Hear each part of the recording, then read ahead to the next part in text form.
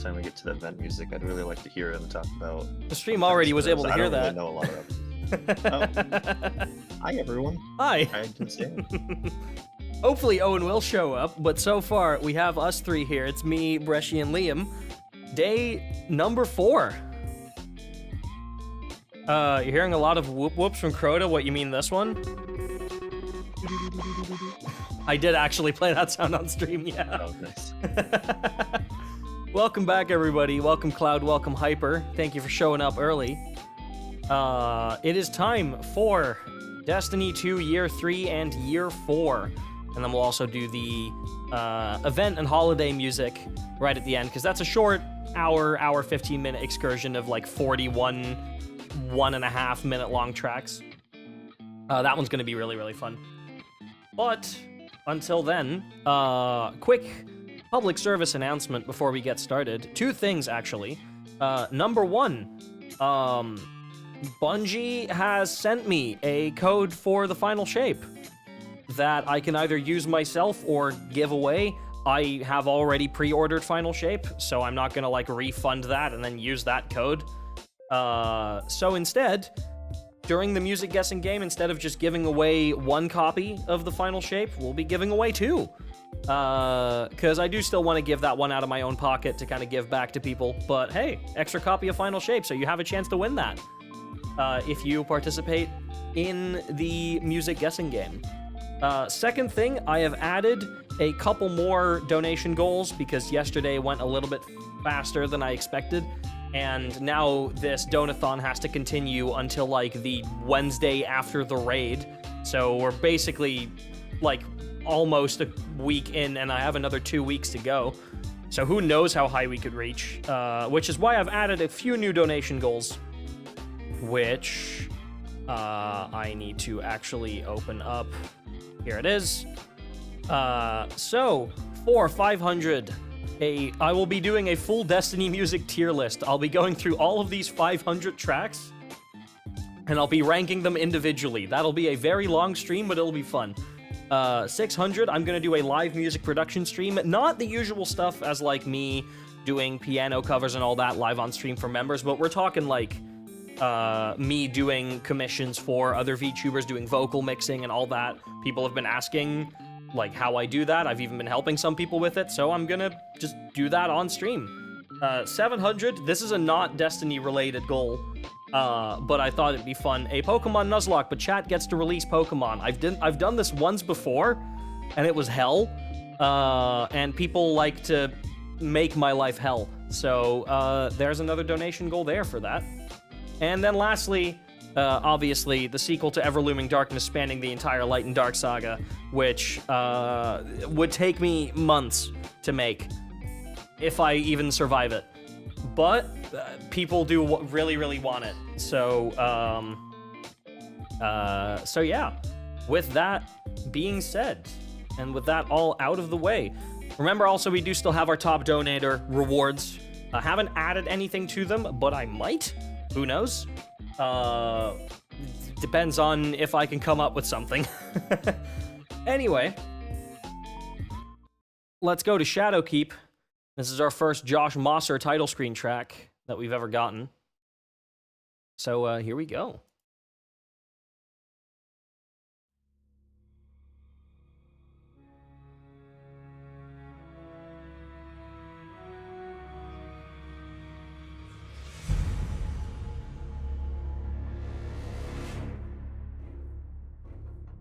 Hello, Simon. Welcome in.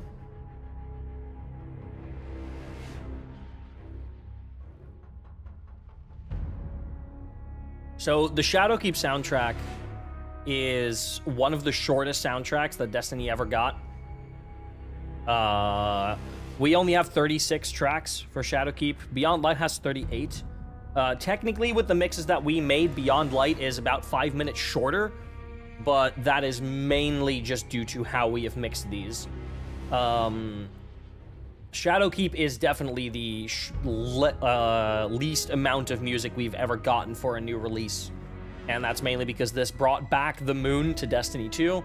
A lot of the old Moon Patrol tracks still persist, They did make some new ones, or they, like, updated some, but it means they had to write less music for the Moon's Patrol. So most of the music was focused on missions and the raid, the dungeon. There's a couple of other... There's a couple of new patrol tracks still, but it's why this just had less music.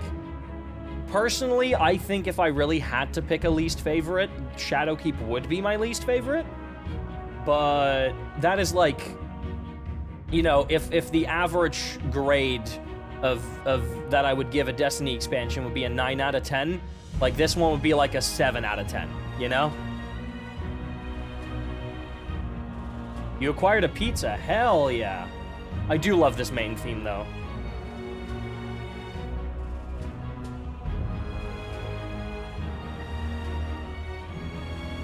I don't understand why these B melodies of the Shadowkeep main theme were never really used. Yeah, I would have really liked to hear him used elsewhere. Yeah. Maybe even in Witchquin, but no.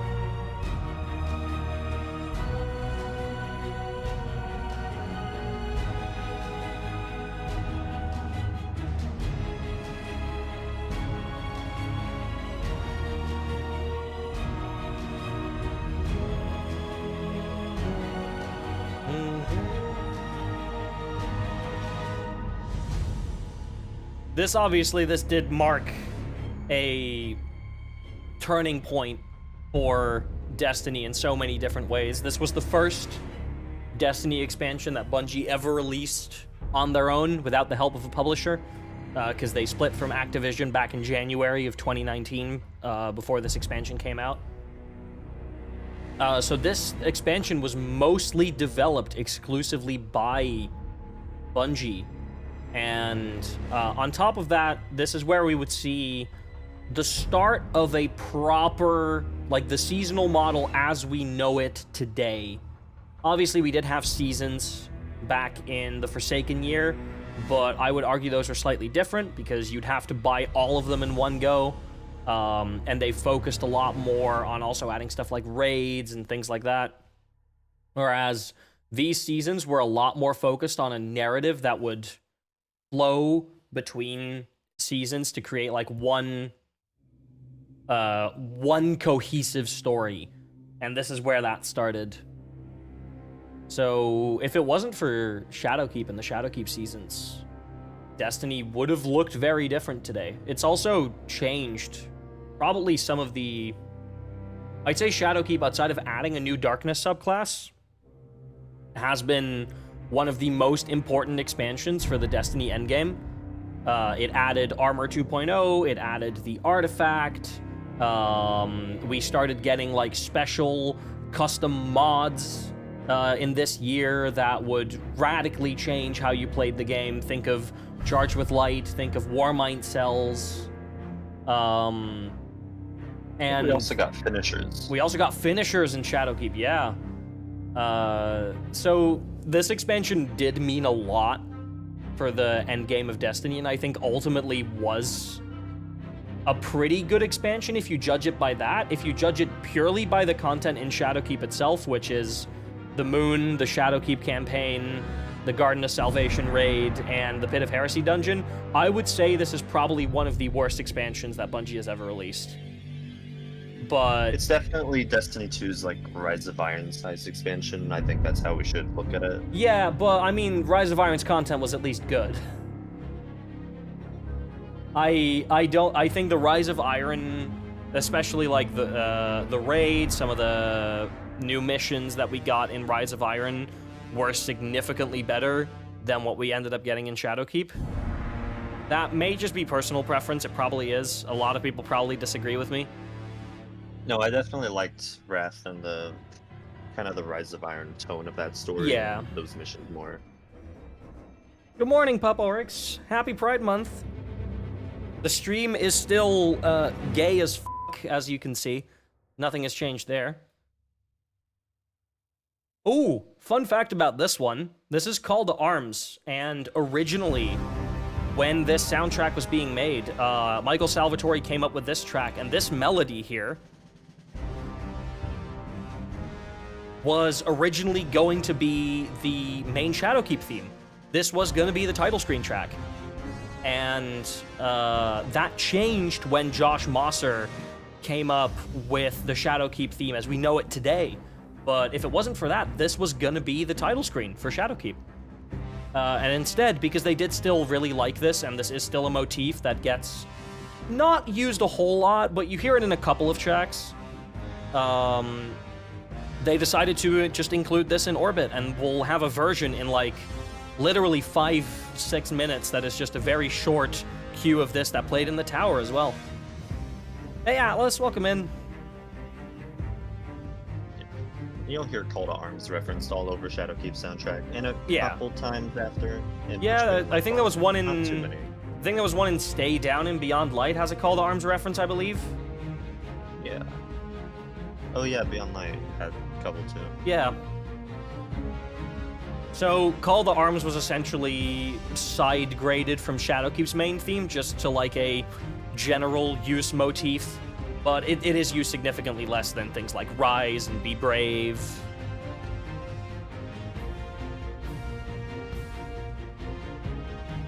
Yeah, this is the part used in Stay Down and Control. Yeah.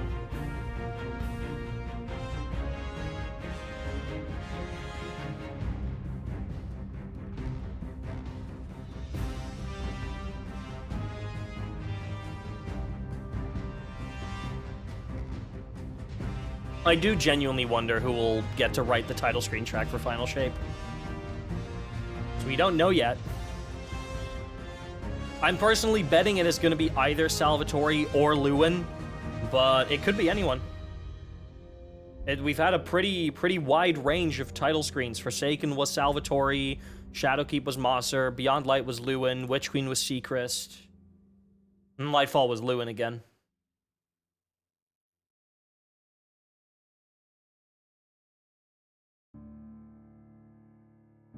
One of my favorite tower themes, personally. Oh, this was Orbit. This was not Tower. Solitude? Oh, right, this was Orbit. I'm stupid. Yeah, Respite. Respite is Tower, yeah.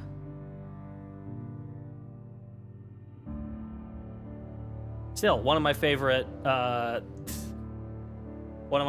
Orbit pieces in that case. Pup, you forgot to follow. Motherfucker rolls up to the stream, donates like 150, subscribes, and forgets to follow. Thank you for the follow. You got your priorities straight, I see.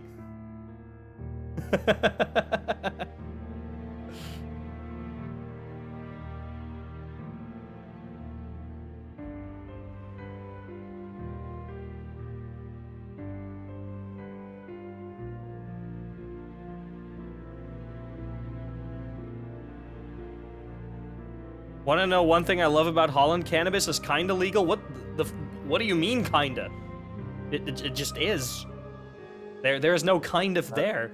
I thought they said cannibalism was. Yeah, legal. no, yeah, cannibalism is legal here in the Netherlands. Yeah. Cool.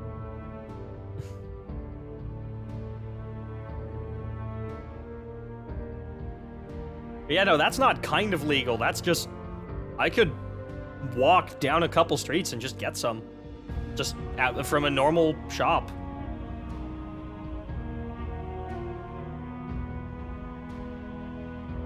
Not that I would, because I don't, but like, I could.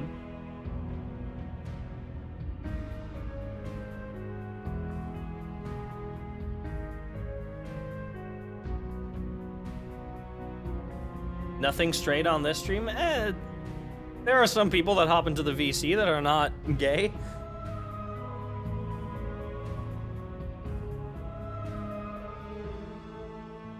We welcome everybody here, even though it is Pride Month. We celebrate queerness here, but we don't downgrade anybody else.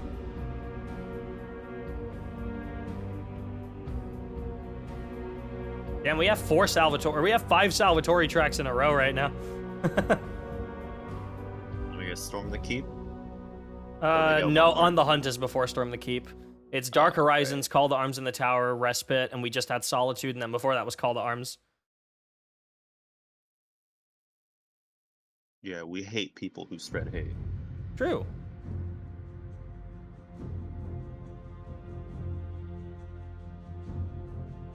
Does this still play in orbit? It does, right? Yeah, I think this one does. I don't think Whispers in the Dark does, but I think Dark Horizons does. What about Sony hate? Oh, we all hate Sony, collectively. The kind of main melody of this one showed up a lot in the seasonal stuff after this. Yeah. In cutscenes. Me and Promethean still don't really know what that meant. I think it's just kind of in the title of the track. It's just kind of meant that there's something dark. Yeah, because Shadowkeep was kind of the start of the era of darkness, right? Yeah. I think it's just kind of like a foreboding thing to let you know something's happening in the future. Yeah, exactly. And this was used a lot, now that I think about it. Yeah, you're right. Because it was used when Eris got stasis at the end of the campaign, when she like kind of put her hand on the statue in the pyramid. Yeah. Where else did it play? I think it played in the cutscene in Season of Dawn when Osiris like goes into Rasputin's Warmind bunker. Yeah. It says the like, end, where do you stand? cutscene of that. And I think there's a couple more places I'm not remembering. I think the Whirlwind of Destruction cutscene in Beyond Light might have played it. No, the Whirlwind played Legacy, I think. No, it played Obsession, but I think there was like a really short queue of Dark Horizons. I remember Promethean saying like, "Oh, there's Dark Horizons" when we were watching it recently. Right.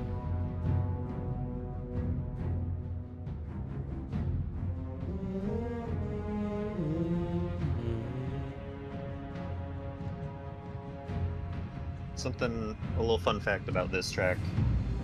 While Mike and Sky were trying to come up with themes and palette for this expansion, I don't know if they like particularly had trouble or if they just kind of needed some time to focus. So they went to this like really secluded spot, just kind of a secret location they haven't been telling anyone about, and they just got together and would sit right next to each other and just write stuff and bounce ideas off each other until they came up with ideas. And this track was one of the ones that they came up with while they were there. Interesting.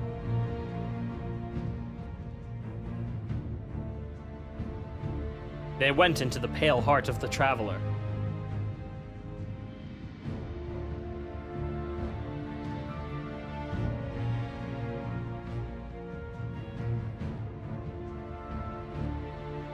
I think if the soundtrack was the first of anything, I guess it was the first Josh title screen. I don't think we've had a Josh title screen. No, this is the only Josh title screen that we've ever had. Yeah, and this was kind of the first time Josh kind of made a bigger appearance. This is the first time Josh, I think, had his name listed on the soundtrack, no?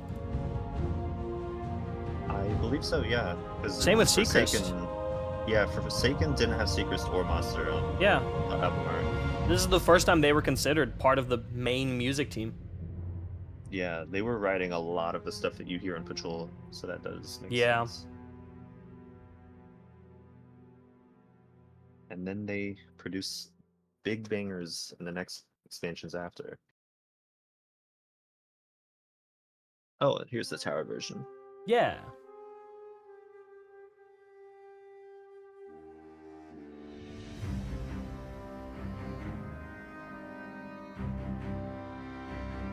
I really liked this tower track. It's very short, but... Yeah, I would have really liked to see kind of an extended version. Yeah.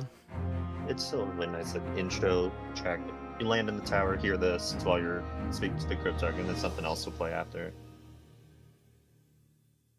Something else? Like this one.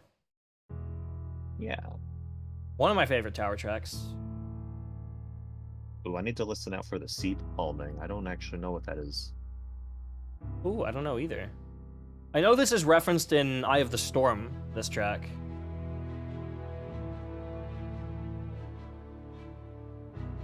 And Mike really likes reusing his chord progressions in some of his melodies. Yeah. His action tracks from his Orbit stuff, or his tower stuff.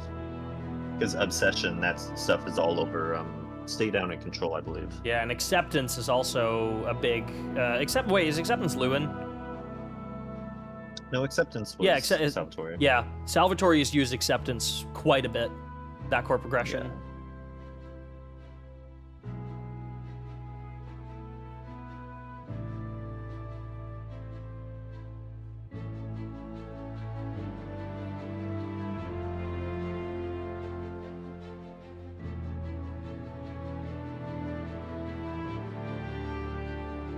Percussion.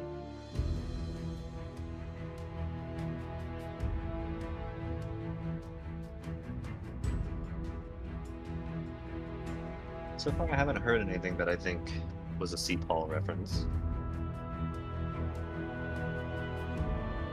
That's just Guardian. It's Guardian, yeah. Mike always has to have a Guardian in there.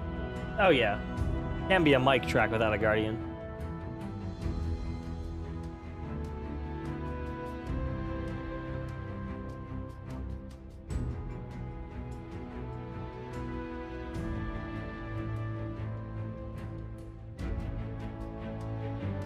I haven't heard anything yet that would be C. Paul. Is it percussion? It's not, right? No. I'm wondering if he wrote kind of the main theme and that was like a sketch. What's that melody again? That played right before this. No, that choir melody here. That's something that's in Eye of the Storm. Right. I don't know if that's... That could be something C. Paul wrote.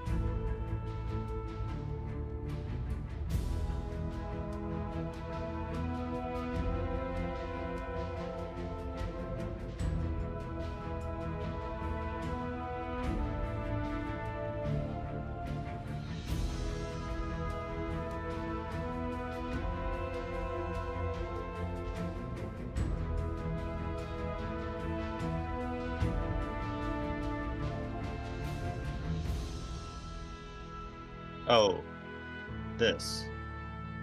Dun, dun, dun, dun, dun. That's A New Frontier. Oh! That's the sequel. You're right. I think that was used a few times before. Yeah. In here. Alright, time to go to the moon. Oh, no percussion for the start. Interesting.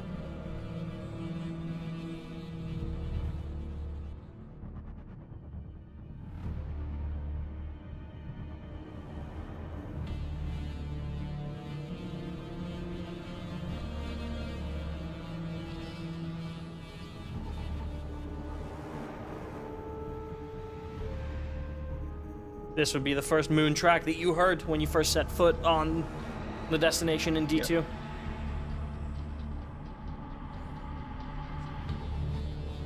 Which, this did something that I kind of miss them doing, which is tossing you in an instance with other people in the first campaign mission. They've only done that a few times. That in Final Shape again. The only other times they've done that was the Homecoming mission, when you're defending the tower. Homecoming and Chosen, yeah, I believe both of those did that.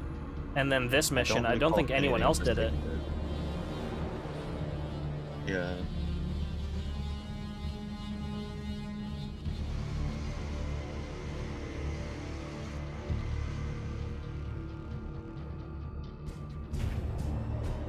Just saw a Destiny kind of meme, and I'm happy that you understand it. Yeah, Cloud's been... I've been force feeding Cloud the 10-hour Bife video.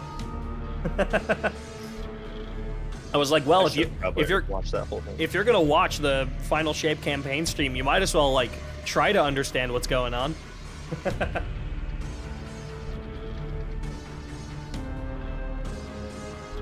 This was also the first track they used during the countdown for the Shadowkeep reveal stream. Yeah, they did. I remember it most. They did, yeah.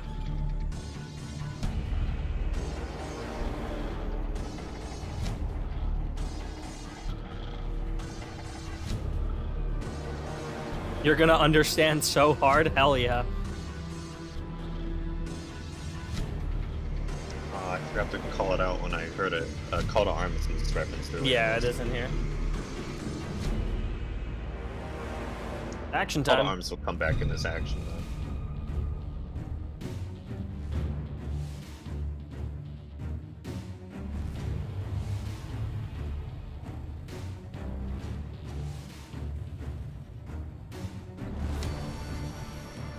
Oh, there's high action. Going straight into it.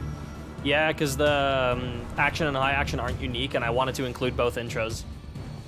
Yeah. So I do action intro and then immediate high action intro. I do it different almost every time. I kind of just did what I felt like doing. Sometimes what I do is in the middle of the action, I transition to high action. Then after the high action intro, I skip all of the parts that the action already did and do the remaining segments in high action. So you still get every segment, but you'd never hear it like that in game. But sometimes it sounds really nice like that.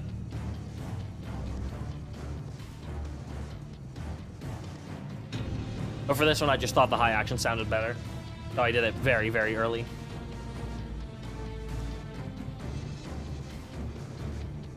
This is also kind of the era where the fully original high action doesn't really happen that often anymore unless it's a very important track. So a lot of these destination mixes are going to get like 3 to 4 minutes shorter now. Like this one is only 6.5 minutes. If this track was made for D2 Vanilla or maybe even for Forsaken, this would be 10, 11 minutes long. But that's also part of the reason why Shadowkeep and Beyond Light are the two shortest ones. It's just because they don't have a whole lot of unique high actions. Like, there's no Shadowkeep track that gets over 10 minutes outside of Eden and Temptation and Dominus Gall Nightmare. But Dominus Gall Nightmare gets over 10 minutes because the original one was over 10 minutes. And Eden and Temptation is 2 tracks, and that one does have a unique high action because it's a raid track.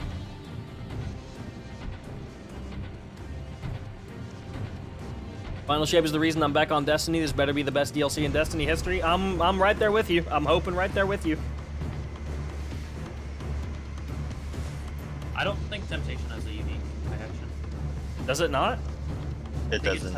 It has 2 unique high action intro files, but right. Well, Eden and Temptation's 12.5 minutes. Oh, that might be because we included the tension. I included like a snippet of the tension. Right. Oh well, we'll see. Eden and Temptation is like my favorite group of tracks from Shadowkeep, so I don't mind that one's 12 minutes. Remember on the soundtrack release, they actually credited Rotom for this track in place of Peter, and I knew that was wrong. Yeah. I heard this, and I was like, that's Peter, come on. It was some kind of mistake. Thankfully, they did caught on and fix that later. Just ready for Sanctified Mind? Oh yeah, true. For Sanctified Mind, we just use the... Sanctified Mind's one of the only raid bosses where the soundtrack version is actually just basically complete. There's Called Arms. Yeah, there's Cold Arms, yeah. I want to try to call out Call to Arms every time I hear it. I wonder what an ambient Sanctified Mind would sound like. I think it would sound something like Arcadia. Probably, yeah. Arcadia Planetary Core-esque, I bet. That's the ending, or the build-up to ending. Yeah, these are the pre-outs, or what they call them. Yeah. Which they started doing a little bit of more mine. And then Forsaken kind of made full use of them. Yeah. And everything afterwards does that too. I think how Peter described these, they're basically kind of just meant to loop until the ending played, because like it's like you're on the final stand of a boss fight. Yeah. And they just wanted the customization to do that. Oh. Peak. Storm the Keep. Is it still saying peak alert? Yeah. Oh, banger alert, even better. What's your favorite Destiny expansion soundtrack release? Oof. That is a tough one. That is a real tough one. For me, Rise of Iron and Forsaken. That's fair enough. For me, it's a tie between Beyond Light, Witch Queen, and Forsaken. It's one of those 3. I don't think I'd be able to pick.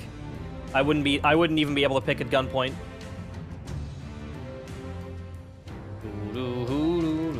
Part of me wishes this was one of the Shadowkeep main themes. I really wanted to hear Rotom and Peter's take on that. True, yeah.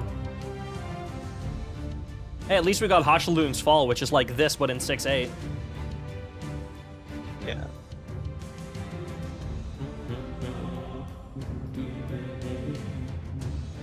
Beyond Light, Forsaken, or D1 Vanilla? That's fair. That's fair. I respect that. For having so little music, Shadowkeep has quite a few bangers. It does. It does.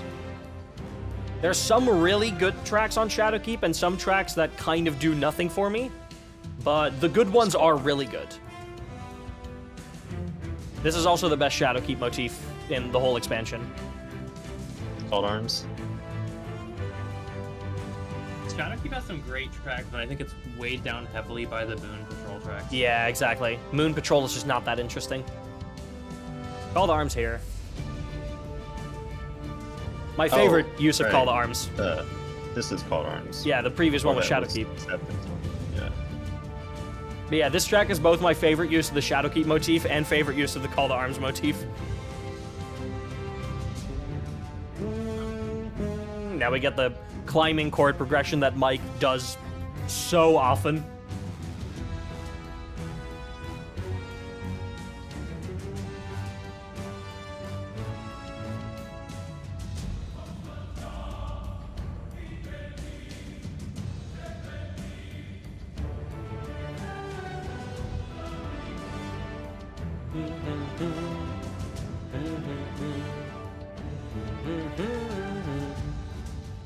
I just love how heroic that is. It's so good.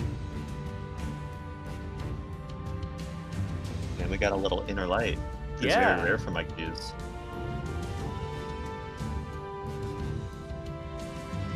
Trouble that in LA. Bum, bum.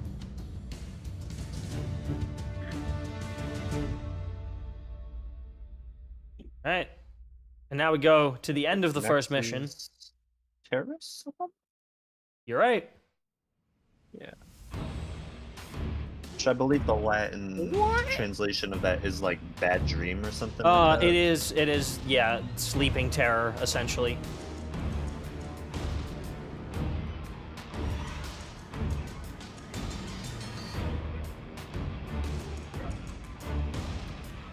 When is the Escape the Abyss? Whenever we get to mission 2, probably. Escape the Abyss is not too far away. I'd say about 20-ish minutes. A little bit longer than 20, about 25 minutes.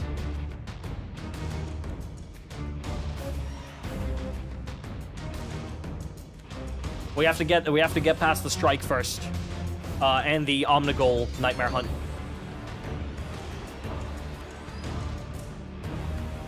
You did the strike before then.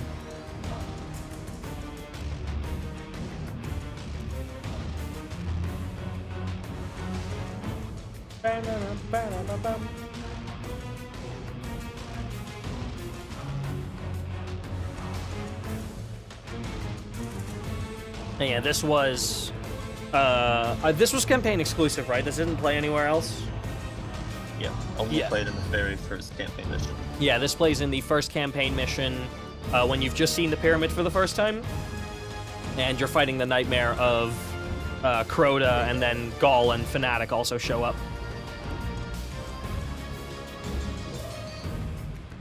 What?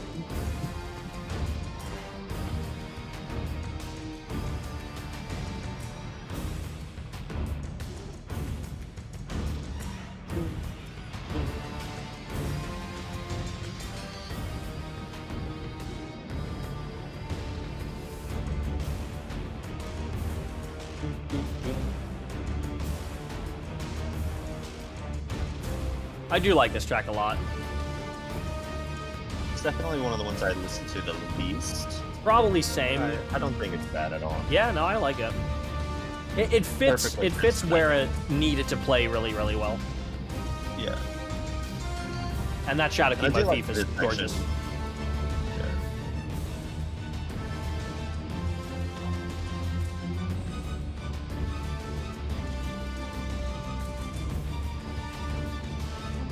In title, this track is kind of a precursor to Onirophobia.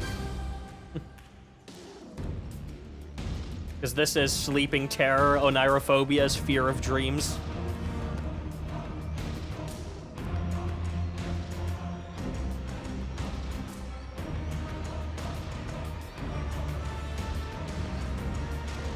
That's Call to Arms. Oh, that was, yeah. That was a little Called Arms. I don't think I actually had that in my video. I did do those videos where I like Yeah, I did all showcase every motifs. single motif in the expansion, but I stopped doing that because I quickly realized those videos become outdated after every year. Yeah. Sometimes after And- even a season. Yeah. This ending is And goated. I missed a lot of them.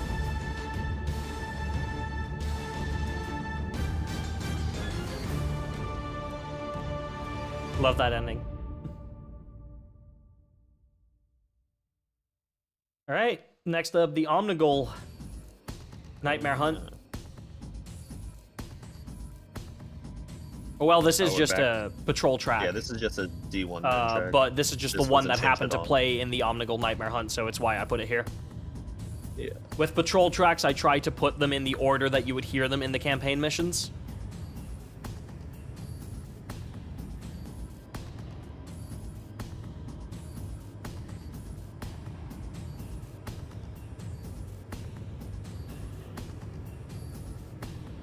So while this Moon Patrol track that we're hearing right now wasn't changed at all for Shadowkeep, in terms of what we're hearing, like when both layers are combined, what they did is they took different parts of what used to be in the action layer and what used to not be in the action layer in D1, and Yeah. kind of moved those around in D2. So now in D2, when you're just patrolling in the moon, you're not fighting enemies, you'll hear these like horror strings starting to build up, which we're about to hear in a few seconds.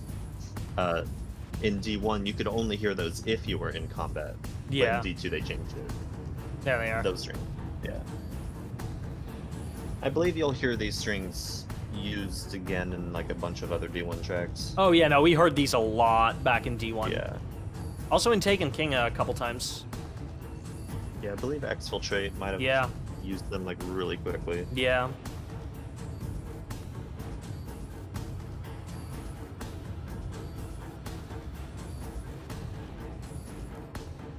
It's why there's a Seatball credit on this, right? For these strings. Yeah, I believe Seatball was the one that made this in D1, but Yeah. I could be wrong. I know Seatball was in like he did a lot of the patrol tracks for the moon, so I wouldn't be surprised if this one was mainly him. Yeah. You now know who the Taken King is. Yeah, it's Oryx.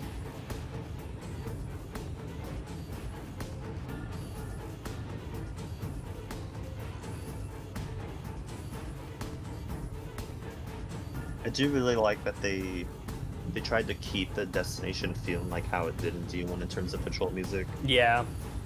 So instead of making completely new music for the patrol space, that where it feels completely different than what it did in D1, because you're going back to a place you did experience in D1, they wanted it to feel the exact same, but like a little different because there's this nightmare Scarlet Hive twist on it. So they did bring back some patrol tracks from D1 and kind of updated them a little. Some of them aren't updated at all.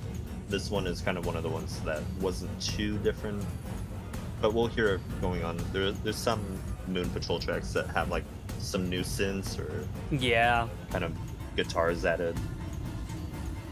This specific part of that string sample is what you'll hear a lot in D1. I think you can hear this in Crota Zen too, maybe Taken Yeah. King. World's King's Grave. Fall. World's Grave has this in the ambient.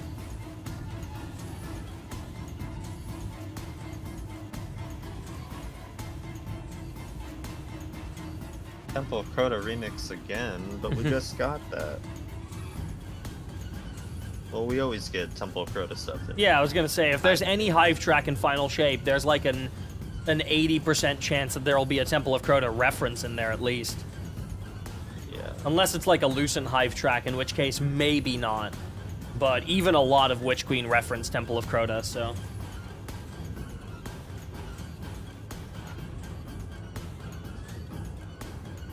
I will say, this track does get extremely repetitive.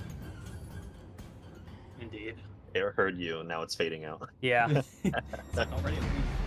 Alright, fine, here's action, Rosa. Yeah, Jeez. Jesus fucking Christ. You can just say you hate me.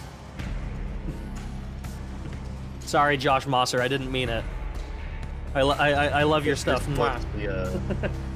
If this was the alternate version of this action they made, we'd actually hear those strings again in the action. But if this is the one that we hear during the Nightmare Hunt, it should just be the normal. I think this is the one we heard during the Nightmare Hunt. Yeah, for some of these Nightmare Hunt action tracks, there is a alternate version that only plays after the track has looped enough. Yeah, the looped action. Yeah, and those looped ones will kind of take some elements from the ambient and mix them into the action. Maybe make the action sound a little different. When like I was replace doing the mixes, I practically never used the looped versions. I don't think they add too much. It's just kind of a different way to hear these. Oh yeah, no, Underworld's like entire percussion rhythm is a Temple of Crota reference. Even the stuff that Rotom's little hive guitar synth thing does, I'm pretty sure that's doing like the same patterns that Temple of Crota does. Yeah, no, Underworld is almost like a sequel to Temple of Crota with how much it uses that track.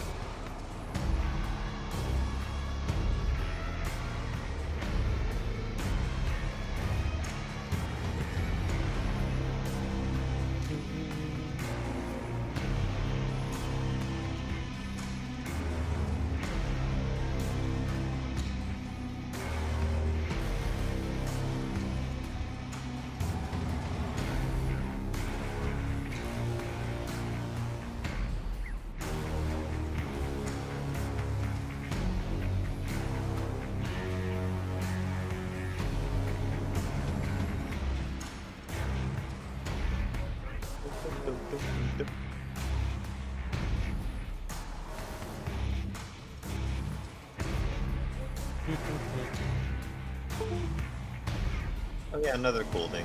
These actions are actually built upon on top of the. My phone unplugged. There we go. My tracking's back. My phone just decided that no, in fact. Oh hey, Temple of Crota. Hello. Okay, this part is sick. I'm back. I can move around again. We'll hear a few Temple of Crota things like that in here. Yeah. In this soundtrack, I mean, not just this track. There's Josh's main theme. Yeah, that was an awesome Temple of Crota reference.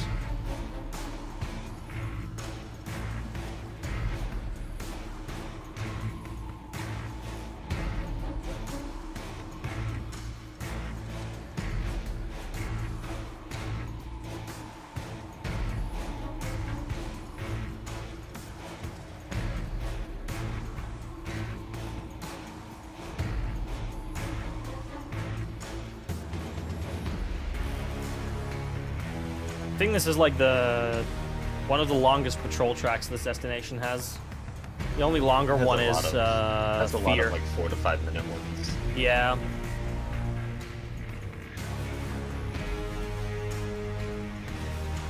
This is kind of going into that beat melody a little tiny bit, but not. Yeah. Not Oh yeah, further. you're right. I didn't notice that until now.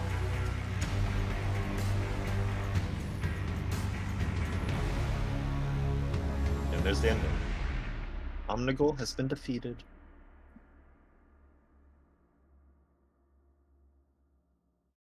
I believe we're going into the Scarlet Scarlet Keep. Keep. Yes. No? Elevator So, time. We got some mic bangers then. World's best elevator music. Okay, yeah, this one doesn't have the C-Paul credits, so C-Paul Yeah. didn't do that like the choir bit. It was probably that a New Frontier thing. This is the annual tradition of the Mike Salvatore track that uses either 5/4 or 7/4 at some point during the track. He has to do one of them every year. It's Once Upon a Time in the Reef and Forsaken, this and Shadowkeep, Stay Down in Beyond Light.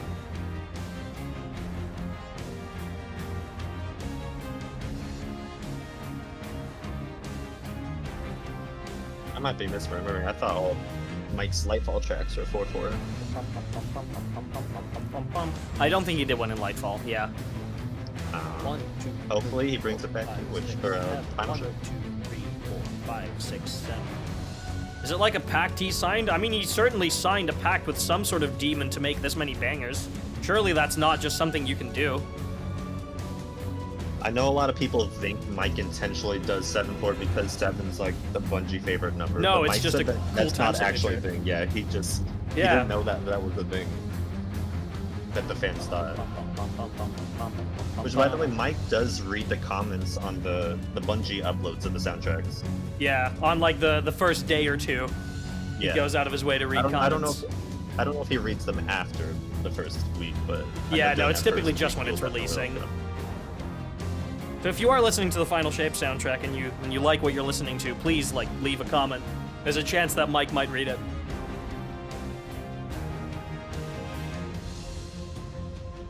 There's that respite part. I love this part so much. I won't be surprised if they just reuse the recording that they have for respite. Kind of saves money on the orchestra costs. Yeah. Because those really add up. I mean, I know Bungie has huge budgets for these orchestras, but I could see them like reusing what they can if possible. Yeah.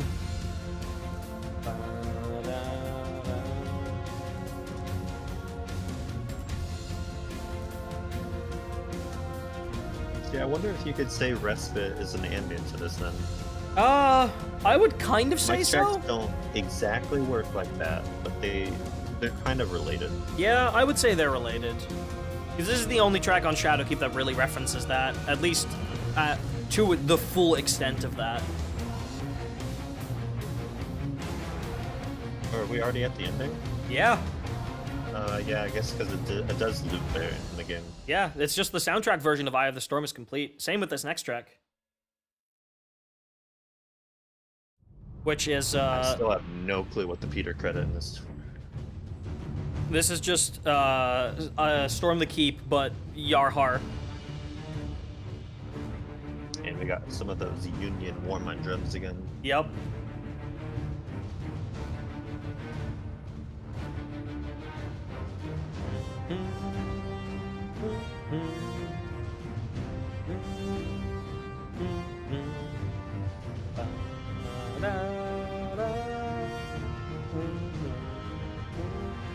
Wouldn't be Mike without a guardian.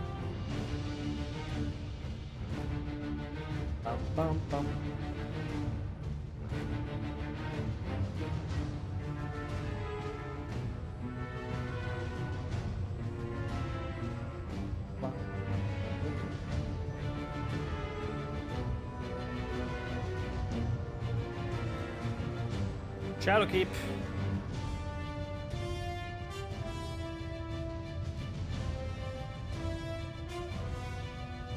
Used in basically the exact same way as Storm the Keep. Same chord progression and everything.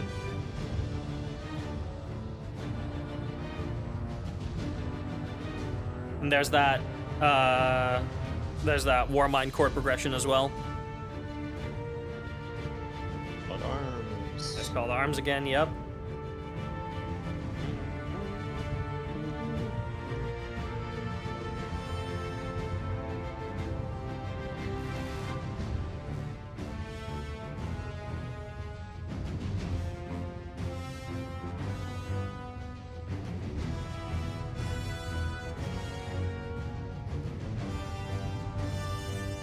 Now we go to choir only for a bit. Oh, not choir only, just with some brass.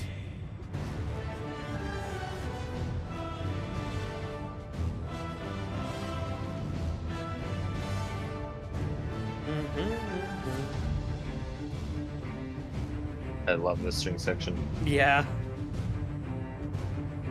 When you hear this, you're immediately like, yeah, it makes sense that Mike wrote most of the Plunder action tracks and Grasp of Avarice.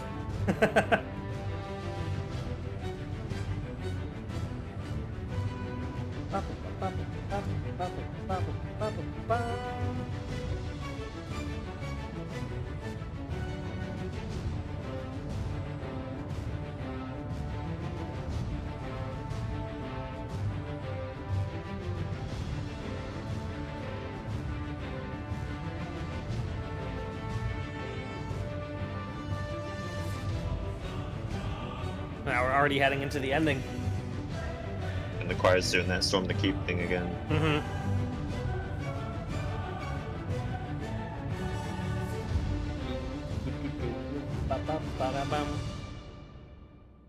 Very good track.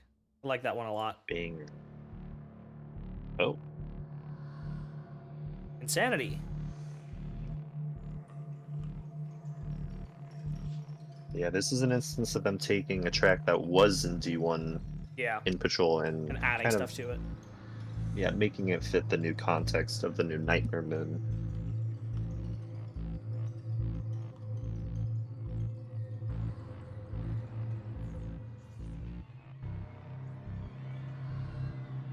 This one wasn't officially released, I believe. It was not, yeah.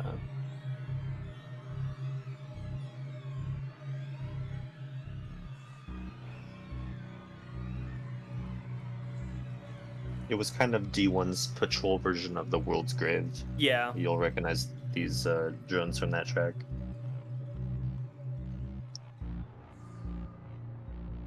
I did fade in the action layer at some point. I forgot exactly where.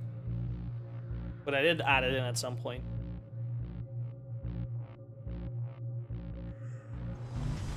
There it is. Hey.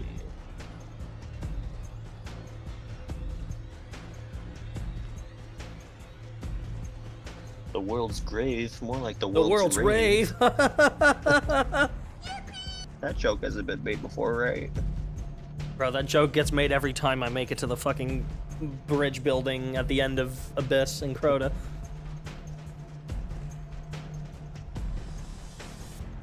Always the same. Always the same joke.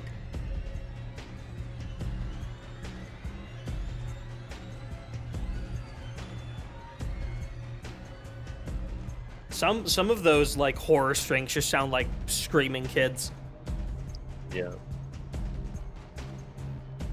That particular one was a sample they really like to use in D1. Yeah. Where does this play? This plays on the moon. And if you don't know, the moon is haunted. Yeah, specifically just in Patrol while you're in free roam around the moon. Yeah. I think this also plays in the Fogoth Nightmare Hunt, right? Because that's Insanity? Or which is the Insanity Nightmare Hunt again? Insanity was the Fanatic Nightmare Hunt. The Fanatic is what plays this, right? But I don't believe Nightmare Hunts play ambience. Maybe at the very, very beginning. When Oh you yeah, the spawn in. ambience not. If they just play actions during the boss fights.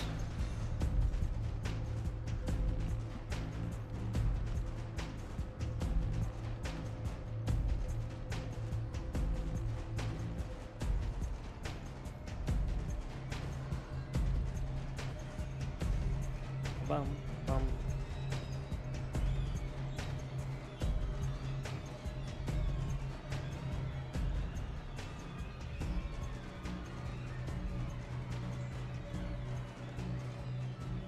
Now we're fading things out.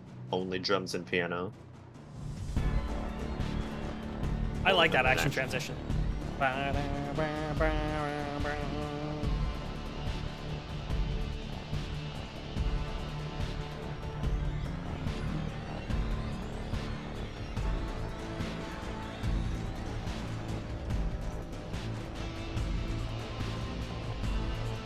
There wasn't a Taken King melody there, I don't believe. Well, multiple people heard Norig's thing. I guess I didn't. I don't believe this one's supposed to have a regicide. No, I added 2 extra notes that made it sound like regicide. It's not.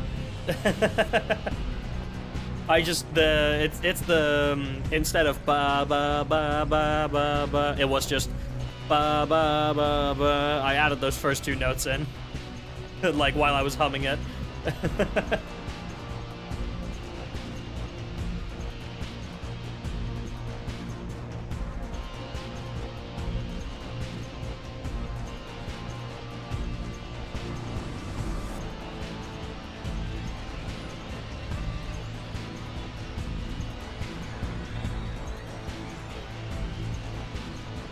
You've decided you're getting a new tattoo? Hell yeah, what's it gonna be?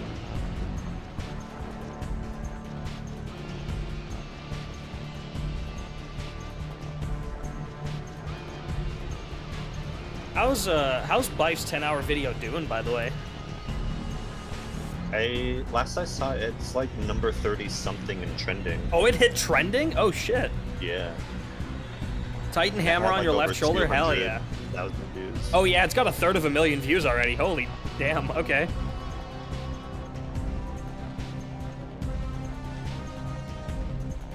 Be brave. Yeah, a little bit of it. That's how I know I never listened to this.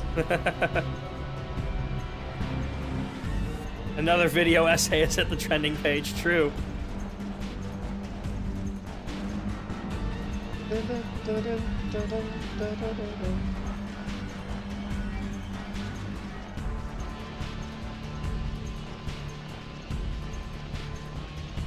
There were a lot of journalists covering Vice video, which is awesome to see. Yeah. He deserves it. He has been not just a creator for Destiny, but he's been, like, I feel like Bife has just been an integral part of the game itself at this point. Like, sure, everyone can go out of their way to read Bungie's lore and to understand it and to, like, make sense of everything, but I feel like Bife has literally just become a pillar of the game itself when it comes to how people consume it. Sounds like we're going into the ending? No? Yep, we are. Oh, we are. Okay. I thought I heard the fade out.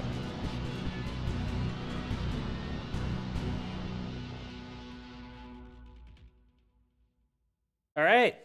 Banger. Just straight into Escape the Abyss. This was one of the 3 new Moon Patrol tracks. Yeah, this one is entirely original. Yeah. Well, I guess Forgotten Wounds is also new. It's connected to a D1 one, but the ambient ward's entirely new.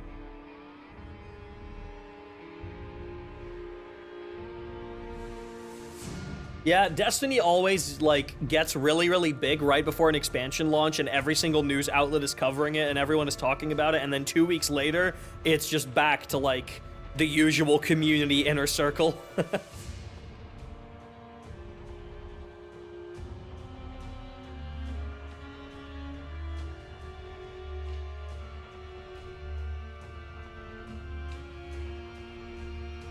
Oh, this is supposed to have a Seafall. Oops. Oop. Yeah, we got some Temple of Crota in here that we'll hear later. No transition to action yet, though. Sorry for edging you.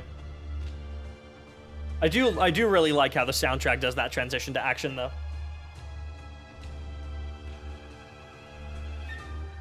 My friends abandoning me ruined Destiny for a while for me. Yeah, if you don't have anyone to play with, Destiny is just not fun to play.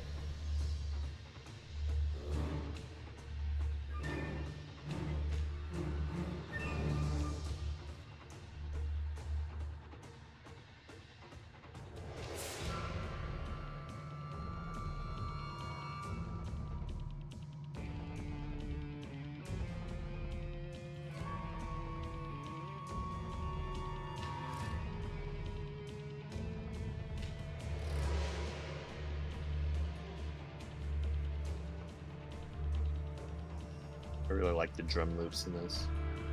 Yeah. And that guitar.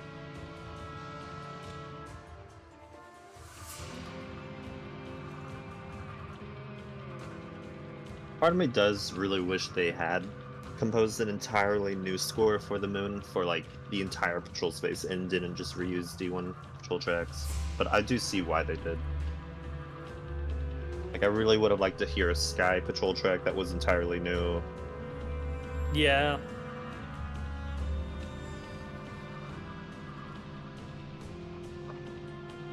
Or maybe for, like, Rotom and Peter to write alternates to their tracks, like Escape the Abyss, Unworthy, having, like, an alternate I think would be really cool.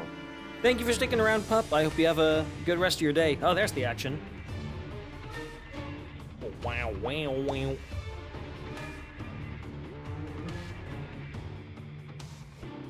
I guess we're going straight to high action? No? Or I guess not that. That's not the transition yet. Not yet, but I will at some point. I have included the high action intro in this, I'm pretty sure. Oh, we're including more of the action. There's that Temple of Crota.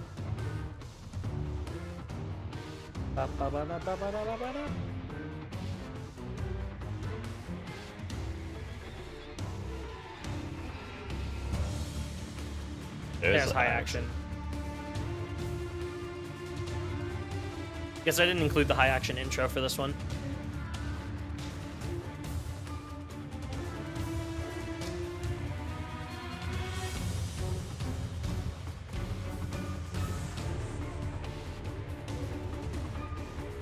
The synth guitar is so good.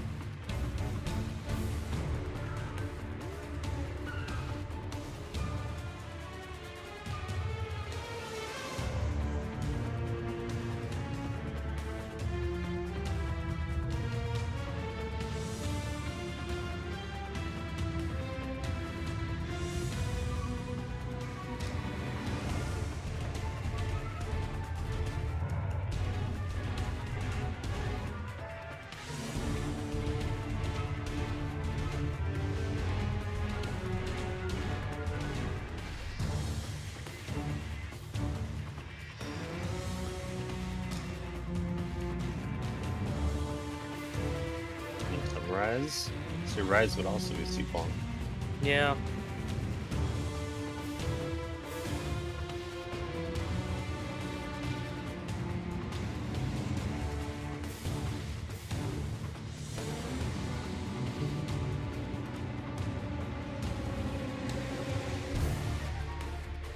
I remember being obsessed with this one for a few weeks. Yeah, and I loved this one when this came out.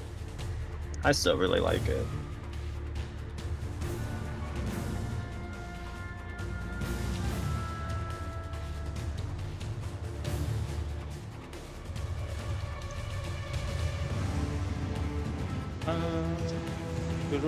There's Rise again.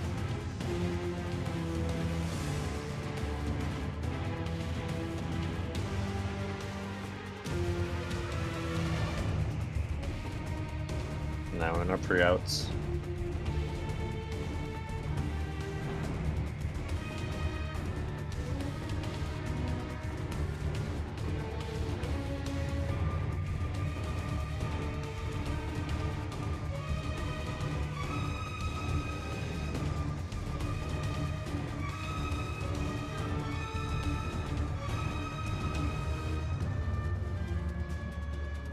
I really like the action, like the ending kind of tones it back down.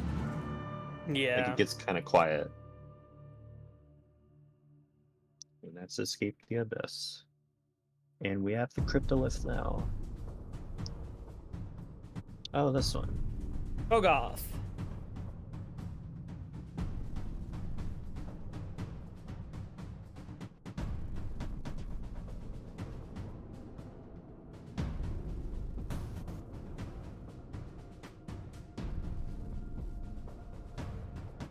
This one is one of the really creepy ones. Yeah.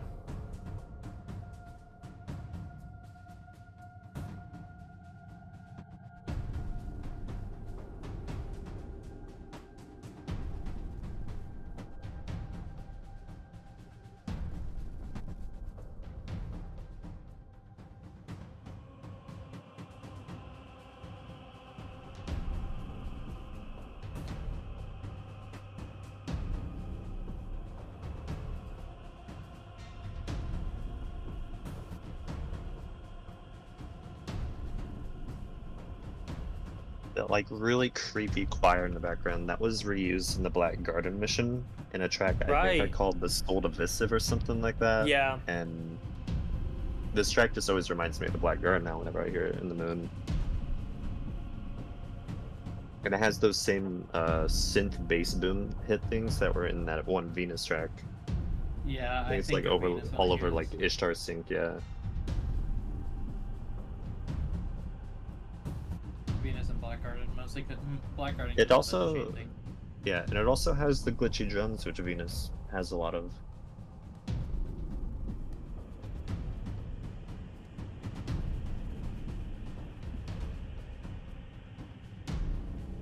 I don't believe any of these elements make it into the action though, and also, I don't know when the last time I heard this action was.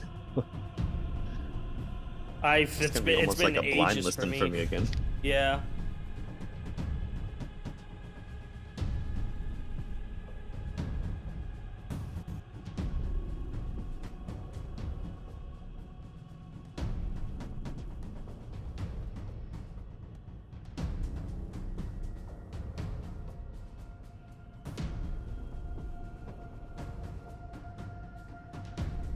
And this was another one not released. Yep. Most of the Nightmare Hunt tracks weren't. Or the ones like named that we've named after Nightmare Hunt tracks. Yeah. Because most of them are like just extended or remixes of D1 Moon Patrol ambience. And I guess they didn't want to release the same track twice. Even some of them weren't even released in D1, so they could have released it in Yeah, that's D2. true, actually. Which I guess they did for Bloodline and Apparitions. Those were actions based on D1 tracks that weren't released.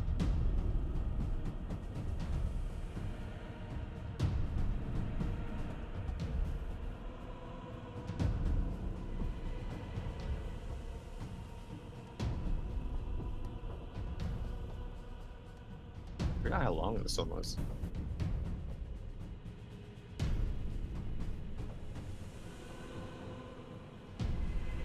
They're not even in the action yet.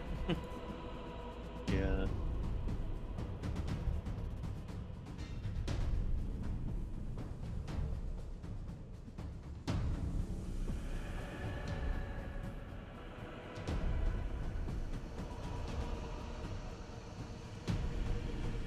It is still very creepy. It is, yeah. It's really well done.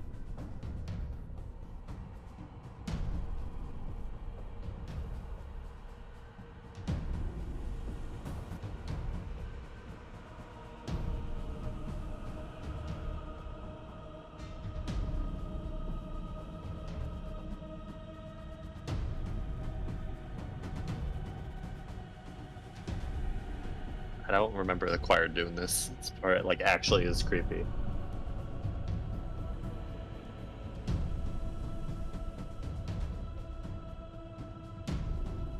I mean, they're like sustaining that note. Breathe, breathe, choir, please, breathe. They're still sustaining.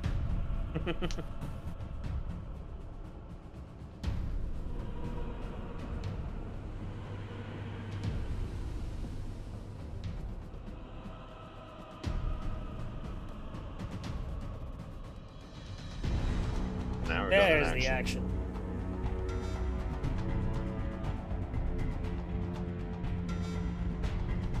Is that last right? Wow. Yes, that's why there's the... Oh, it was last right, Johnson? That's Salvatore. That's No, Salvatore, Salvatore. right? Well, I guess it's technically Rotom, but Oh, yeah, true.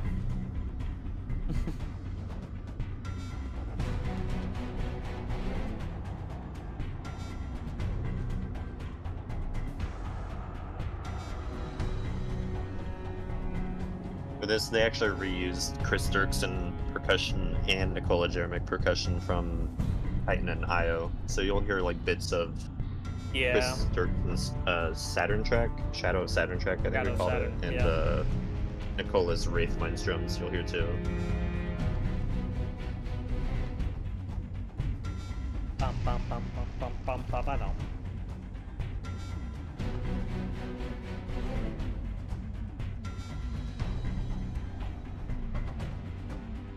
There's some of that Wraithminds.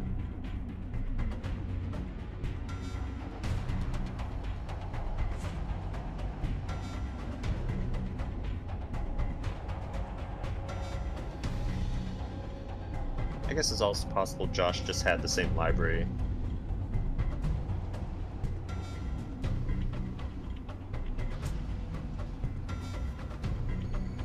Oh no, no, they're definitely reason drums. I heard that. Who was that? That was a Rotom track.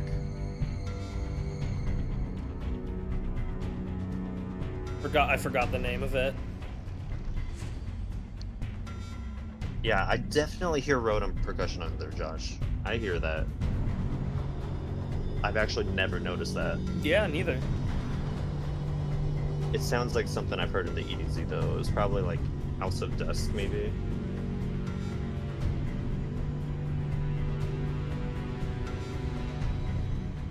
Does this one have any themes? Come on, show All to Arms the road. Something. Let's have a theme song. Yeah. A Guardian or something.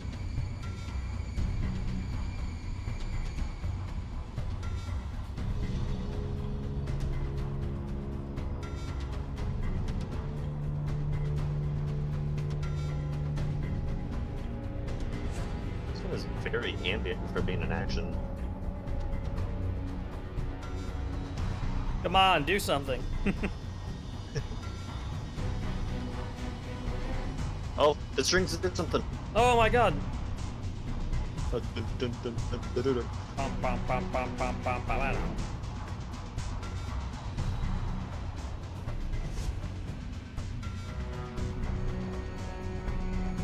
Just go for it.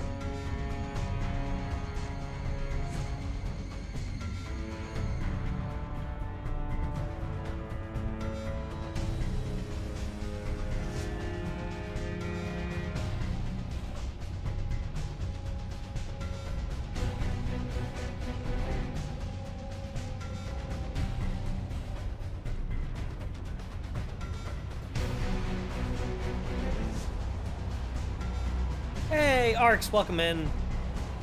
We're in the middle of Shadowkeep.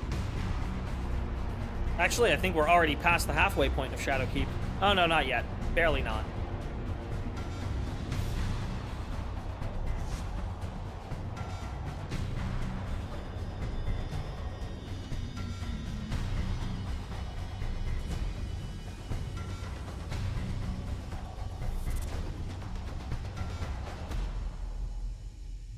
There's it.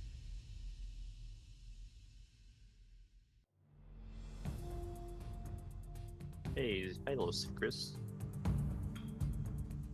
Shadow for the bit of heresy music? Yeah, that'll be right after the raid. Yeah, Unworthy and Heretical Omen are bangers. They are very Excited good. for that.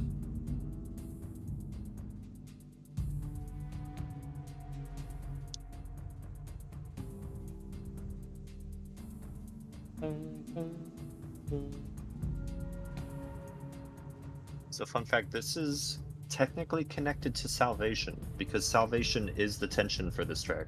Is it? Really? Yeah. At least like the bits that would play like drones in the pyramid. Yeah. I did not The know parts that. with like the actual pyramid synth, I think would technically be considered something else. Hmm.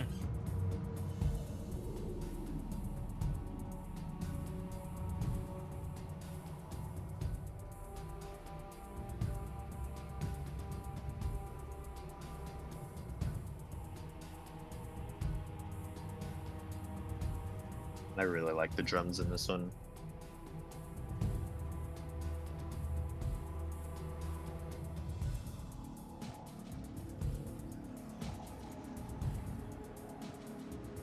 There's also the Ambient to the Nightmare of Tanix theme. Yes. Pride, that's right? correct. Yeah, it is. Yeah.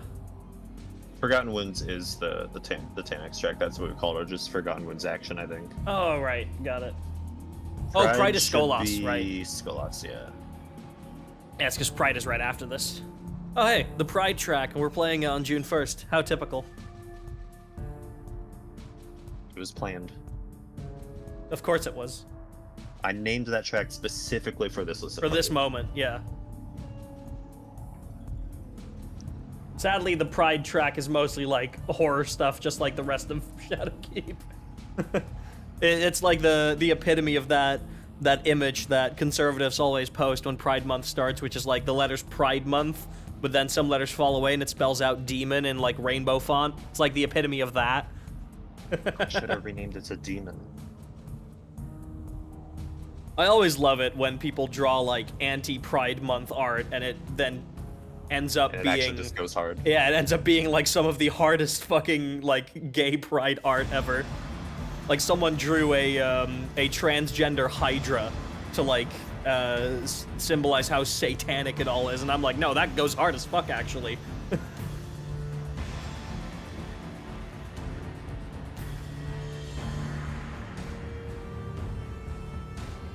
This action does not sound related to the ambient, but it is.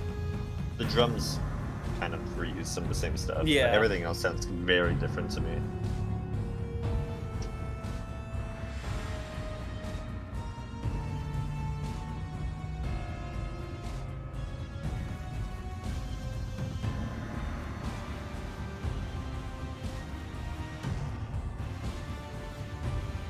I don't understand why this intensity was never released. Neither.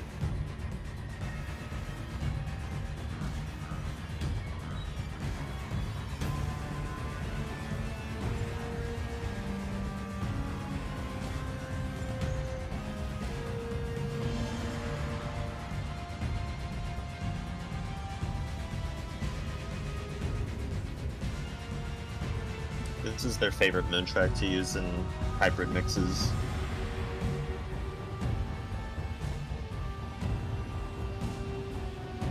I guess 120 BPM stuff is always their go-to. Yeah.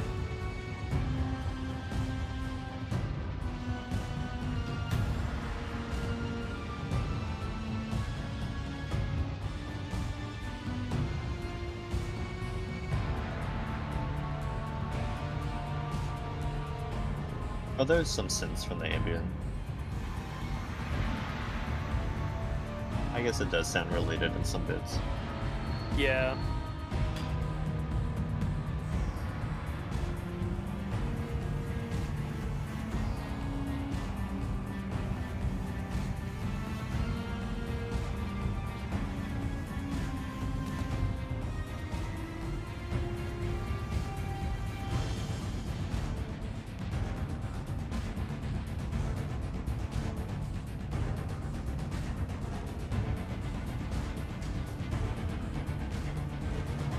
Oh shit, we're doing the seasons after this, right?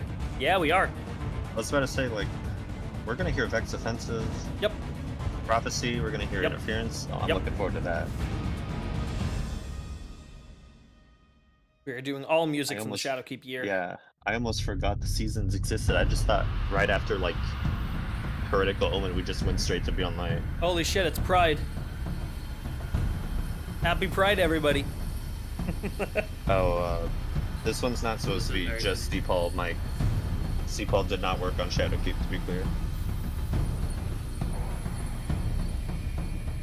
I believe this remix was done by Josh. Right.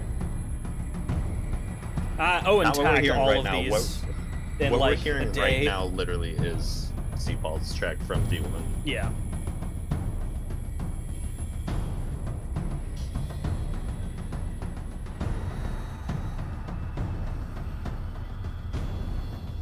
We probably shouldn't have included this ambient because this is literally the exact same as it is in D1. It's short. It's only like a minute and a half.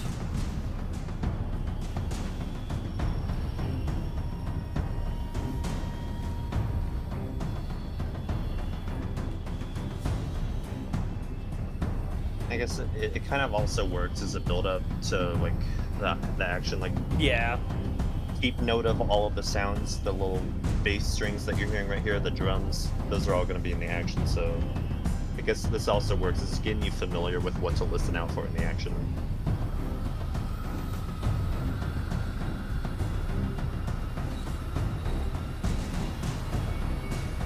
This is actually the track that they turned into the Fist of Crota theme for Dark Below.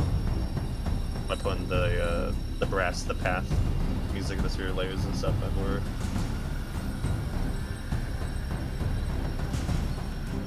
I think they might have actually based the action for this in Shadowkeep off that Fist of Crota track too. It might have, yeah. To listen to it to see.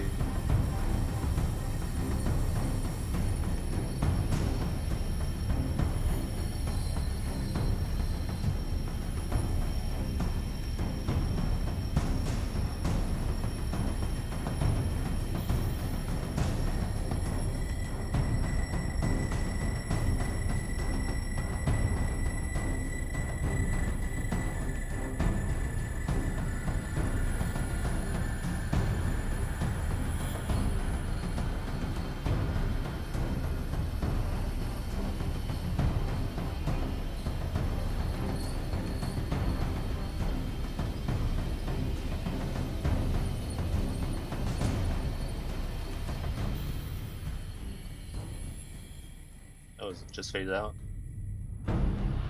Oh, now we go into action. Yeah. The fade out worked better there for a transition.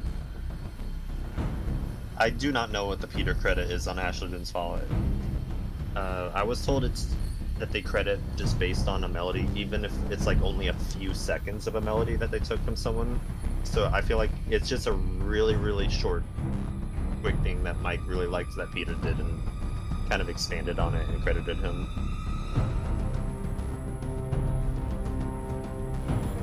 This has the drums from Red Legion, by the way. Oh, you're right, it does. You'll hear the drum kit and snare from Red Legion come in later too.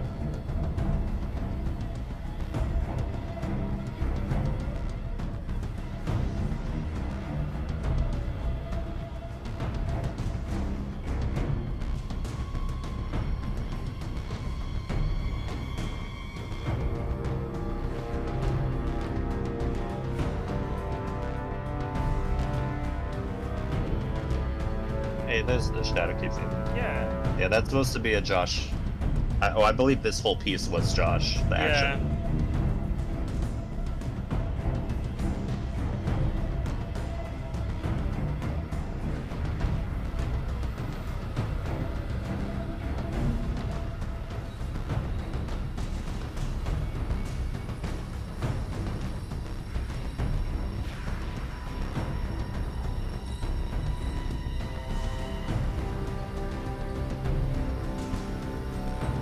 Why is my model freaking out and sticking my tongue out? I wonder why they used Red Legion's drums for this. Was the original track written in 7/4? I don't know. Because these drums are 7/4.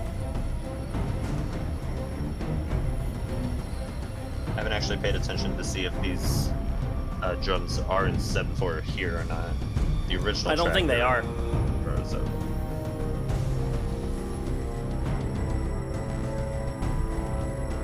Maybe they just picked these drums because it was kind of close to the same tempo. Yeah, because I'm hearing 6/8 for these drums. 1, 2, 3, 4, 5, 6. 1, 2, Oh, there's 3, that 4, snare. 5, 6.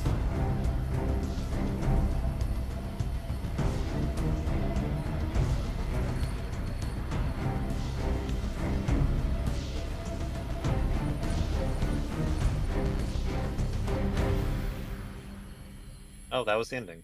Yeah. That was shorter than I remember. Mm-hmm. Oh, here's Servitude. This is Sidron, right? Yep. This one actually does not have an ambient, which is why we're Yeah. going straight to action. It technically does, but it would have just been a D1 Yeah, track. it's just that a didn't D1 play track. anywhere in D2. So something worth mentioning, this isn't only exclusive to Nightmare Hunts. You could hear this if you get Zydron as the Altars of Summoning boss. Yeah. You Or can hear Altar it. of whatever that Altars is called. Oh god, what is it called?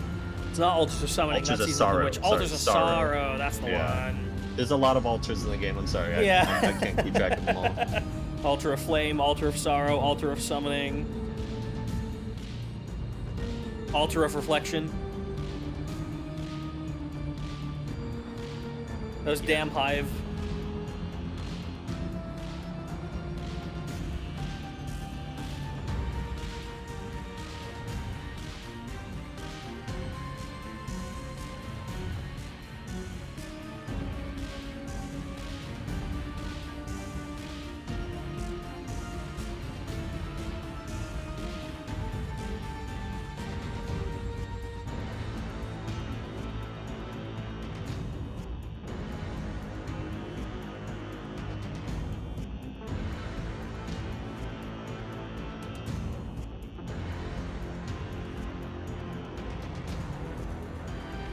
I wonder if they did make an ambient for this and it just wasn't used. Maybe.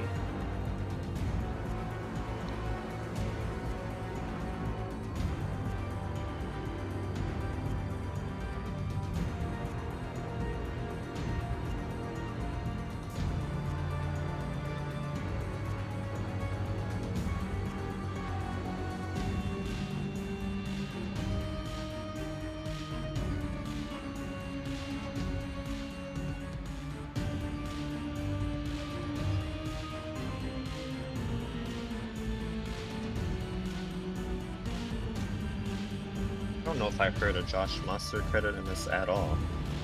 No Shadowkeep theme in there No. at all? Not yet.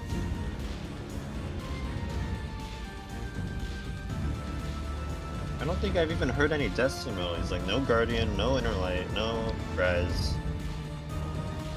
That's probably why some of these don't get released, is they just don't reference anything and they're just kind of like...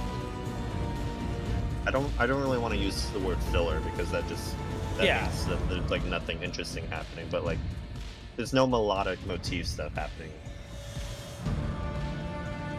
Well, we have one more track, and then it's time for the final mission already.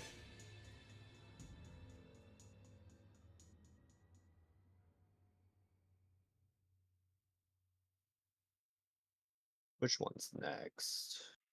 Apparitions. The track that I almost forgot about and didn't put on the track list until Owen pointed it out. Oh, this one we didn't include the ambient. It would have just been the D1 track. Yep. You can still kind of hear the D1 track underneath because it was layered under. But yeah, if Owen didn't point this out to me while doing the metadata for our Shadowkeep, being like, "Where's Apparitions?" I straight up would have forgotten about this track. I don't know why. I forgot it. This one's been a weird one. I don't know why they chose to release this one when you will never hear this track in the campaign. Like, if you just go through everything in campaign order, you will never hear this. You have to go out of your way and do nightmare hunts to hear this, I think. Yeah. Which is why I put it here.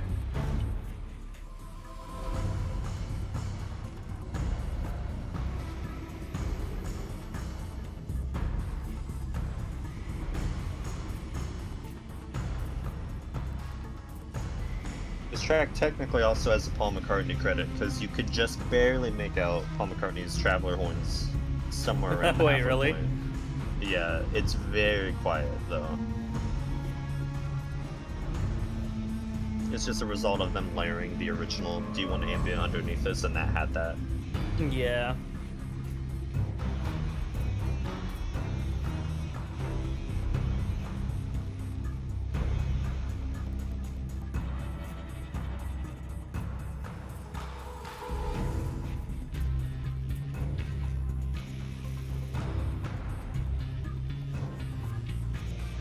Oh, that's Temple of Temple of Crota. Crota, yeah. I didn't know that that bass was playing that there. I know the guitar would play that, because that's obvious. Really good Temple of Crota reference.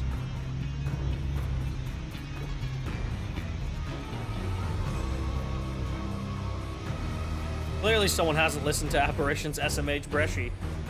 I don't listen to a lot of Shadowkeep soundtrack. Neither, yeah. I will be honest. Shadowkeep soundtrack is probably the D2 soundtrack I've listened to the least.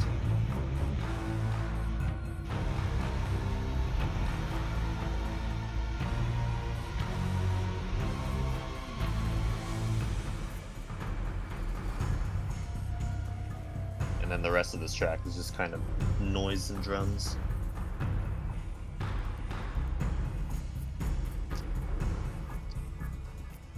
For about 20 seconds. Yeah.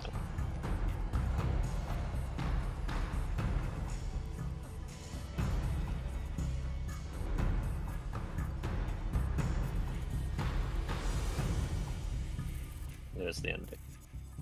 All right.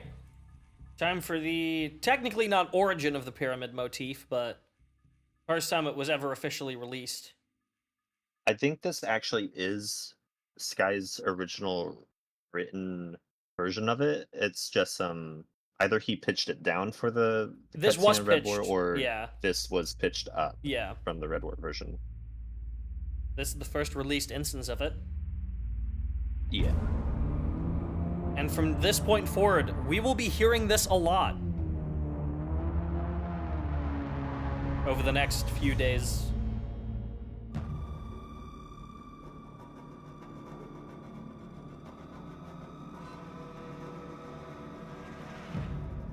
And obviously we will be edging this track in about a week.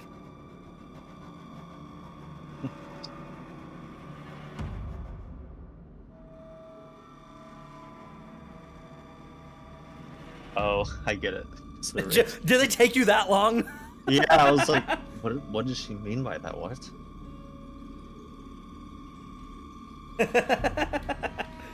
The raid coming out next week on Friday is called Salvation's Edge. For the people that are not that don't understand the joke.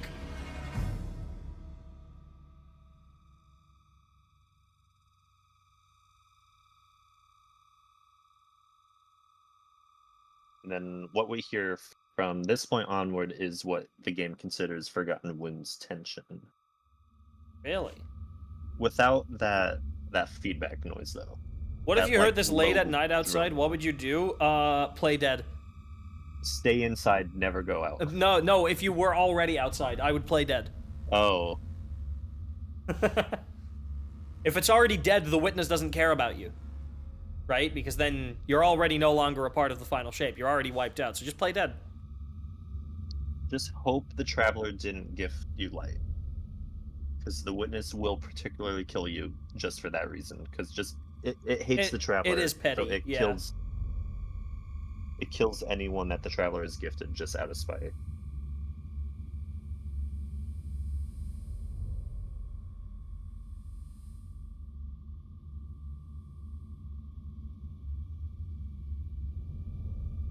Real? Based. I would become a disciple just for fun? Okay, Promethean. That wasn't for me. Oh. No, I know. Okay. I know that wasn't Promethean. Promethean would say that, though. I'm aware.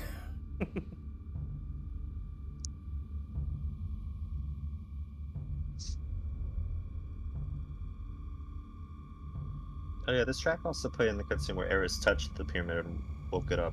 Yeah. The very first cutscene in Shadowkeep. Yeah.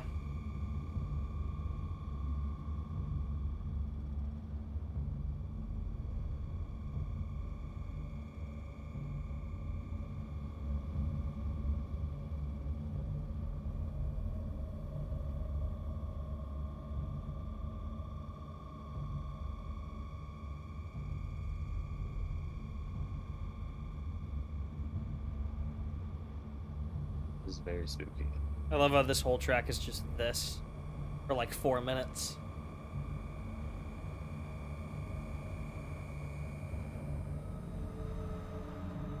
I can hear the Forgotten Wounds now. Yeah. Yeah, I hear it now.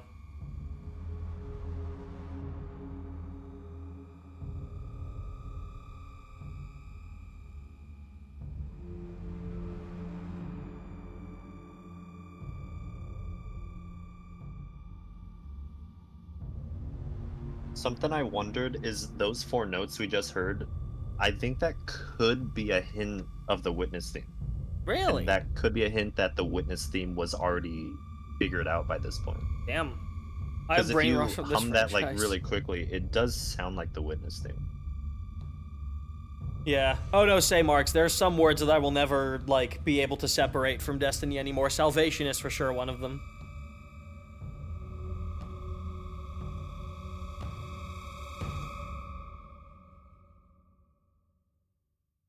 Alright. Time for the nightmare bosses. Up first. Oh yeah, in the first mission. This is gonna be a long one.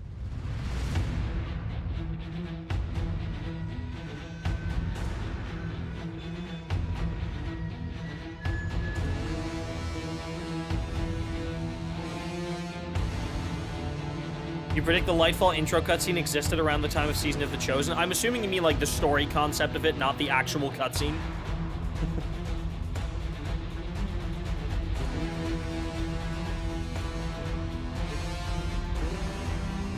Oh hey, by the way, Cloud, remember that track that you really wanted to hear yesterday that you just ended up missing?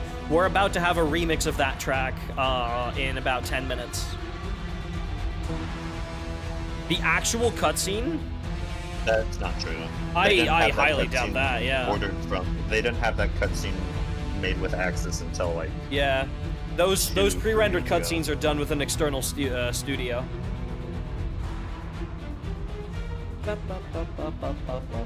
They might have had like a storyboard for that. Oh, cutscene, they or probably had like an idea the of that actual was going to cutscene was happen. not being animated until Lightfall was in development.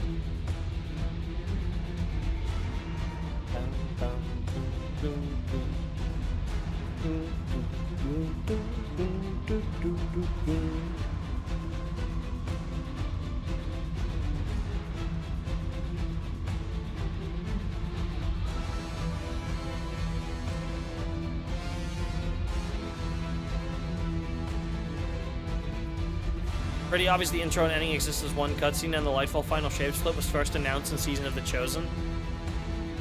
Right. Right. But, I don't know. I think the narrative concept of that cutscene already existed.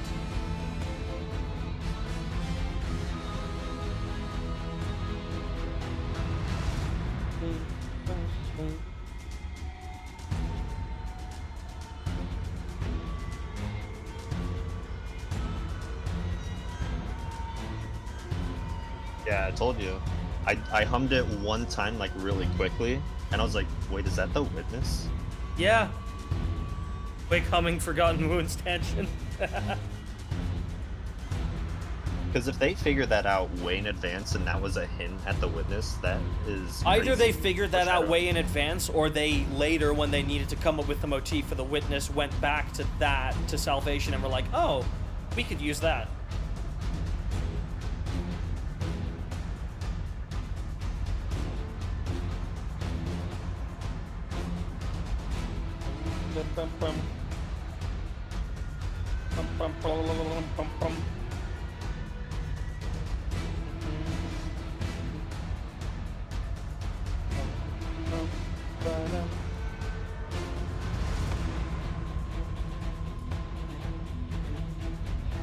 But yeah, just to be clear, that is a theory. That is not The fact. Guardian That Doppelganger is has the witness. same physical motions as the Witness does. That's because I do think the Witness was controlling that.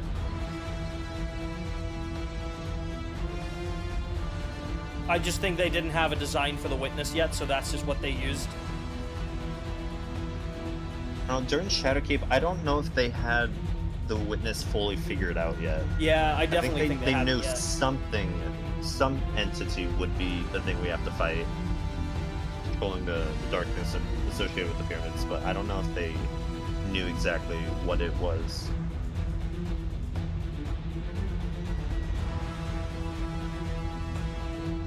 What's the motif you're looking forward to hear in Final Shape? I want Journey. Just Journey, please, yeah. I need Journey. Yeah.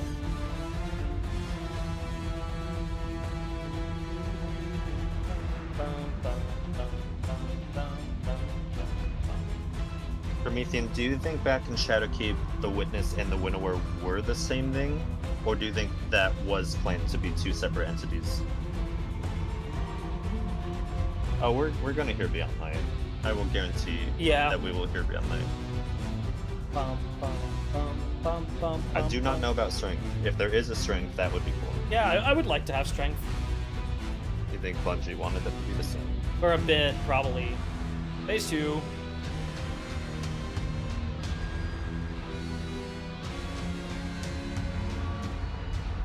I think this already didn't play in the actual mission anymore. Pretty sure that. Oh no, all of this Nightmare track plays in the Gault mission. Or Even the climax? Sorry, yeah. Oh, not that, because that wasn't in the game until Yeah, until Shaxercise. Shaxercise, and even then I had to like cut it out of the Shaxercise file because that was just one super audio long file, text yeah. Audio file, yeah. Not the dialogue though. They put the dialogue in after, Thank God. or they put the dialogue. How did they do the dialogue? They just took Separate files. useful lines from. Yeah. Yeah, but it wasn't one file. Like the actual cutscene audio files, they had to just pull from their like Crucible. Yeah, from the Crucible whatever, because dialogue of directory. localization. Yeah, because it had to be in a different language for the other people. People in other countries. I do not think we're gonna get the Forge in Final Shape.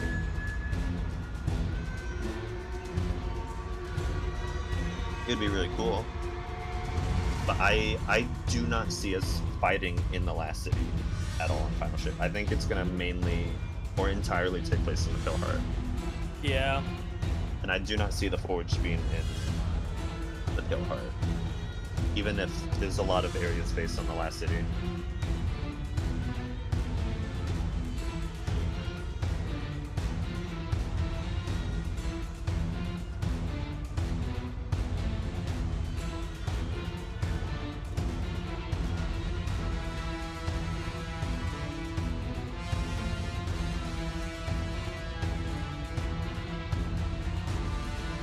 Parts of the launch trailer, I'm still confused on where it's set. Yeah, same, but I mean, the Pale Heart is like a combination of every single destination we've ever been to, right? So...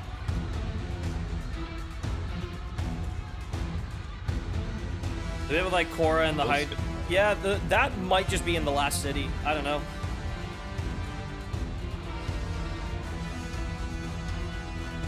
That is a good point. I don't think that Hydra was in the Pale Heart. No, I think that was last city.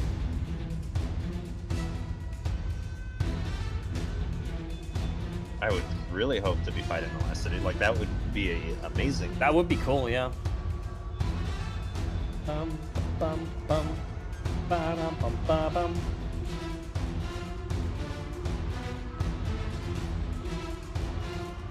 God, it's less than 3 days away, y'all.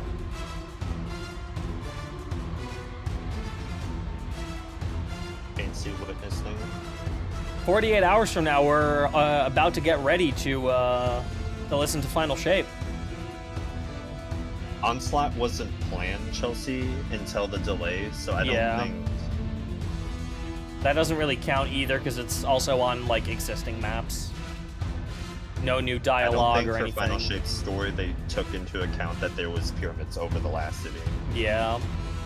Because that was something they made after for Onslaught.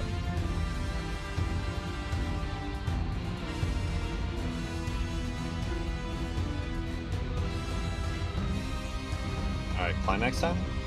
Yup. Yay. Thank you, Shaxercise.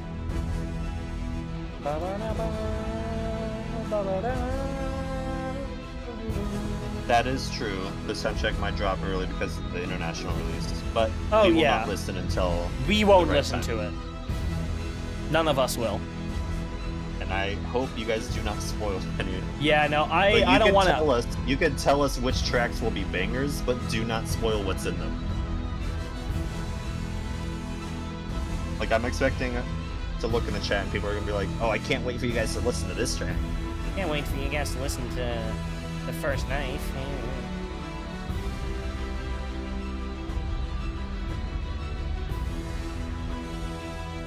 One of the best Rise motif references, by the way.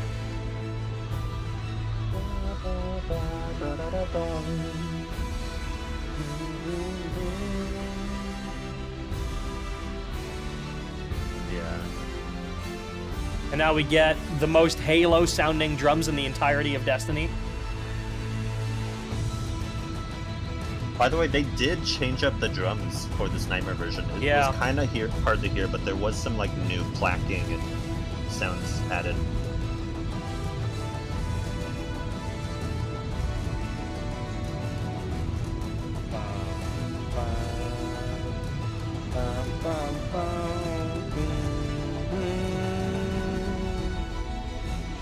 Thank you, Arcs. Thank you, Arcs. Honestly, if the soundtrack comes out early, I'm just like staying off the internet until the stream. All right, Cloud, this is the one you want to hear. Because you won't be able to like resist yourself from listening, or? Oh no, I just don't want to hear anyone talk about it. I'll be able to resist listening, but I just don't want to like.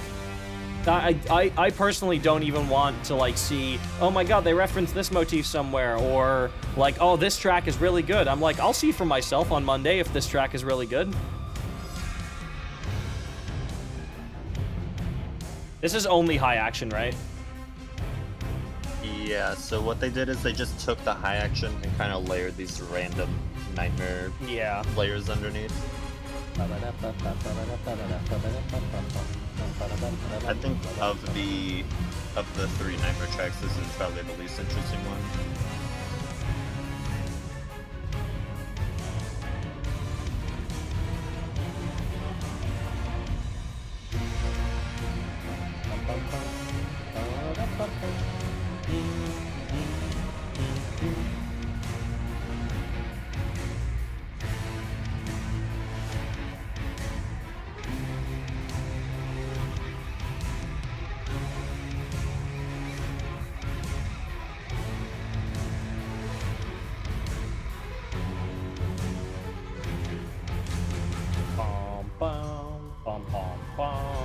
hello, guns blazing.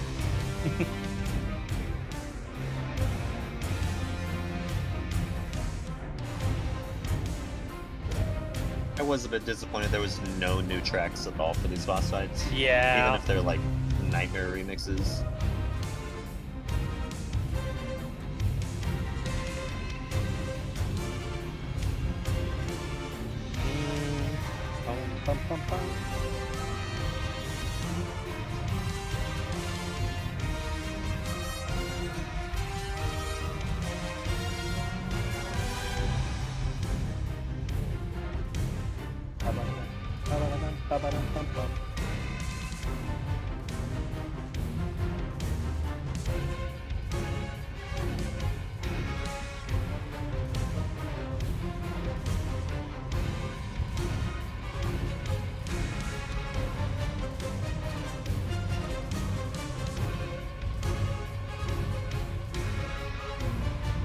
I guess the nightmare layers aren't random. They are actually going with the beat. Yeah. So I guess something custom was made for this one.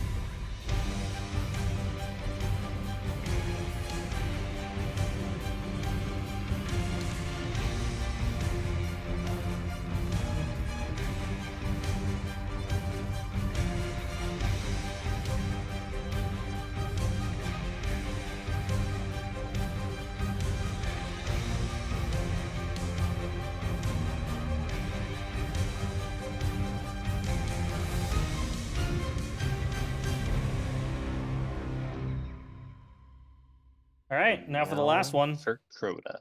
Wow, wow, wow, wow, wow. Yeah, that's what I said. I don't know why they picked this track. When they could have picked Soul of Crota or something. I would have definitely picked Soul of Crota.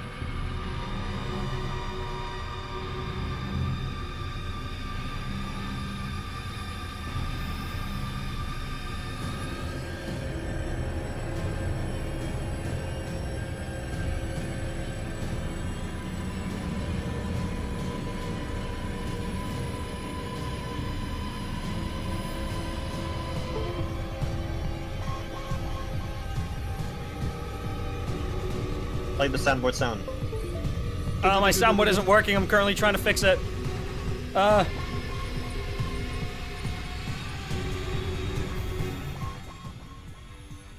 is it not working?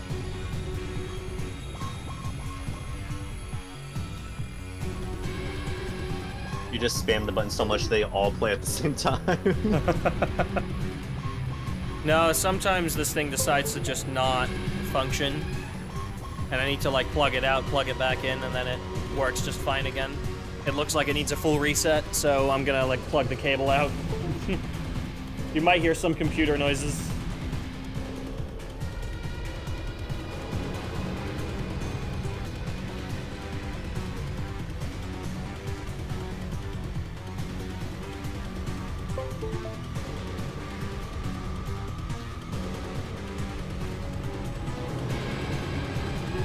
There we go.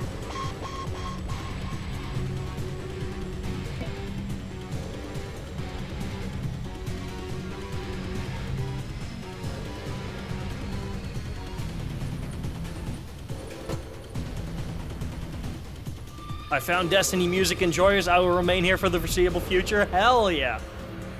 Hey, we still got the entirety of Beyond Light, Shadowkeep seasons. And Destiny events today, and then Beyond Light. Tomorrow we have Witch Queen and Lightfall, and all of its seasons. And then obviously on Monday we're listening to Final Shape for the first time. So we'll be here a bit.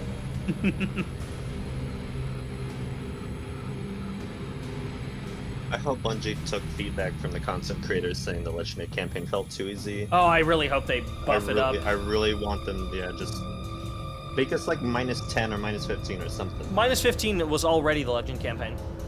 Legend campaign's always been -15. -20. Yeah, I think it should be -20.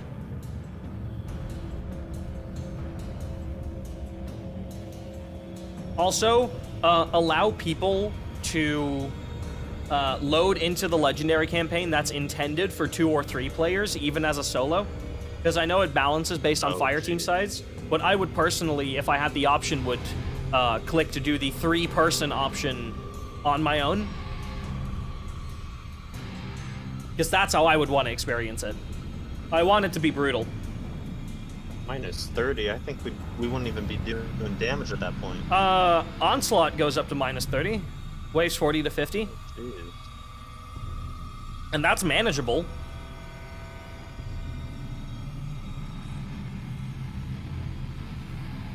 Rosa wants pain. Yeah, I do. For the last campaign in this franchise, or not that last campaign in this franchise, last campaign in this saga, the scariest enemy we've ever fought, yeah, I want it to be hard. I hope mission lengths are longer than Lightfall's. I hope they're at least on par with Witch Queen's. Witch Queen's missions were quite a bit longer than Lightfall's. Lightfall at 8, but 3 of them were pretty short. To be fair, Witch Queen had In the Mirror and The Investigation, both of which were pretty short as well. Something I'm looking forward to is a few of the content creators said that the campaign missions had raid-like mechanics. Yeah, they had like a much more complicated mechanics than Lightfall's. Yeah.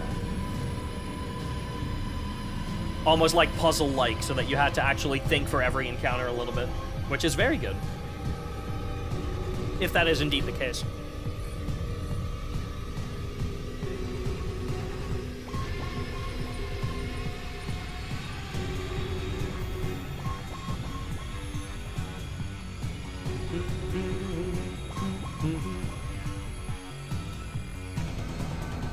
Yeah, wait, IGN complained about that? Of course they did. The IGN person also, I think, wasn't really making use of their prismatic build. They had to keep on stepping in these well of light things to charge the transcendence meter instead of them just like getting the kill. I mean, that was the first mission. That's just like the mission where you unlock it.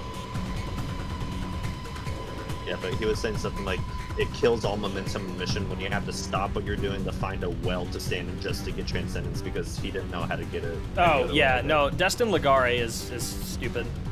I don't like him at all. Oh no, I want campaign missions longer. I don't want campaign missions that are over in 20 minutes. I want every mission to be like an hour on your first Especially playthrough. If we're only gonna get 7 for Final Shape. Yeah. Before the raid, I would like them to be longer missions. Longer and harder. Wait, that. On Pride Month? Ayo. Here we go. All right, time for Garden of Salvation. Don't clip that out of context. Very excited.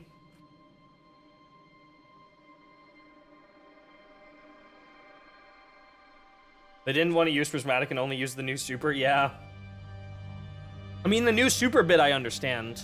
But, like, use the new super on Prismatic at least. What's the CPOL credit? I don't remember this having a CPOL. I don't know. Let me double check. Hi, Eden. Do we have the action layer coming on this one? Nope. No.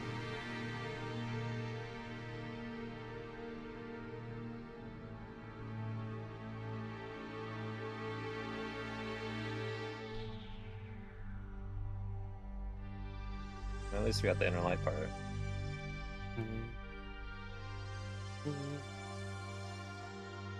I like Eden without the action layer, honestly. I don't think the action layer really adds anything. But it's an ambient, so I think it should be treated like an ambient for a destination.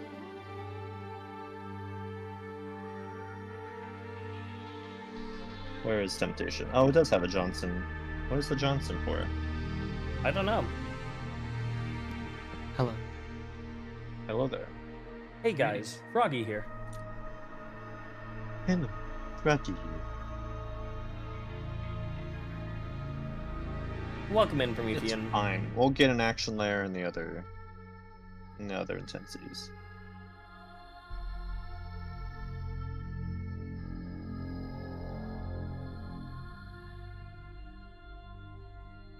The file that we're hearing right now is supposed to have an orchestral layer, but we do not have that, unfortunately. Yep.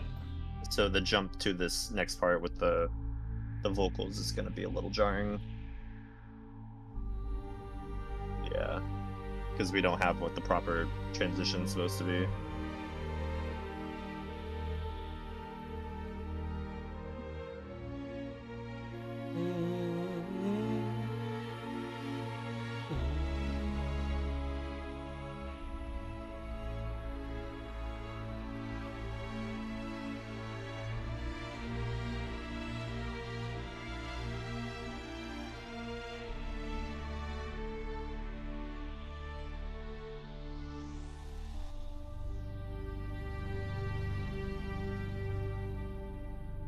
Now we go into tension.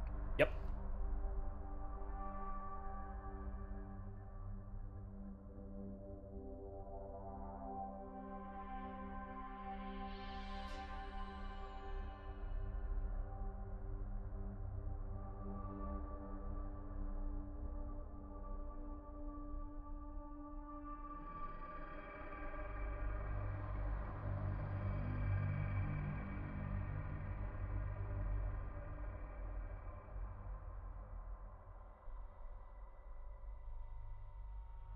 Have we had a Rotom Vex track in Ever expansion since Shadowkeep? No, Witch Queen didn't. Witch Queen didn't, I don't think. No. I don't think Witch Queen had any Vex tracks.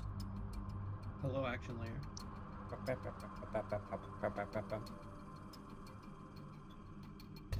Well, could we count System Claps? I mean, that wasn't during the Witch Queen year. That was during the Beyond Light year. That,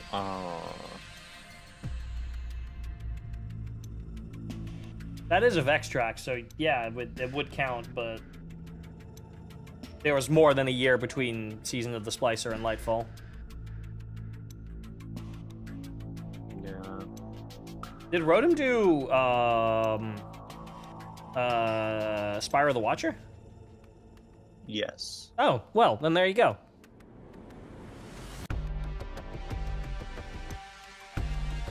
So, pretty much every year we've gotten a new Rotom Vex track. Yeah.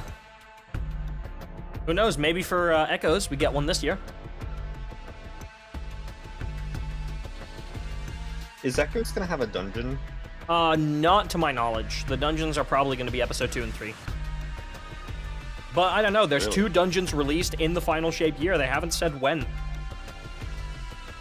They haven't said, like, last year they said specifically to be released during the 2nd and 4th season of the year. But, Yeah, we really know, like, nothing about what's happening. we know nothing about what's That- happening the moment the raid ends. The moment the raid ends, we are all in the dark.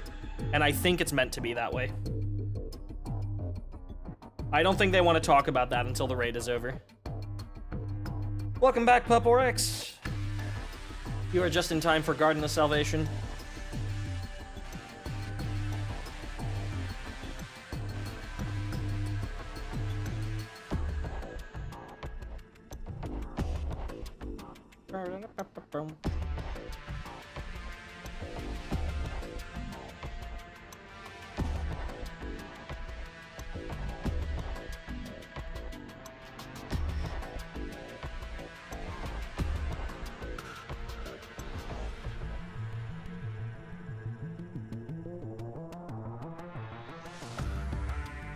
Hold on.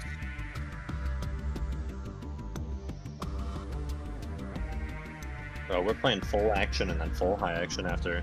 Yeah, we are. Because that's the transition that would have went to high action on the soundtrack. Yeah, I decided to include both because I think they're different enough because I included no layers in this one and then I added all Oh the layers yeah, in we don't back. have the orchestra. Yeah. I like that, actually. That's a good build-up. Thank you. There's actually a tiny bit of guitar that plays just as it's building up to the high action. You might be able to catch it. Yeah, Luke Smith did say that he will tell us what's happening after we kill the witness. Yeah, exactly. I'm expecting a Bungie showcase or Vidoc or something along those lines. Basically on like the Monday before Echoes drops. Right as the raid is finished and people have played the final mission, I'm expecting a Bungie Vidoc. I'm thinking Tuesday.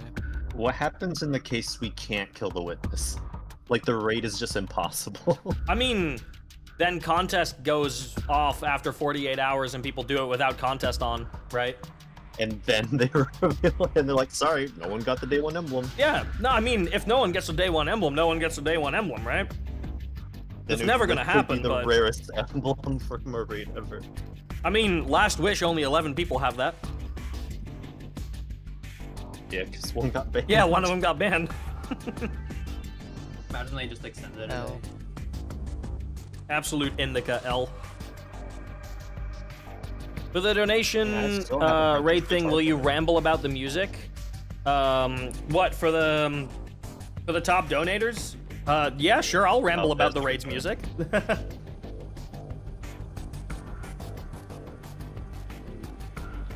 I'll do that during the teaching runs as well.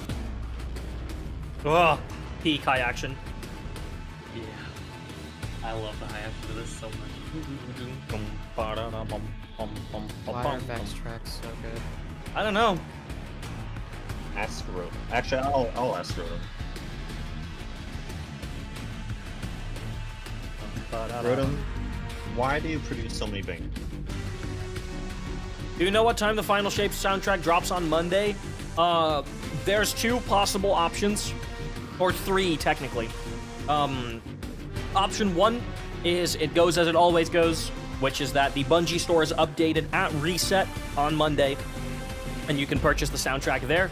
Option two is that the same thing happens as it did last year, in which case the soundtrack will become available Monday morning at midnight in your time zone on all streaming services. Option three, and this is because of how they handled the two tracks that they posted earlier this week. Option three is that they will go live on Tuesday morning in your time zone after the Bungie store has already uploaded them.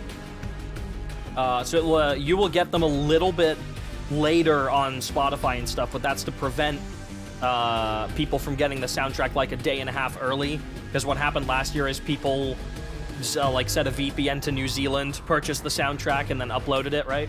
And then they could essentially get it on Sunday in the afternoon. I think that's gonna happen again. Yeah, but it's just because this year they only made those tracks available at midnight on Wednesday morning instead of Tuesday morning. So it was a day later, as they typically did it. Which makes me think they might just do the same thing with the soundtrack and make it available on streaming services on Tuesday morning, so that for basically 90% of the world, the Bungie store release will be the first one for everybody. But it depends. I don't know. It could be one of those three. Will donators be really able to want have you the- carry us through the end of the raid? I'll try my best, yeah. I really want the Shadowkeep album art as a wallpaper. It's pretty good. Just remove the text in Photoshop. I can't. Didn't that same background art get used in the Shadowkeep reveal trailer? A really early version of it. Yeah.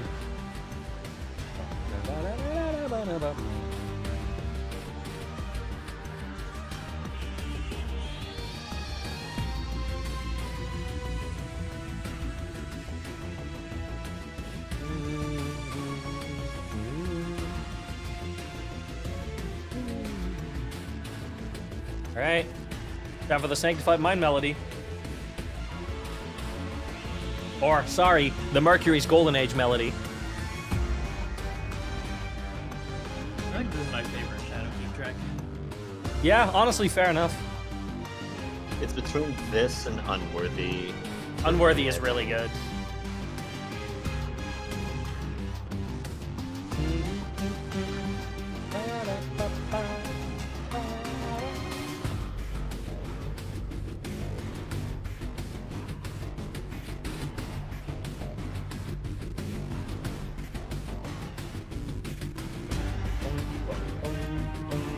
call to arms.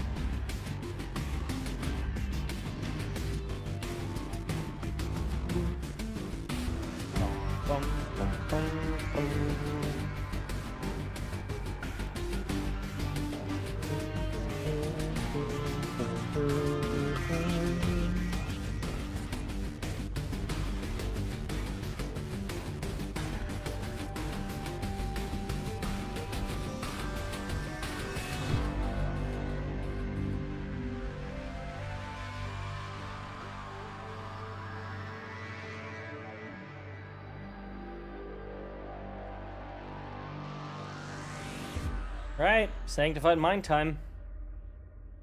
Oh, you're right. It is in the reveal trailer. Yeah. Damn it. Banger alert.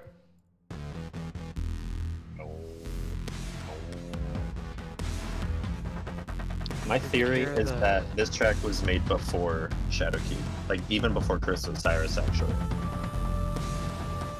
You can hear the like 5-hour percussion only version of Use Elementary. Or do different. Yeah. Yeah.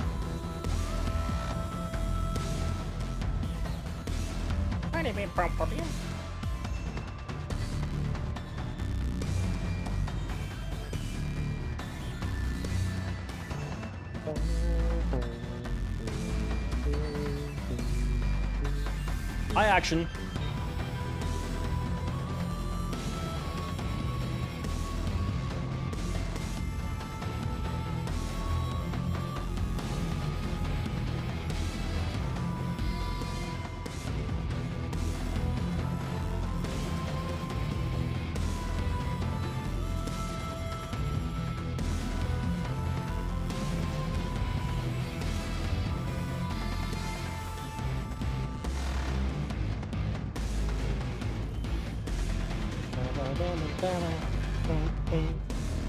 This is technically the damage phase theme, or that's the section that starts playing whenever the tether to Sanctified Mind's body becomes available.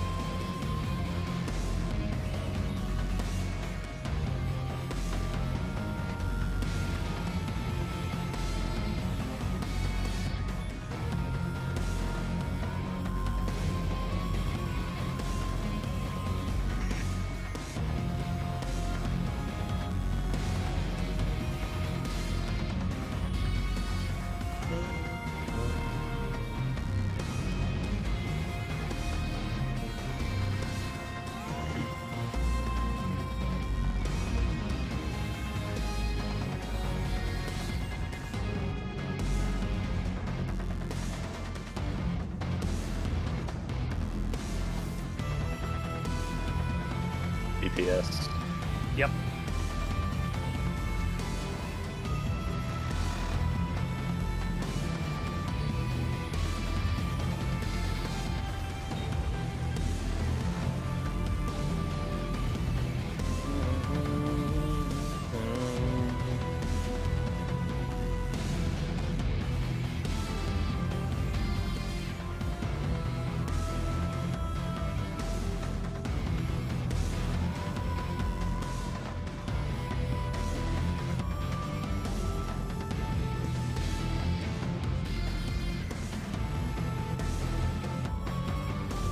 I have a mild disdain for this track purely because Sanctified Mind was the only, like, proper final raid boss that we had for, like, 14 months. So I have a mild disdain for this track, but it's good. It's good. Alright, now it's time for the You've made dungeon. it when you could whistle it.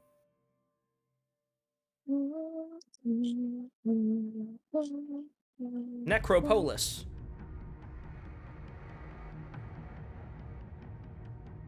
Anyway, I'm going to have to take my leave for a bit. I gotta help a friend out with things. Alright, have a good time. See ya. Good luck on Master. Yeah. Sure. The Legend, I mean.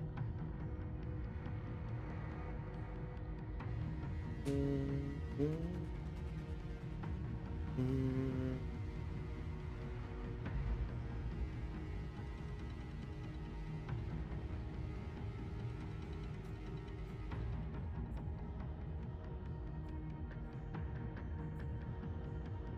And I wonder why the final shape is trending on Twitter.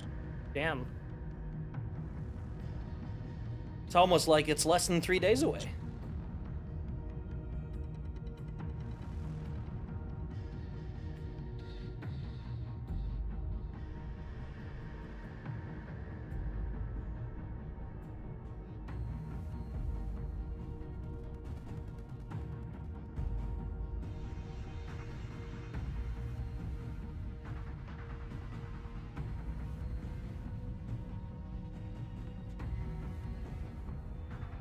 I really wish Peter didn't have this ambient set to export segments every 4 measures, because there are so many segments. For Yeah, this. the segments for this are incredibly short.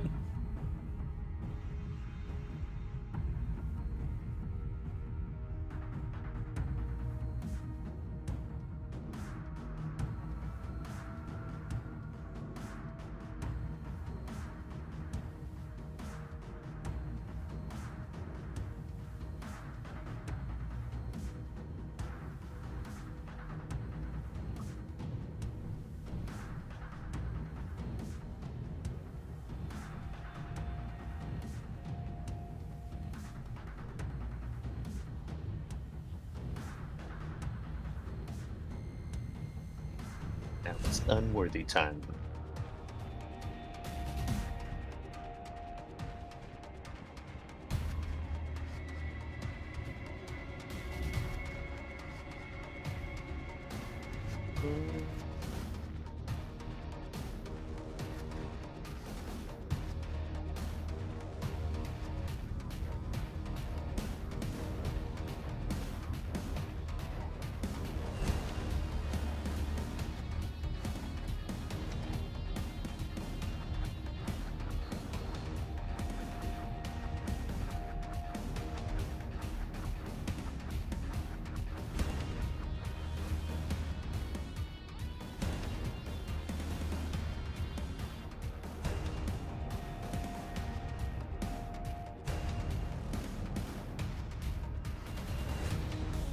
I love this synth.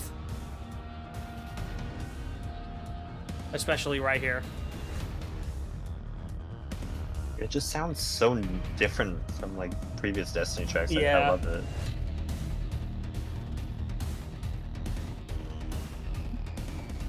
Definitely Peter, though. Yeah.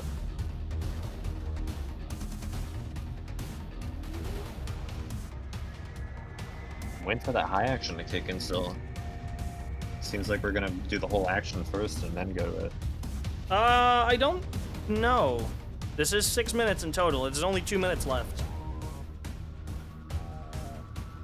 I guess we have no high action. No, I think we Maybe do. until- maybe no, at the very, I'm very pretty. end. No, I'm pretty sure I know how. I remember how I did this one. High action comes in any second now. Oh, there it is.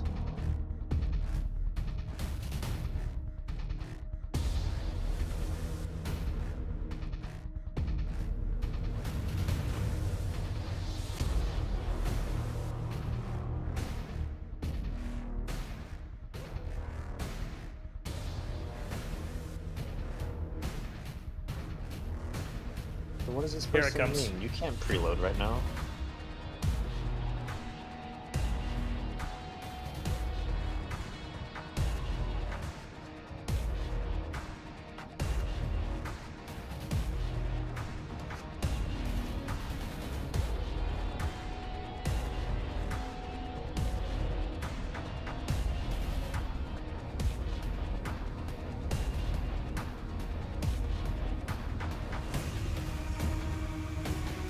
There's that hive screaming.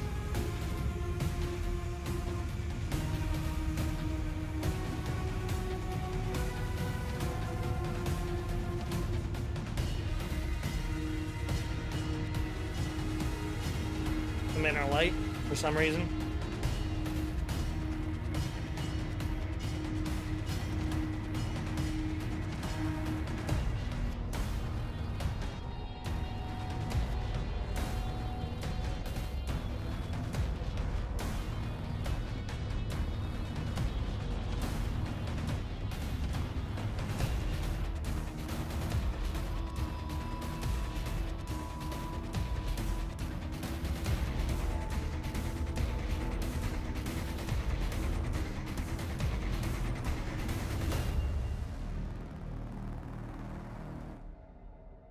Heretical Omen.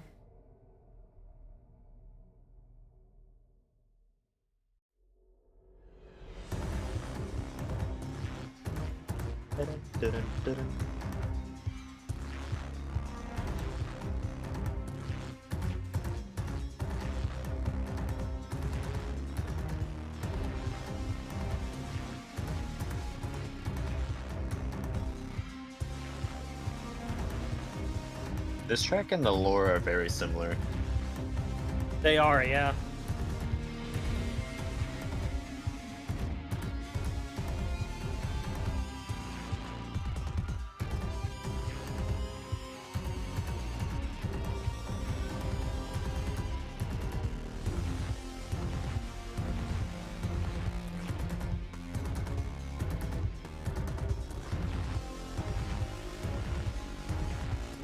I don't think Beyond Light's right after.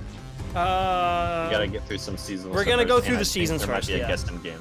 yeah, we're gonna go through the seasons, then we'll do a guessing game, and then it's Beyond Light, yeah. The Beyond Light will be here in probably about an hour-ish in total, because there isn't a lot of seasonal stuff from this year.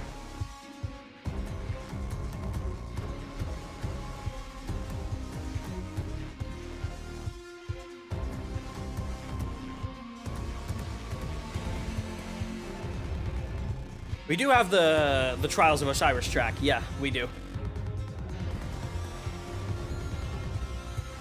Oh yeah, that was Shadowkeep here. Yeah. Guardian.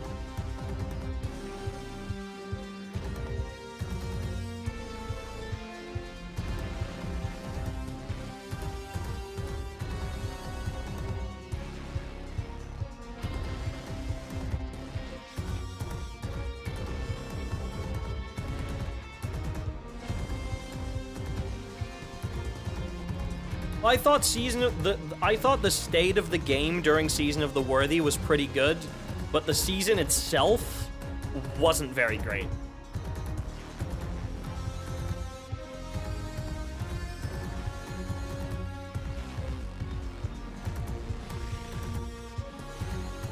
Now for peak DPS section.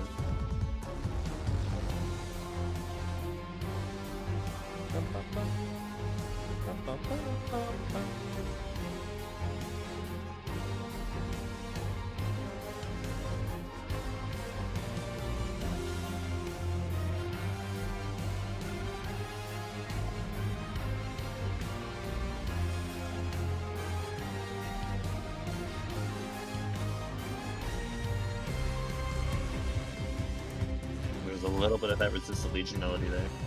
Yeah.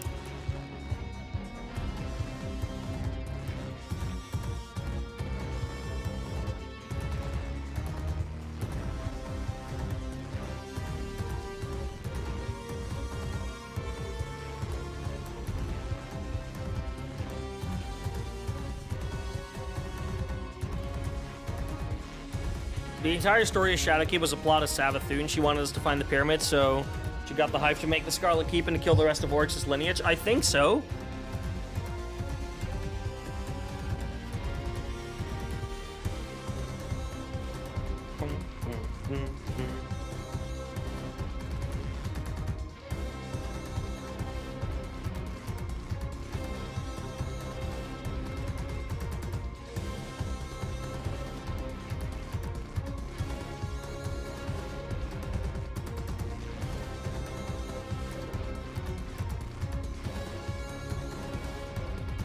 Ending.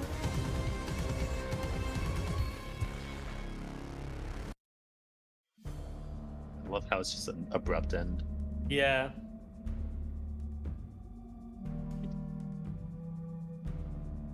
Vex offensive time. Everyone remembers this activity, right? I do. Character interaction-wise, I enjoy the conversation between Drifter and Eris. Yeah, I want more Drifter and Eris stuff. It's such a shame they were cut out of Beyond Light. Wasn't it recently confirmed they're kind of together? I wouldn't say so, no.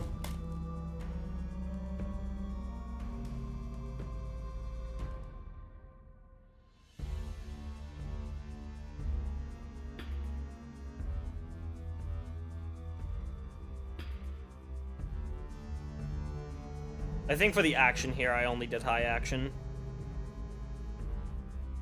Oh no, no action. I don't think they were both unique. I don't think they were. They were. The action and high action were completely different. Well, this one's only 5.5 minutes, so I think I only did one. Whoops. Whoops. I could have sworn I was listening to both, like, overlaid on top of each other, and, like, the high action just added, like, 2 more layers, but the base of it was the exact same. No. Very, very different. Am I that stupid? Because I did that check for every single track. I overlaid them on top of each other, and then, like, listened back and forth to see if they are practically the same, and I could remember this one being, I guess it wasn't.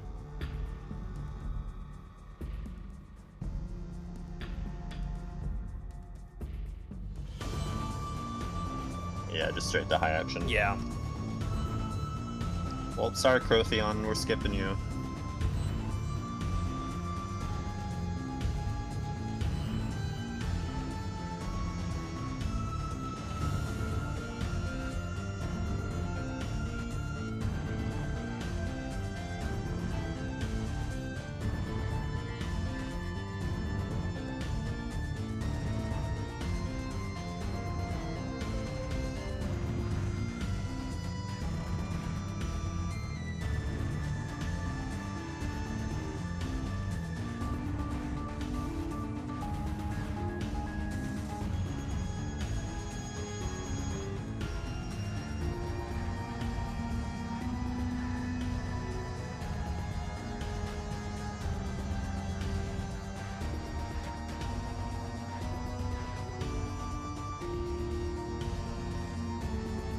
By the way, this track was only ever officially released through a cassette tape in Season of the Splicer that they gave like 20 content creators. Yep.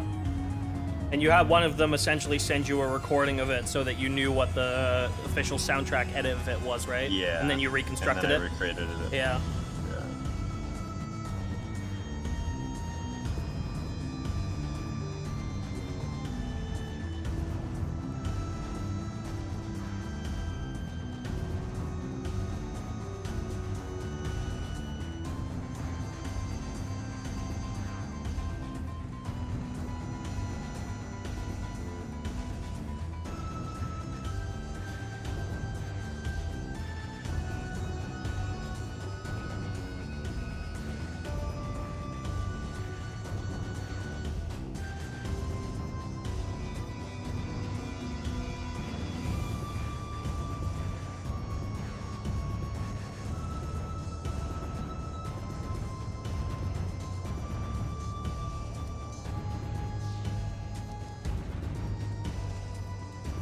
Remember when you could do that finisher glitch that like launched enemies? Yeah. That's what The quantum I remember. finisher? That's what I remember doing for the Undying Mines, of just waiting for it to slowly fall down and die. Yeah.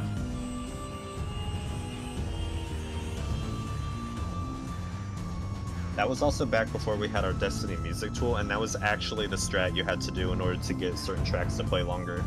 Yeah. And Effects Offensive is just have the Undying Mine just slowly fall down, and then you'd have enough time for the track to play and record it all.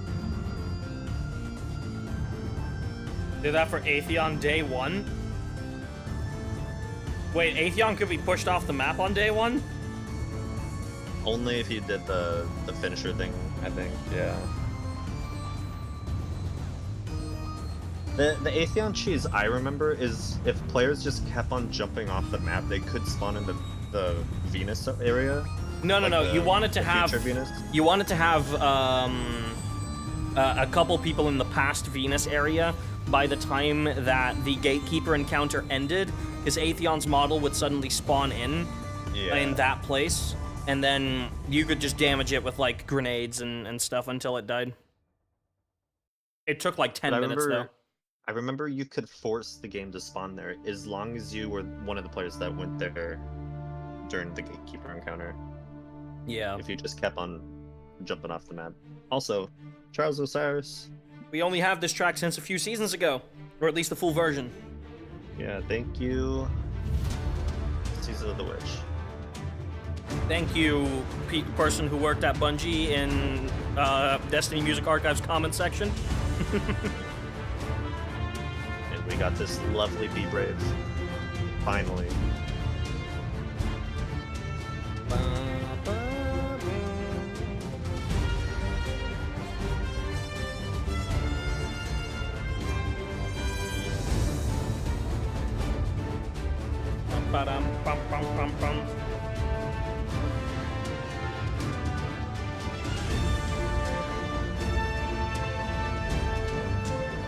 Then we get an extra motif here at the end that doesn't typically play in the in-match version. The Tree of Probabilities. Yeah, you should be able to hear that if you load into the lighthouse. If you load into the lighthouse, you can hear it, yeah. It also played in the cutscene that unlocked, or that showed off the lighthouse for the first time at the end of the Empyrean Foundation in Season of Dawn. Oh, yeah. Oh boy, I decided might. to include this just because I wanted to have something from Worthy. Yeah. God, I know a lot of people It had shit to on be this, but I really enjoyed this live event. Because it was just I me did chilling with I a liked couple both of of them. people in the tower for like 2 hours. So it should have been handled differently, I do agree. But I mean, it was a technical achievement and went off without a hitch. And B, I thought it was pretty cool.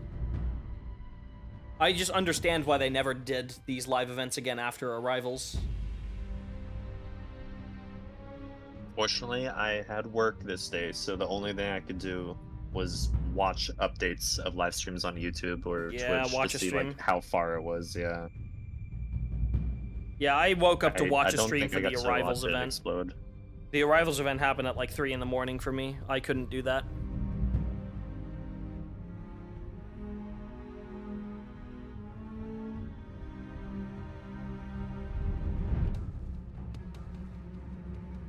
The player organized one at the farm. I think I've heard of that, but that. Yeah, I think I remember what you were mean. Was It was that right- just, it like, a was bunch right of people trying to before- load into the farm before it was vaulted. to, Yeah, like, right play before it was soccer or something? vaulted.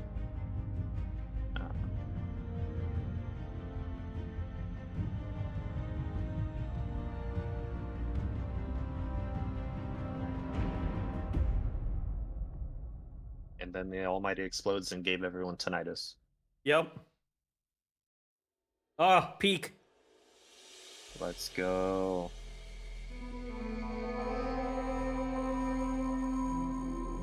And it was with this track that Josh and Michael Secrets will now start be crediting on like almost everything Yeah. that Rotom and Peter do. And I don't think Sky and Mike's tracks had the Josh and Secrets credits yet.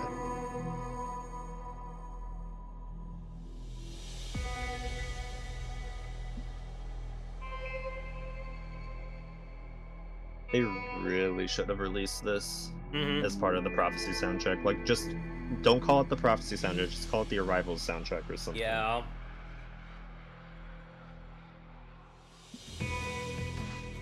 Low action layer. I really love the drums.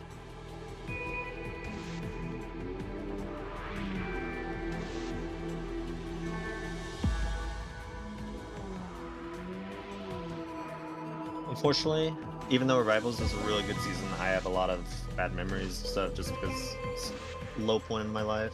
Yeah. But the music was still a highlight. I'm And in the things same did boat there. eventually get better after Beyond Night.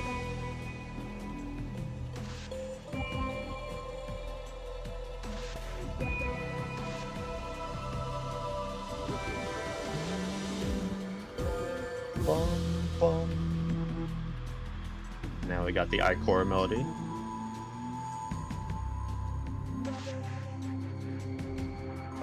And the Pyramid Synth's playing along with it. This is also the first instance of Rotom using this synth that he will use in almost every single one of his Darkness and Pyramid tracks going forward. Yeah. Oh, straight to action. Hello, action. Bow, bow, bow, bow, bow. They did not have to go this hard. Yeah. For a mission that wasn't even that, like, impressive or Eventful, anything. yeah.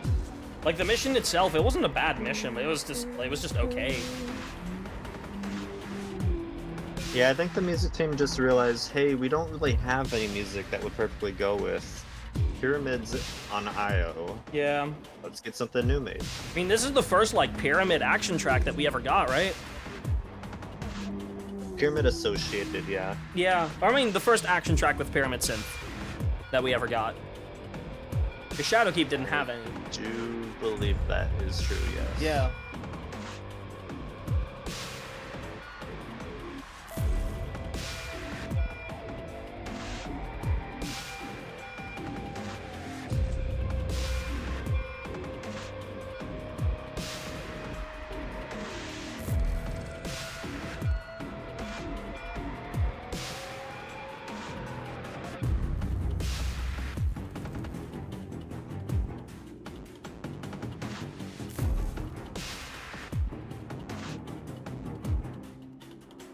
Since I didn't make any of these mixes, I'm like always trying to play a game with myself. Like, when is the high action gonna come in? Is it gonna come in here? Oh, no action. No high action yet.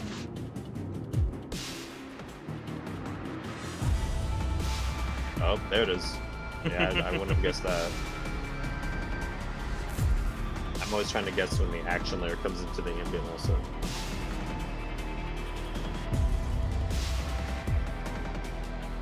Yeah, this is not the first time they used the Rotom Pyramid uses synth. This one. Yeah. The first time they used the Pyramid synth, that was at the end of the Red War and then in Salvation. Yeah. And there was a cutscene in Season of the Drifter that also used the synth. Yeah, that we won't hear there again was. until Beyond Night. The very last cutscene. Rivals, technically. The last Invitation of the Nine used it. I forgot about that.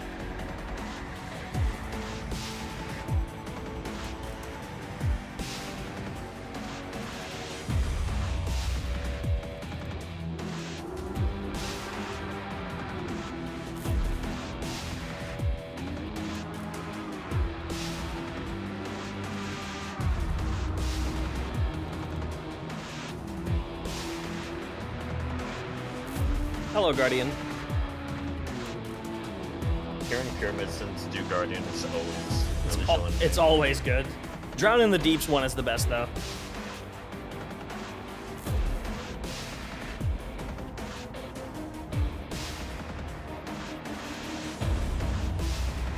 Oh, I didn't double check the music guessing in files. Are those anywhere?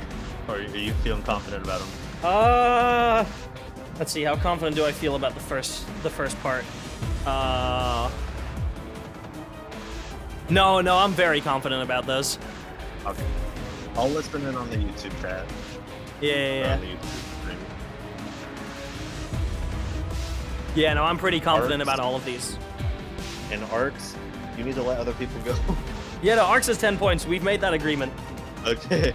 We've made the agreement that Arcs is allowed to guess, but if his name comes up, we go to the next person. If there's no one left in the queue, and Arcs still hasn't guessed yet, then Arcs is allowed to just snipe it. Cool.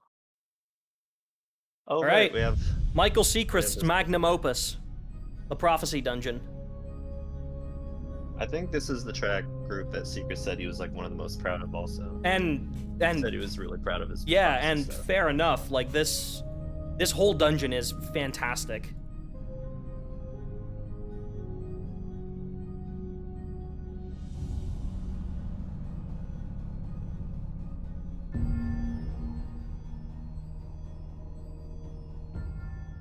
Penumbra is kind of the one that's going to sound the weirdest in terms of the files going into each other, because I don't think these were intended to be like put together in this kind of way. Yeah.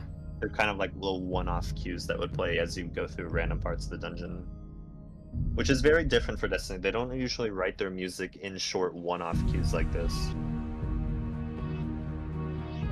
How they usually do it is they just score like a 2 to 3 minute piece, and Yeah. then they take that 2 to 3 minute piece and chop it up into these Yeah, little this was one-off done in bits, reverse. but- yeah.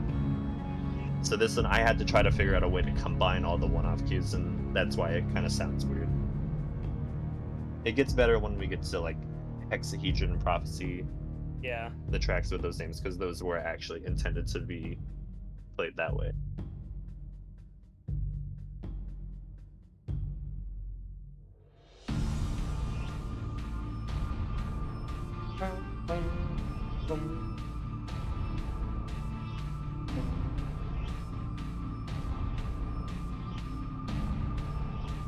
So when you first enter the portal to go to the Dead Sea area, that's this cue. These drums sound familiar at all, because this track does reuse a lot of the drums from Taken Down, I believe is the name of the Taken Down track. They had to include some of that Taken palette because this is a Taken dungeon. Yep. But they didn't feel like putting regicide melodies and stuff in here, so they Yeah, wanted or to be the a little Vintage more Vortex subtle chord with it. progression. Yeah.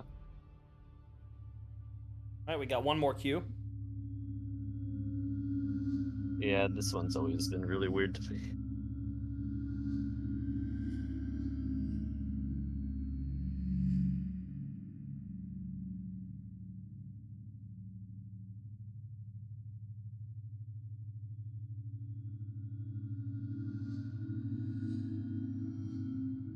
Prophecy had like a tension. I would imagine it would be something like this, with Something like like some this, Taken yeah. drums under it.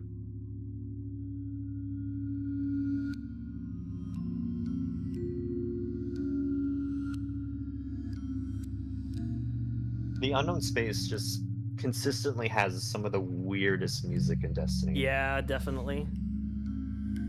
So I don't know if we'll have any of that in the 30th anniversary section of the Listen Party. We only have Lightning Round. We don't have any of the Unknown Space tracks.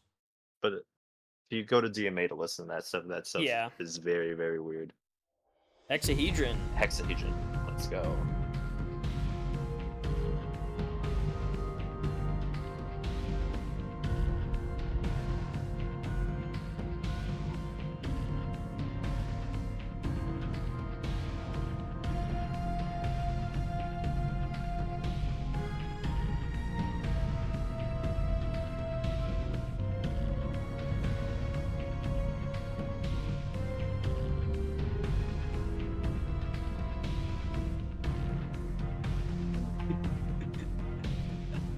What are you laughing at?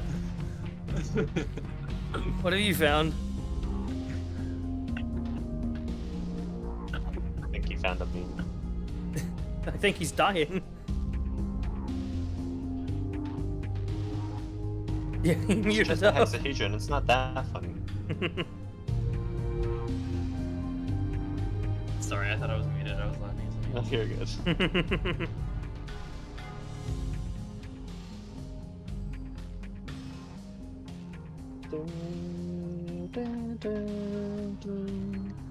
I know the synth isn't there in this version, but I like humming that. We'll hear that in the Prophecy track, the Kelego one. And this is my favorite section, probably. Same.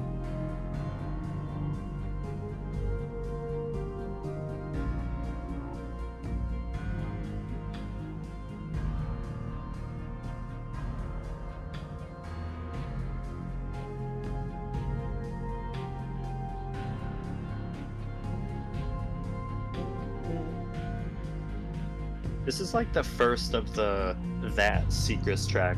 Yeah, oh type yeah. Of tracks. Yeah, for Like, sure. There's this one, then there was Frigid Tomb, and then what? Then there was Queen's Deception. Queen's Deception. Was Frigid Tomb Seacrest? Yeah. And Lament? Was that him? Yep. Yeah. Yeah, no, it was. That was like Beyond Light's version of that Secrets track. And Deep Sun Lullaby, to be fair. Yeah. And then Witch Queen had Queen's Deception. Yep. And then Lightfall had Discovery, which is probably the closest to that. Yeah. I'm hoping Final Shape has that. Hope and Bloom, I wouldn't say is quite that. No, it's not. Hope and Bloom is not quite that one Secrets track. But I'm hoping we do have the I'm sure there will be track one. banger.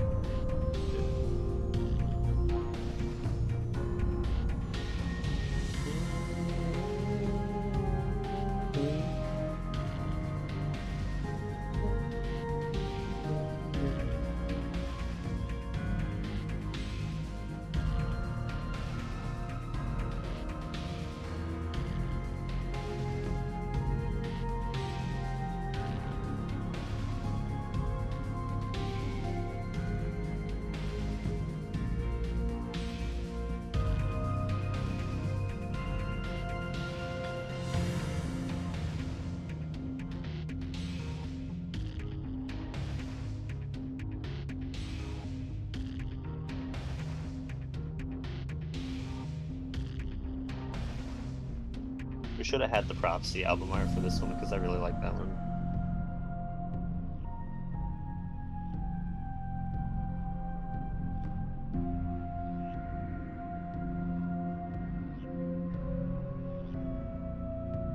Right. Time to use the skimmer to skip this next entire section.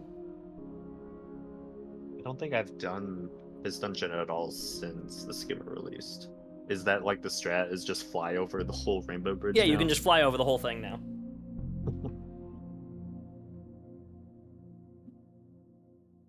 And that's Hexahedron. Yep. And then here is the first piece Secrets wrote for the entire dungeon. Really? Yeah. Secrets got one piece of concept art, and I believe it was of the Ribbon Room, or the Rainbow Road Room. Yeah. And this was the piece that he wrote, inspired by that, because that was the first piece of concept art he got for the full thing. Right. For the whole thing. So this was the first thing he wrote, and then everything else was just kind of building upon this.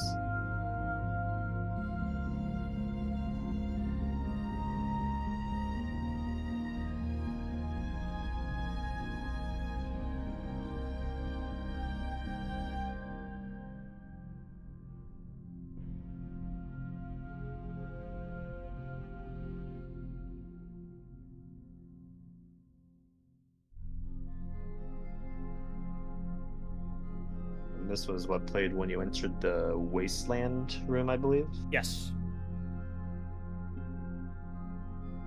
I really enjoyed that part of the Prophecy dungeon, that the Wasteland room is used twice as a traversal thing. Yeah. That you return to that. I like dungeons that don't have massive jumping sections. Like, it's why one of my favorite dungeons is probably Spire of the Watcher, because that one is, like, just constantly go, go, go. You have the opening encounter almost immediately as soon as you load in. You don't have to do much walking. Then there's a very short jumping puzzle to get to the first encounter. Then there's nothing between first and second. And then the area between the second and third encounter is actually just a combat space that teaches you about the mechanics of the last encounter. And I want more dungeons that do that. Now for the KittycAtlas track.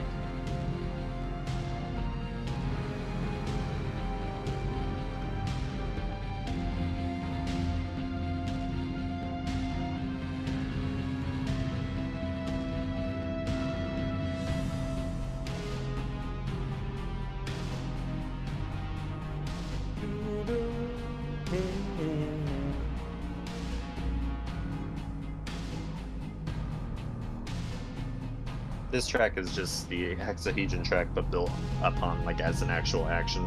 Yeah. I guess you could say Hexahedron is like an action, and this is like a high action, though. Kind of. Sorry, I dropped something on the floor. If anyone was wondering why my model was freaking out for a second.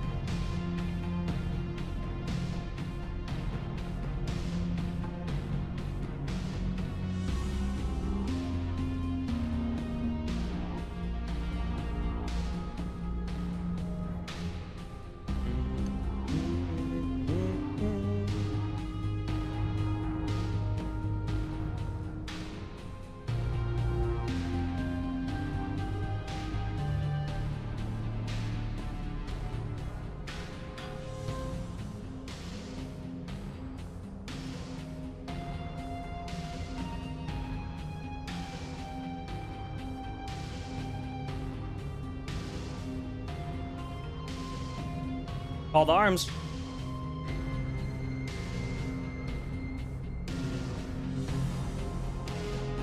That is. I think I did notice that before, but I didn't know if that was intentional or not. It probably might be. It's just this dungeon soundtrack has very intentionally strayed away from trying to use any recognizable melodies that I didn't know if that was meant to be that or not. Yeah, it might genuinely be.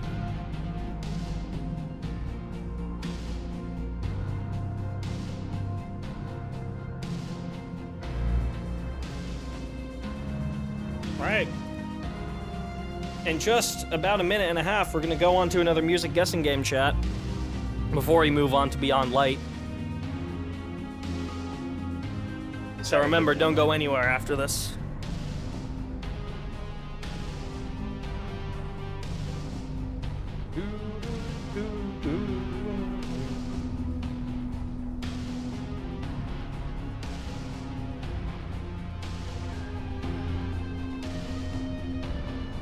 No, Salvatore used it in Stay Down.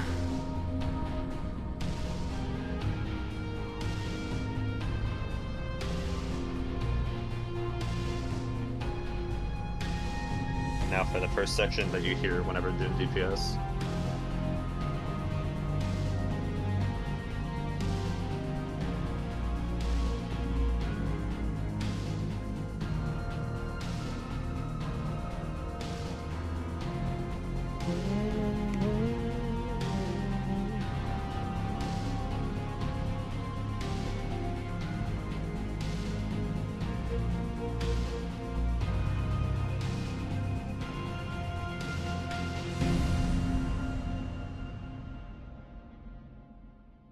And that is Shadowkeep.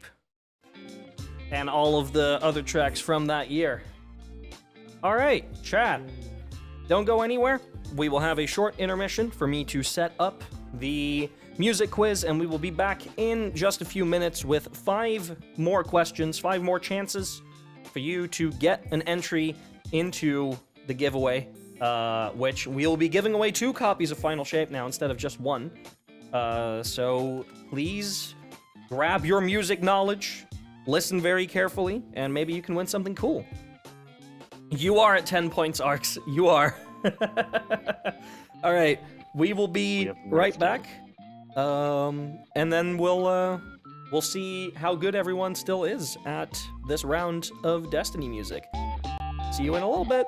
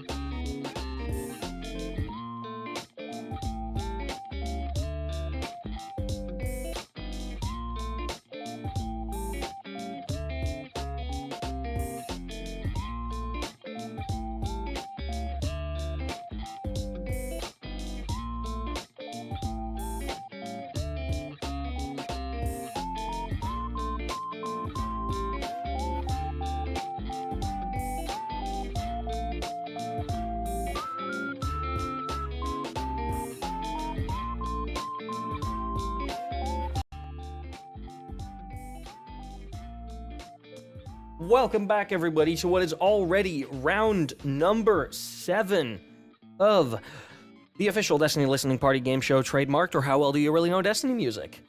For the people that have not played before, or for the people who just need a quick refresher on the rules of this are extremely simple. I will play you a piece of music directly from the Destiny files. It will be usually a pretty short segment. It can be anything. It's entirely random. There's a chance that it's a track that you've already heard before this week. Yesterday, we even had an instance where it was quite literally the most recent track that we listened to at the end of the listening party. I do not put them in an order that makes sense. It is entirely random, and it is your job to identify which track that is, either by straight up telling me the track name, or by giving me a very specific location where in the game you could play this that can prove to me beyond reasonable doubt that you know which track it is. So for example, we had Garden of Salvation just now. If the track was Temptation and you tell me it's the track that plays during the Consecrated Mind boss fight, I will count it. That's good, because then I know for sure that you know what track it is. If you think that you know which track it is, type exclamation point guess into the chat. Do not type your answer yet. Exclamation point guess will enter you in the queue to answer the question. A random person from that queue will be selected and their name will appear on the screen. And when it does, if your name pops up on the screen, type your answer in the chat, and if it's correct, you get a point. If it's incorrect, we move on to the next person in line. Do not type your answer unless it is your turn. If you do so, you will not get any points and someone else can just steal your answer.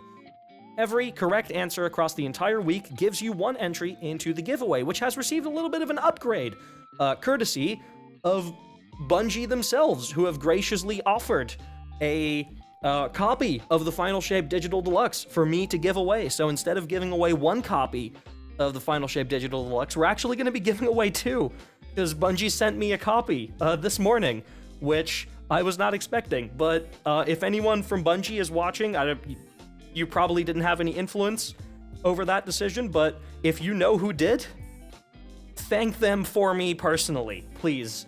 It is very, very kind of you.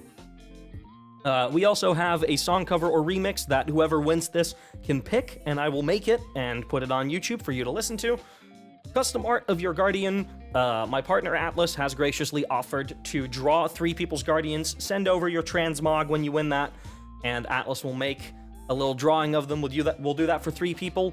Obviously, we give away the Final Shape soundtrack emblem codes, and just a note, only 1 prize can be 1 per person. So right now we have 1, 2, 3, 6, 8 prizes, and we have 1, 2, 3, 4, 5, 6, 7, 8. Only 9 people have actually gotten points so far.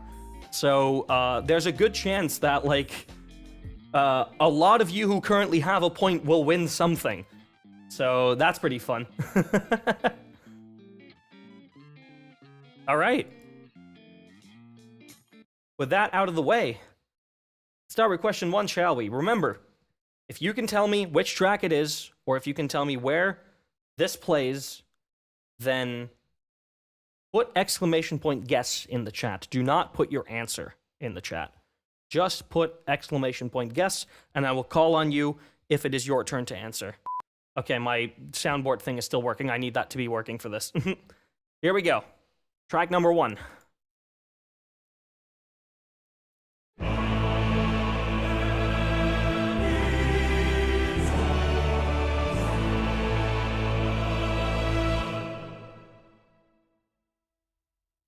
I'm going to play that one more time because that is a short one.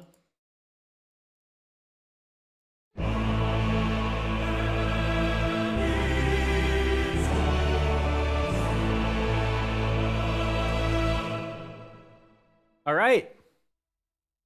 First guesser of the day.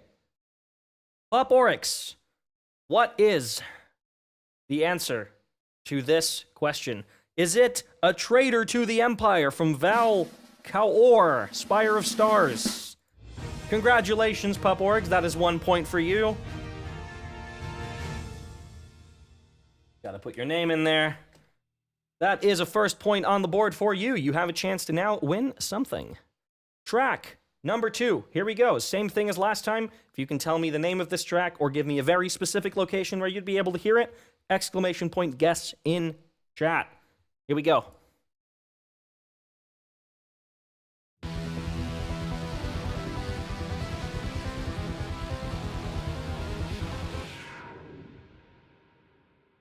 Very short segment, once again. I'll play that one more time.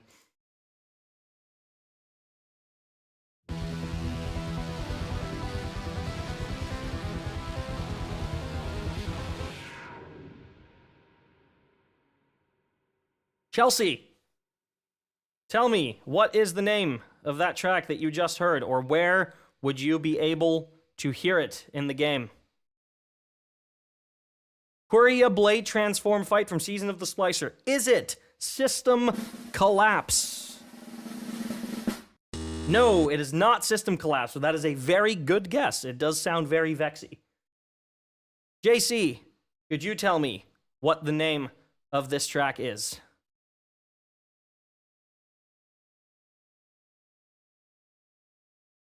Is it Hypernet Current from Lightfall? Yes, it is HyperNet Current. You were on the right track with the Vex Network, Chelsea, but just not quite the right track. So, good, close. You were very close.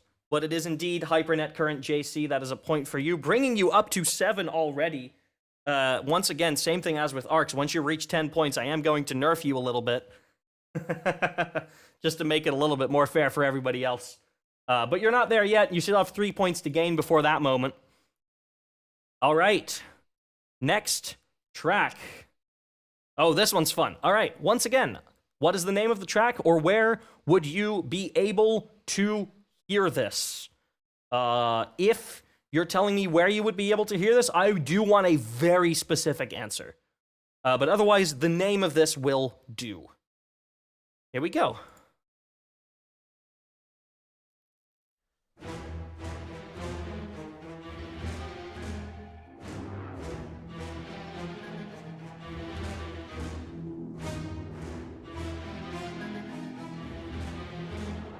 Oryx.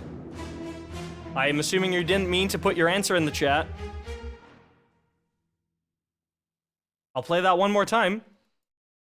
If anyone thinks that Oryx guessed correctly, you're free to copy that answer. I'm obviously not going to say if that is the correct answer or not.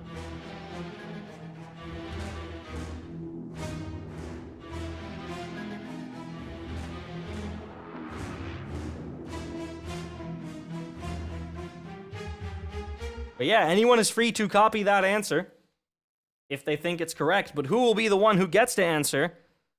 Oryx, you're lucky. Is Resist the Legion? Is that your guess? Can I lock that one in for you? Yes? Is it Resist the Legion?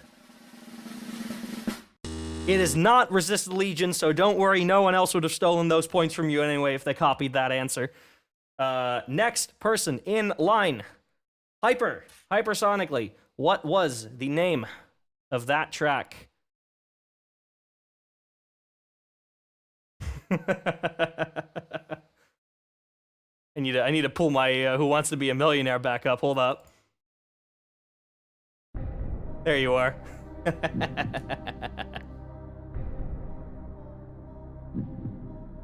We'll want an answer from you quite soon. Might be on a bit of a stream delay, so if it is taking a while, sorry, Onslaught. Fair enough. No, I get it. The grind must continue. What is your answer, Hyper? Is it that one that plays in the drill of the Nessus Strike? I think I know which track you mean. But that is not correct. It does not play in the drill of the Nessus Strike. I can confirm that it doesn't. I don't know exactly which track it is, but I know that this does not play there. Yeah, the Cabal Nessus Strike. I know exactly which track you're referring to. This does not play there. I can confirm that. I'm going to play the file one more time so that the people who maybe had one of those as their guesses can listen again. And then the next person that would be allowed to answer is Solitist over on YouTube.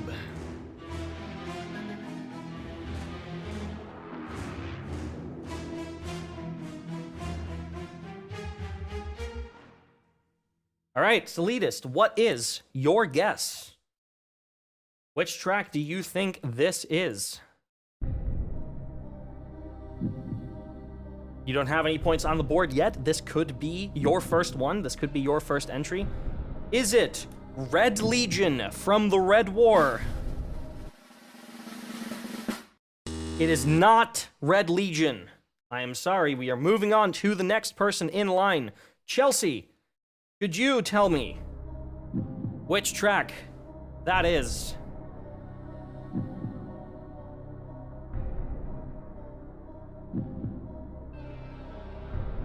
The Vex last boss from that Vex Leviathan raid lair. So you think it is Planetary Core? Is it? Planetary Core. It is not Planetary Core. I am sorry. Moving on to the next person. JC, Can you get point number 8 for this one? You lost a lot of RNG checks here. But if you just have the knowledge, you can still get the point. Chelsea, you can't guess again until I've reset it. So that did not enter you back into the queue. Is it Legion's March, and specifically the Season of Defiance hybrid mix? You are absolutely correct. There was indeed a Pyramid Synth in there. Had anyone guessed a Legion's March on its own, I would have treated that as incorrect because there was a very obvious Pyramid Synth in there, meaning that this could not have been a Red War track. That is a very good guess, JC. That is a point for you. Well done. You get me paranoid with these seasonal ones? They're good, aren't they? This is why I'm saying that the Cabal Nessa Strike was no doubt incorrect, even though I didn't know exactly which track that was. I think that does play Legion's March, just not the Defiance version. Which is why, like, that could have in no way been correct. It was a good guess, though. All of those were good guesses. The seasonal ones are just very mean of me to put in. But I still do it anyway, because it's fun, because it keeps everybody on their toes, you know? All right. Question number 4. Everything is reset. If you can guess which track this is, exclamation point guess in chat. Remember, do not type your answer unless you are called upon. What is the name of this track, or where would you be able to hear it?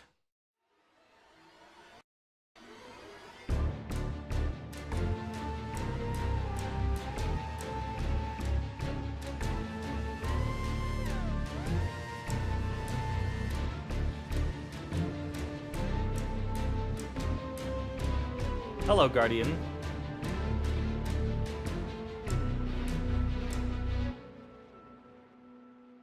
Right, I see a lot of guesses already, so we're just gonna start. Pup Oryx, you could get a second point here if you could tell me which track this is. Is it Lepidopterophobia? Double checking that spelling. That spelling is correct, but is the guess correct? Yes, it is. It is Lepidopterophobia from the Witch Queen. Well done. Absolutely banger track by Sky Lewin. I had to shrink this font quite a bit to fit that one word in this text box. All right, and with that, we have already come to the last question. What is the name of this track, or where would you be able to hear it? Here we go.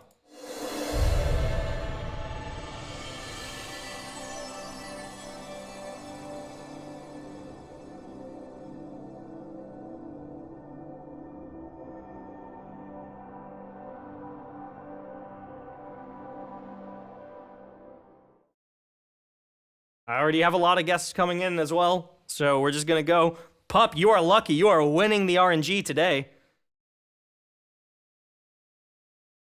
End of any Destiny 1 activity screen when you have to return to orbit. Is it the Destiny 1 mission complete screen? That is incorrect. I am sorry. JC, can you get point number 9?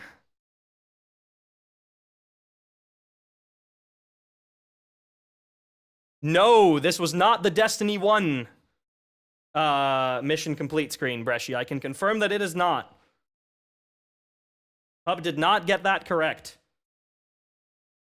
Play it one more time.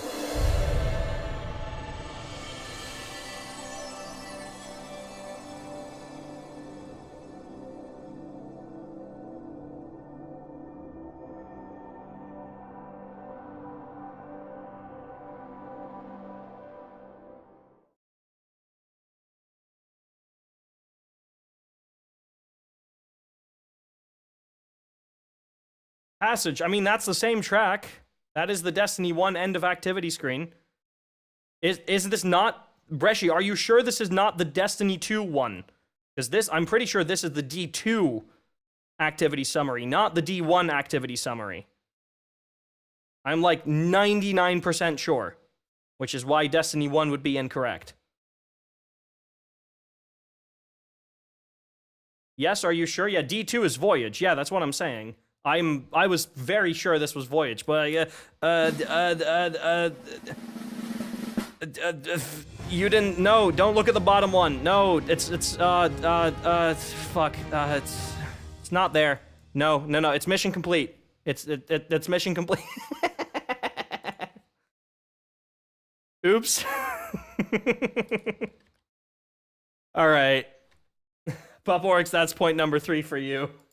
I do apologize. We're doing it live. Technically, both are right. It plays in both games. I'm pretty sure the D2 one is different. Anyway, that doesn't matter, because we have come to the end of this round of the music guessing game. But we are not going anywhere, because after this, after a very short 2-minute break, we will be right back with Beyond Light. We're going to be listening to the entirety of the Beyond Light soundtrack, or not even the soundtrack, our own custom mixes of every single Beyond Light track, plus all of the Beyond Light seasons as well. So any music from Season of the Chosen, Season of the Splicer, 30th Anniversary, that'll all be there. So we will be right back after a very, very short break, so I will see you all then. Bye-bye!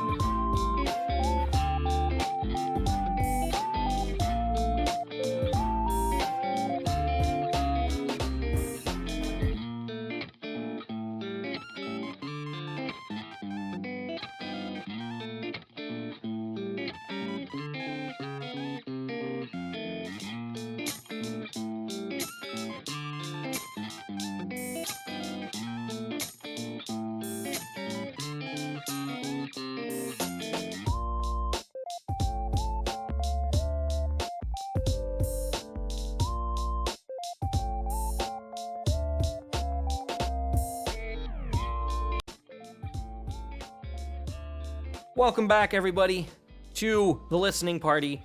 We are on our way to already the 3rd expansion of Destiny 2 and our 8th album that we are listening to across this entire week, where we are listening to every single piece of Destiny music ever created.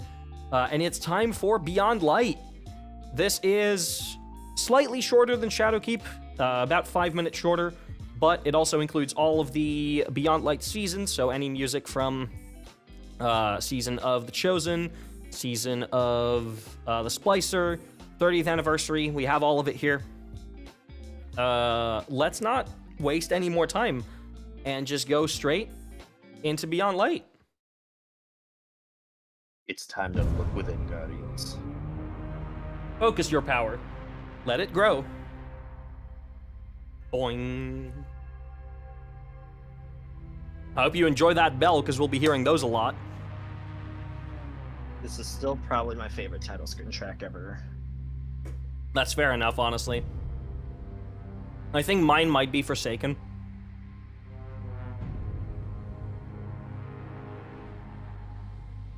I just now realized how well the Beyond Light album art matches with the trans flag border around it. Yeah, the blues. I do think Beyond Light is the best main expansion motif, though.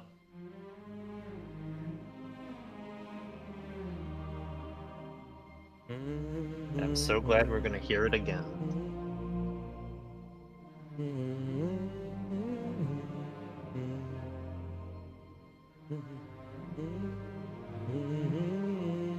Oh, the Warmind title screen is really good. Warminds. I mean, it's a good title screen. It's just it catches you by surprise the first time.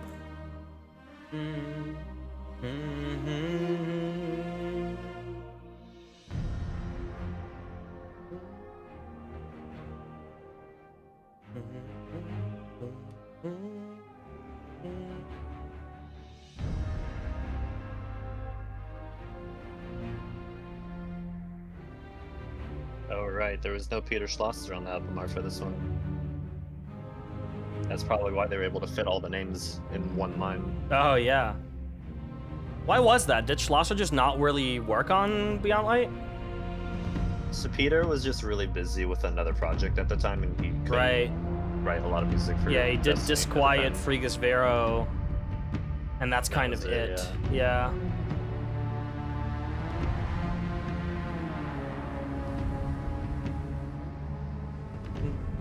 Thankfully, we got Peter back for Witch Queen and Nightfall and in Final Shape. Yeah.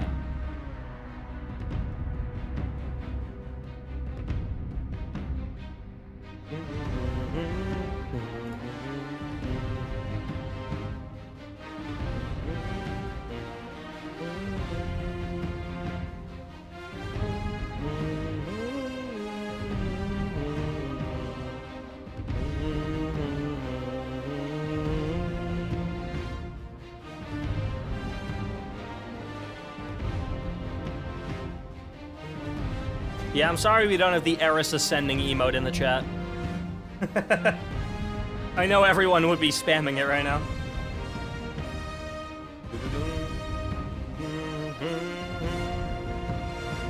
How easy is it to add an email on YouTube? Pretty easy, but you have to own the rights to it. Which Aw. I don't, because that's an image of Eris directly from the game, so I can't do that.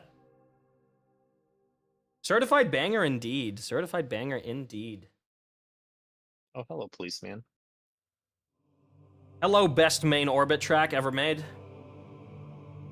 I'm sorry, Hidden Truth. I love you, If this but... is the best one, why did they delete it from the game? Yeah, it's no longer in the game. Can't hear this anymore. Yeah, you literally cannot hear this at all. It's not even in the files anymore, right? They just straight up, like, actually Yeah, deleted it. It's booted out. Yeah.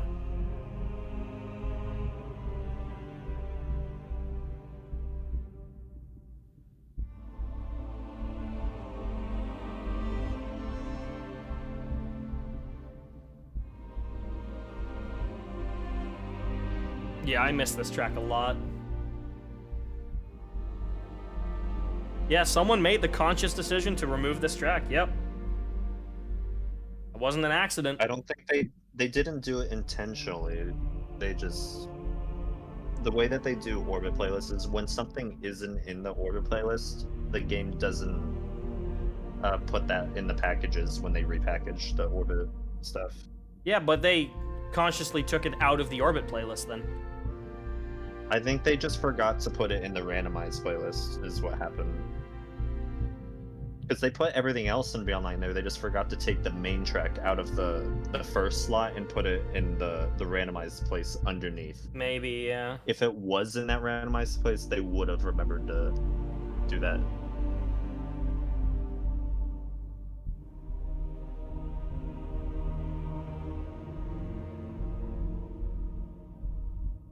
More of a legacy enjoyer, that's fair. They were doing a lot of onboarding for Witch Queen music implementation, so there were a few mistakes that made it through with Witch Queen's implementation. I think that was one of the things that happened during that. Yeah.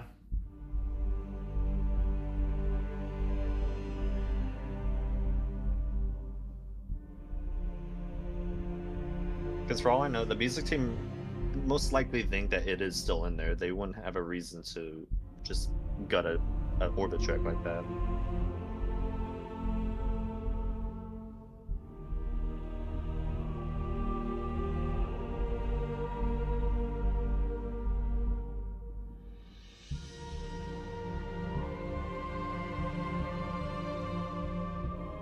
Yeah, King's Descent was just a unfortunate case. Yeah.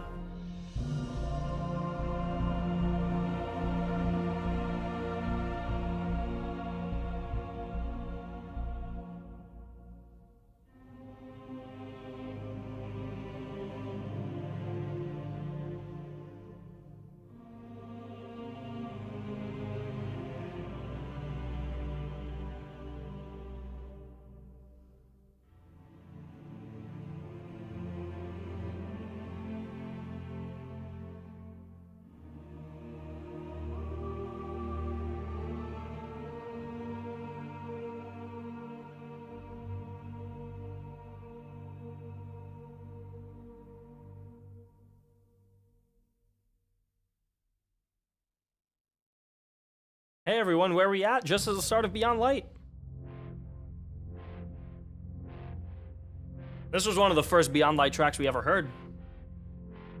Oh, actually, this is a fun fact. So, in Season of Arrivals, there was an exotic called Ruinous Effigy. I mean, I believe everyone here should know that that trace rifle, the one that turns the enemies into the purple balls. Yeah. And anytime you shoot a sustained beam of Ruinous Effigy, you have a 1 in 10 chance of hearing this track sampled into the beam sound effects. Yeah.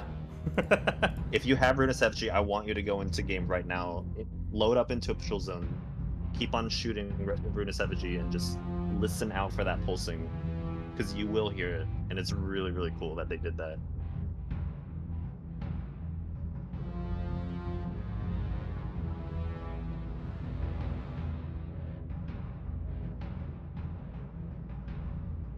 Unfortunately, no one discovered that. We had to be told that by a sound designer at Bungie Yeah. to know that was a thing.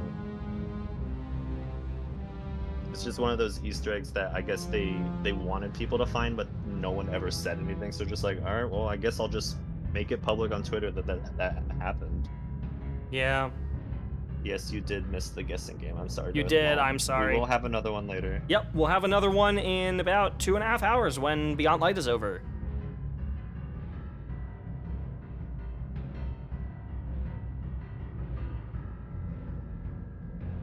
Also, is there a video on the unveiled Ruinous Effigy thing? I didn't know that.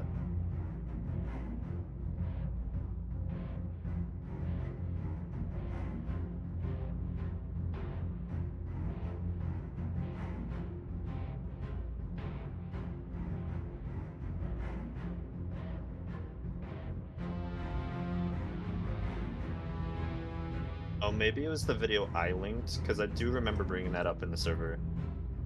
I just maybe, found a random yeah. video of someone shooting the gun, and I was just like, everyone listen here. Because the person in the video unintentionally showcased that sample in there. It was just like a normal video of someone shooting the gun.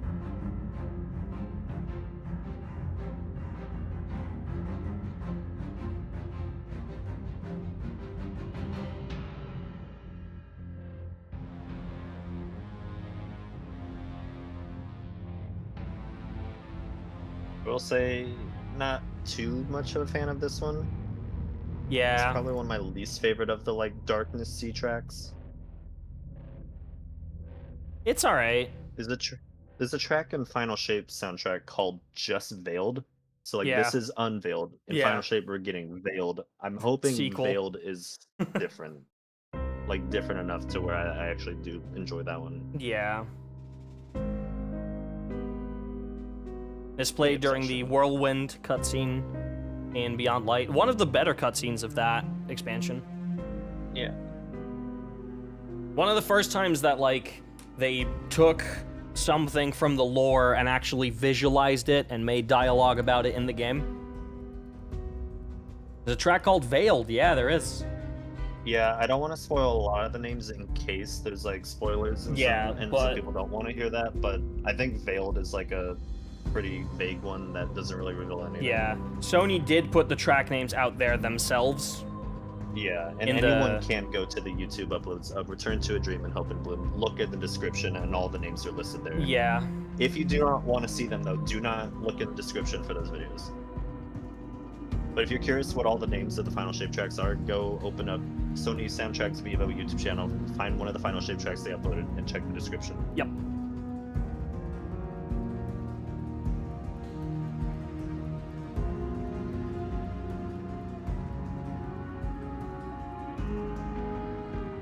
The drums for Obsession, by the way, are reused from Peter Schloss's IO track, The Pyramidion. Yeah. Anytime I notice Mike is like reused percussion for something, I'll try to call it out, because I feel like people do not notice that thing. That is only something I would notice. But it's actually crazy how much people don't notice that Bungie's music team also reuse assets when they can. Yeah, and why shouldn't they, It's right? not just yeah, like if no one's gonna notice except for me, like I think they're doing a good job. Yeah.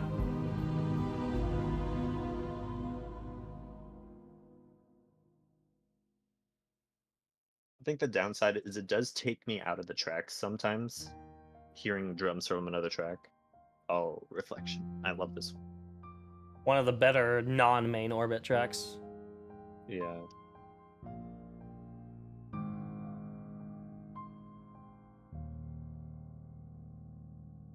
I remember being really surprised how many like somber piano tracks there were for Beyond Lights soundtrack when we first listened to it.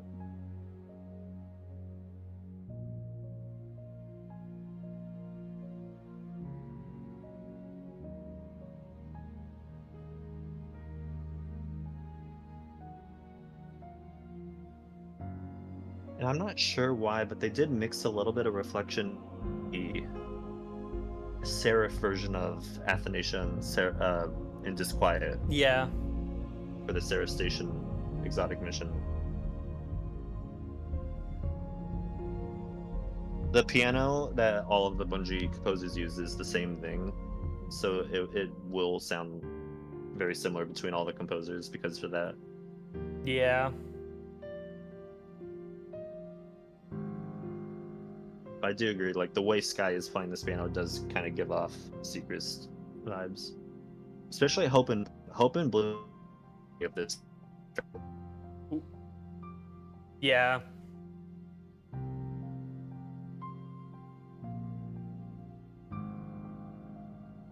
I think Hope and Bloom is kind of like the Final Shape version of Reflection. I think so. Kind of play in orbit randomly and has some like. I don't think it's the Traveler and main Pyramid orbit track. stuff in it. I don't think it's the main orbit track.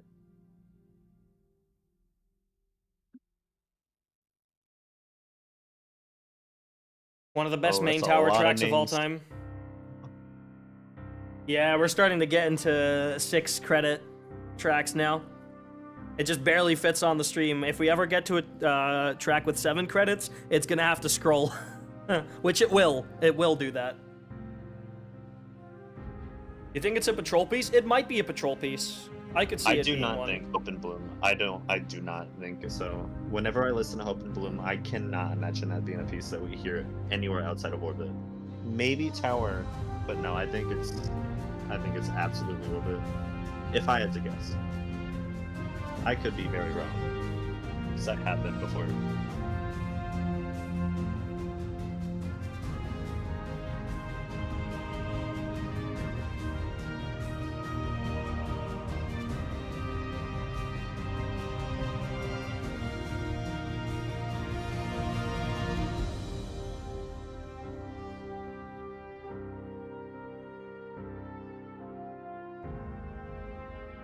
This track is really cool. Hello, because What We have Fight For. this Beyond Light.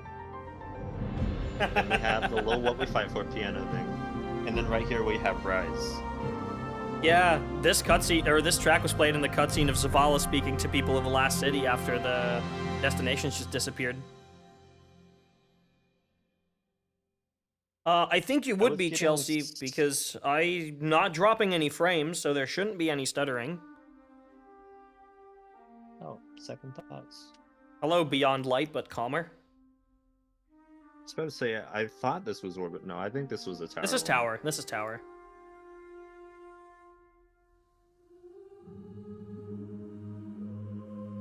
It's kind of like Guardian Sacrifice was like a slower, Yeah. calmer version of Inner Light. This is like that for the Beyond Light theme.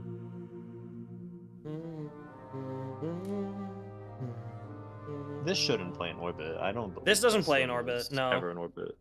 It This is might a play in tower the track. Helm. Helm, yes. Because Helm is Orbit and Tower playlist essentially mixed. With a couple tracks excluded.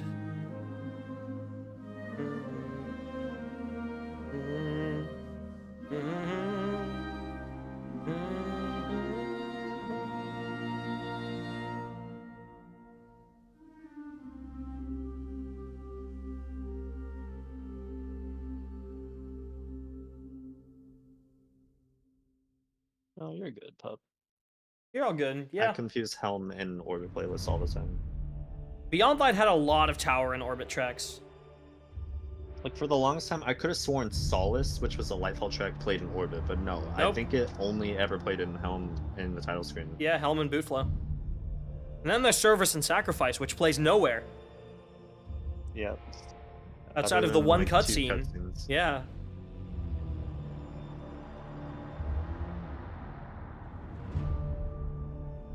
Hearing Pyramid Synths in a tower track for the first time was really, really weird. 'Cause we had heard them in everything in Arrivals. So we associated, whenever we hear a track with those sounds, it must mean that there's like a pyramid nearby or associated with wherever we are. Yeah. But then we're in a tower, it just kind of makes you think, uh-oh, are there pyramids like right above the city? Arcs, I don't think so. Yes, Genos, you missed the music guessing game. That was about 20 minutes ago. Yeah, Arcs. I don't think it would have been the Beyond Light story if we just got Destiny 3 after Shadowkeep. I think they probably would have done a big release around Savathun that spanned multiple new destinations. I think the original plan was that they wanted Destiny 3 to focus on the pyramids. And Pyramids, that's what right. the Destiny 2 Red War cutscene was supposed to be teasing Destiny 3. Not Yeah. a later expansion, but Destiny 3. By the way, Genos, don't worry. We are doing another music guessing game in about 2 hours, so stick around, and we can do it again. We got 5 more questions later today lined up.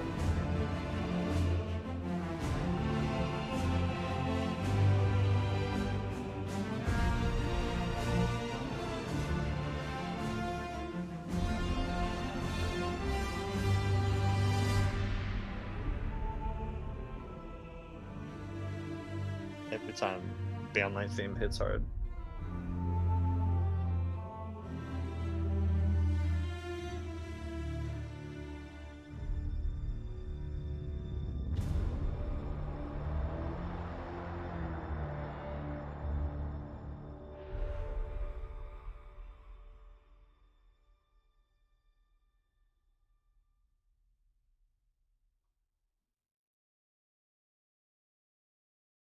Went on a bike ride. I hope you had a good bike ride, though. I forgot how many Orbit and Tower tracks there were. Yeah, this is the last one, That's I think. a lot for them. Yeah, this is the last tower track.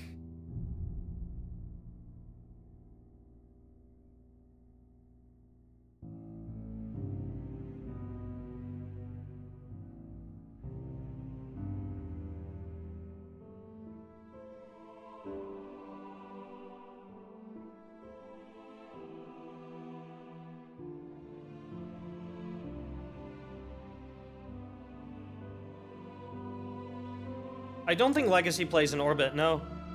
This one's also Tower and Helm. Yeah. Like second thoughts. The only Beyond Light tracks that could play in Orbit, to my knowledge, were Reservations, Unveiled, Obsession. Reflection, Obsession, That's it. and then Deep Sun when Lullaby. the raid was beaten, then Athanasian and Deep Sun Lullaby Yeah. were added to Orbit. But when Witch Queen came out, they took out Reservations, and Deep Stone Deep Stone Lullaby, Lullaby, but yeah. all of the other ones could still be heard. And they can still be heard today, all of those. Yeah.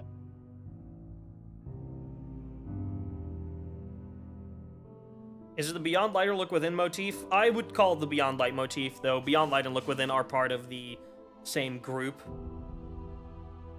Sky wrote Beyond Light first. Yeah. Like, that was the first cue that had that melody. But they probably call it the Look Within melody internally. If not, then they'd probably just call it Beyond Light, yeah. Alright, time for Europa.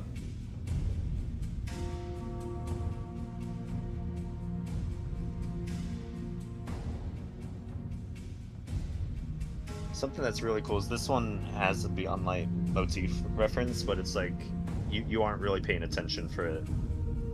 Yeah, it's also, this is one of the first destinations where they were making ambient tracks that don't actually have associated action variants, because Europa, to the best of my knowledge, doesn't have an associated action variant, right? It's part of the same music system as Rotom's Peril Unknown group. Yeah. So I don't know exactly what came first, though. I think Rotom probably wrote Peril Unknown first, and then Sky made 2 tracks to kind of associate with that, so that Sky could just use that music system, or kind of expand on that with more ambience, so that Patrol would have more music, but they wouldn't need more actions because they knew Europa wasn't going to make use of that, like, music system thing. Yeah. Because they were done with adventures by that point.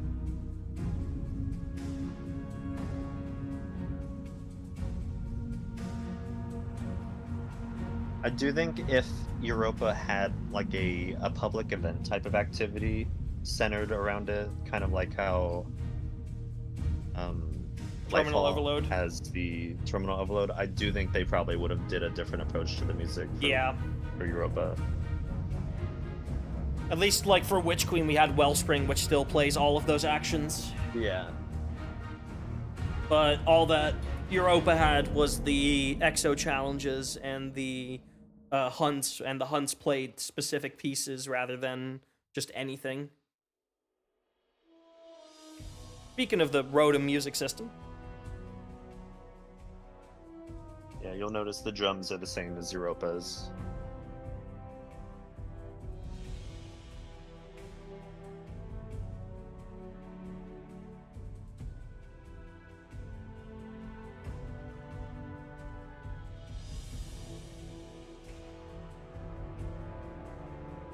There's that pyramid synth again from Interference. Yeah. Peril Unknown is actually my favorite Europa action. Nice. I like it more than Resistance is probably my favorite. Resistance is a solid pick. But I think that's just because I'm very biased to liking Athanasius stuff more. Yeah. My favorite Europa ambient, I think, is Frigid Tomb. Absolutely, yeah. I think I agree with that, too. I think Secrets has both of my favorite Europa ambients. Wasteland and Frigid Tomb are both my favorites. They're really good. But this one, New Beginnings, is also really good.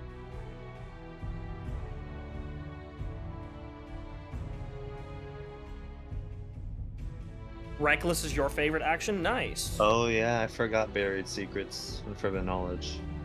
Josh's 2 Europa tracks, so those ones are really good too. Yeah, Buried Secrets replicate Forbidden Knowledge.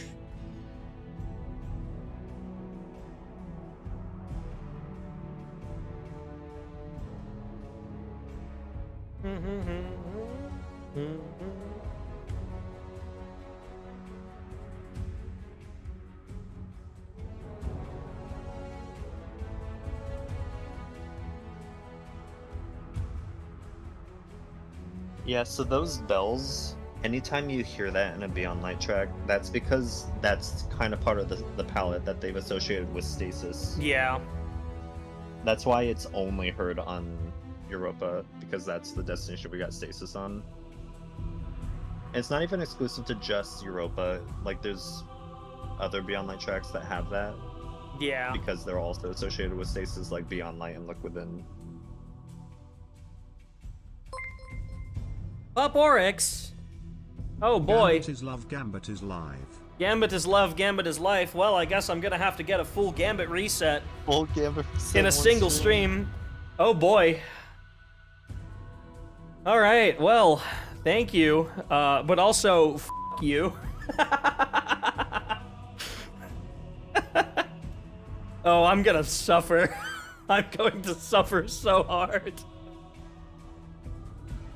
The thing is, I have to do that during this donathon, so I'll have to do it like after I do Raid Sherpas immediately.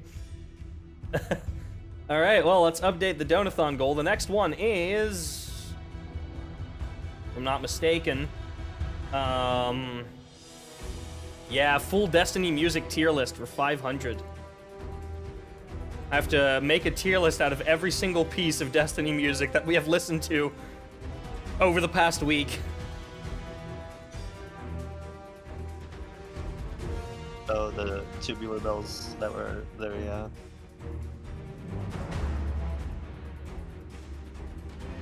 There we go.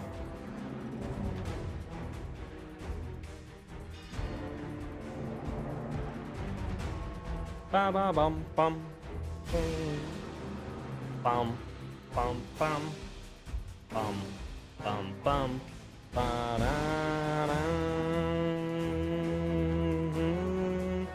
What was the mix you used for Keep of Voices yesterday? It was a special mix that Liam and I made. It used the regular ambient, it used the cursed action and high action, but then the inner light section of the high action had the normal version overlaid on top of it. I don't know if Liam uploaded that to YouTube or not. I'm pretty sure he did. If he does, I will put it in chat. But I don't remember if he did or not.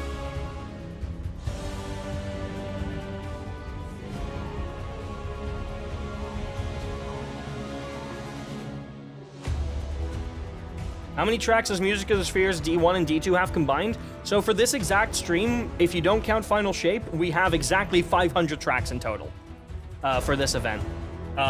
Final Shape, the soundtrack itself has 38. We don't know if some of those are supposed to be from combined music systems or if there's some unreleased tracks that they're not on that soundtrack. But at the moment, we have exactly 500.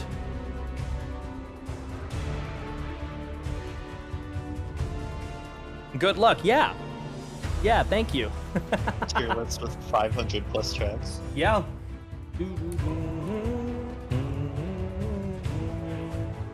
I love this track so much.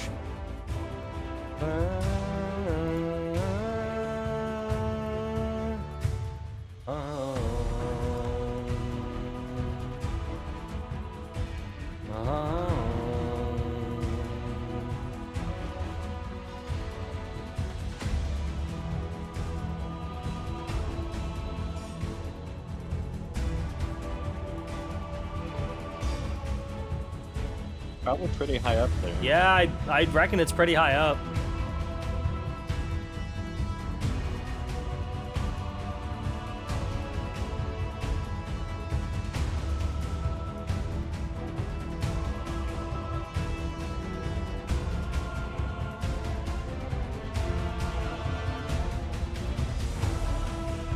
This ending is so good.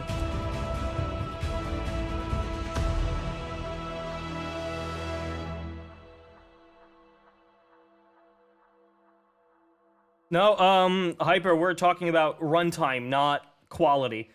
Also, Opera GX thought Regicide was a Destiny 2 track, so their opinion is invalid. You find it a challenge to find a game with more music in terms of time and also complexity? Yeah, Destiny is one of the most complex games when it comes to its music still out there on the market. Not a lot of games do dynamic music the way that Destiny does it.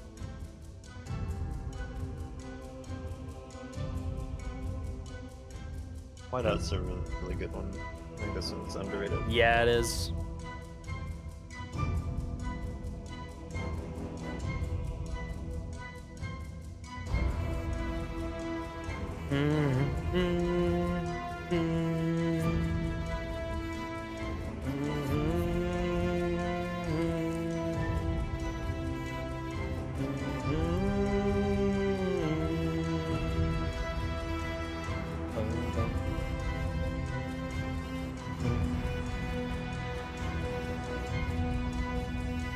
Oh yeah, this played in Seraph. It did, yeah.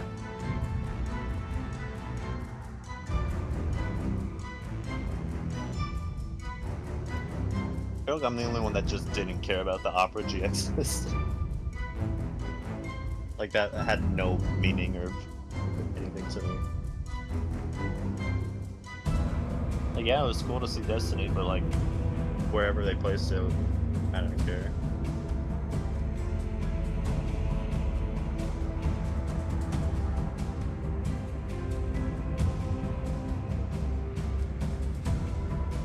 Tan's flag.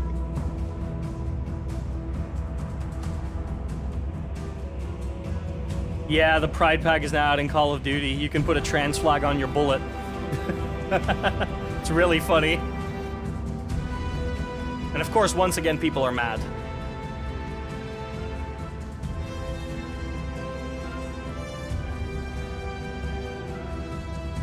To be fair, I think Genshin Impact at this point can get pretty close to amount of music when it comes to, like, Destiny. At least if you compare, Genshin's been out for, like, what, 4 years almost? You compare that to, like, Destiny after Destiny 2 Year 1, I think it would be, like, pretty much on par. Oh, Acceptance. This is one of my favorite Beyond Light tracks.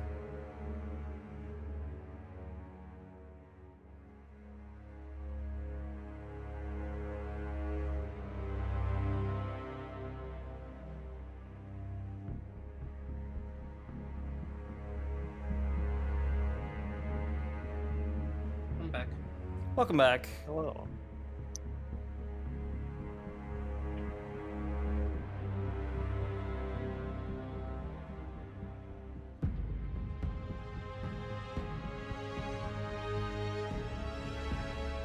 Yes. The first cutscene on Europa where we see our Guardian is played in that. Oh, I guess this also played in the one where Varix was sending out the distress signal. And then the stranger just kind of yoinked it. Yeah, it did. Stasis shard thing. Yeah.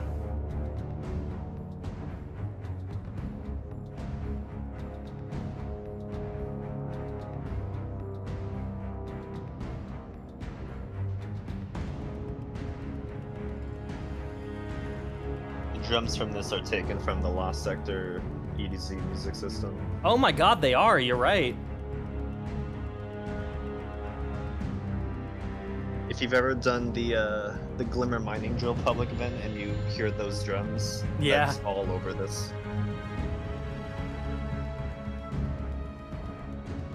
Which is funny because you can get this track as one of the Europa Glimmer public Drill. event tracks. Yeah. It just sounds like you're hearing EDZ drums on Europa.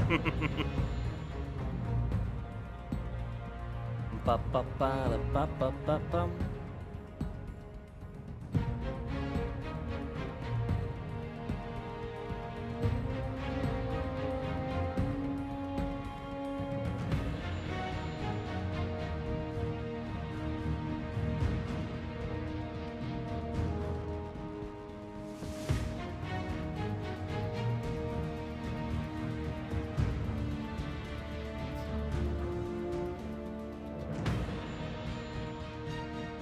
There's a Rise melody. Not the Rise motif, but a melody. melody, from yeah. Rise.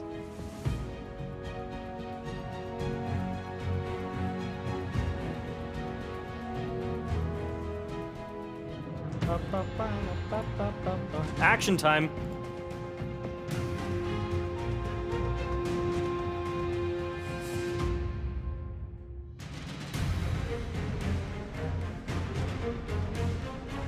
Replicate is a very good Replicate is very good. 15-16 time signature, my beloved.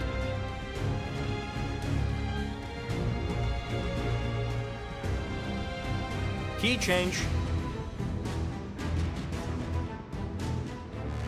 Just half a step down. This track is so much fun to play on piano. It's legitimately so good.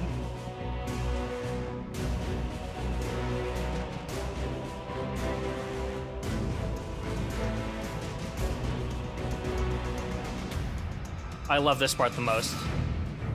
This sounds Cabal to me, for some reason. Also, it's in 7/4. 1, 2, 3, 4, 5, 6, 7, 1, 2. This is also used in Fallen Empire, right? Something very similar sounding to that. I don't know. Well, we'll hear in like an hour. Oh, less than an hour.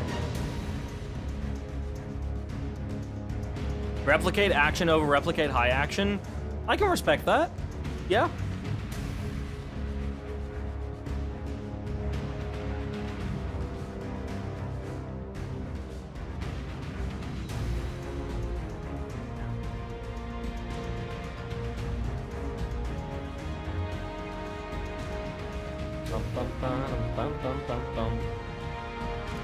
You know what? I just came up with another donation goal. I'm gonna add that to the list somewhere. You'll see it pop up in a little bit. I'll make one for 450.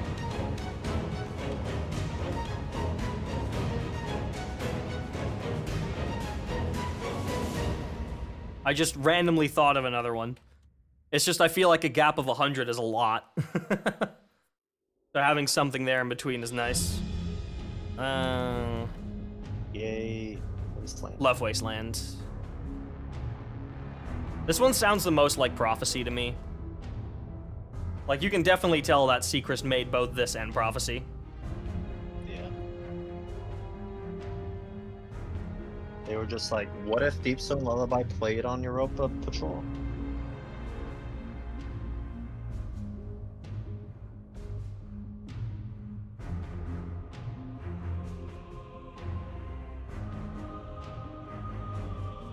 Bum, bum, bum, bum.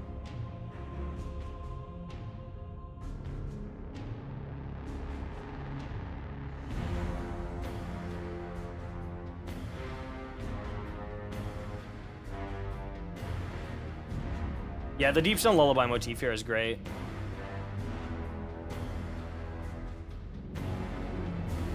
Even has that little bouncy synth you hear all over Deepstone Lullaby. Right there.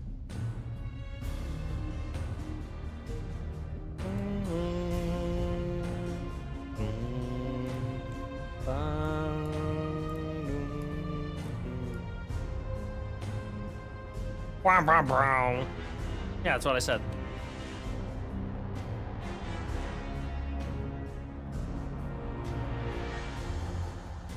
They will be combined in here. Yeah, they will be combined, yeah.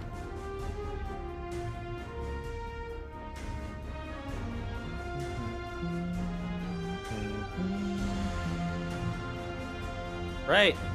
You will have seen a new Donathon goal pop up at 450.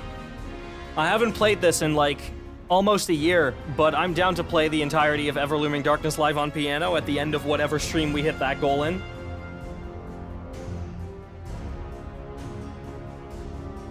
I'm gonna fucking mess it up, but it's gonna be fun. Hello, Deepstone Lullaby.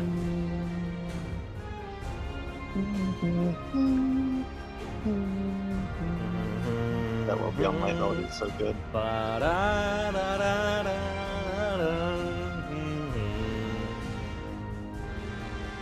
And that Deepstone Lullaby bit is really good too. Yeah.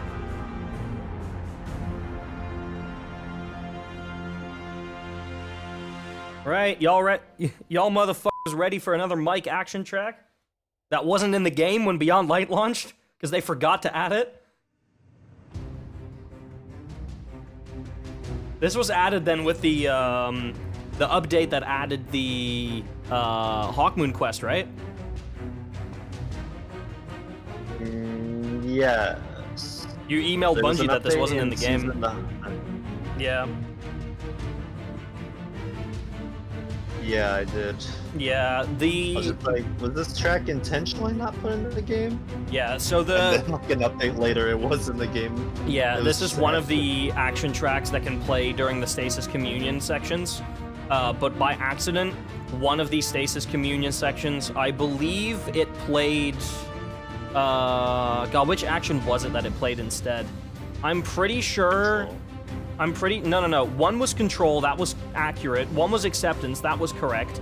I think it played Resistance instead of Stay Down. No, that one was meant to play Resistance.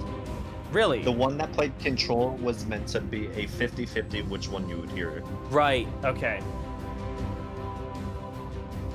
So still, if you play the campaign, there's a 50-50 chance you don't hear this. Yeah, even in the current game, that's still Call the how it arms. is, but that is how it was intentionally supposed to be. Yeah. Which makes me wonder if this was maybe originally written for Shadowkeep. I don't think so, because that would mean Obsession probably also was. Right, This was okay. after Obsession. Maybe a draft of this track was made for Shadowkeep and it just never quite made it.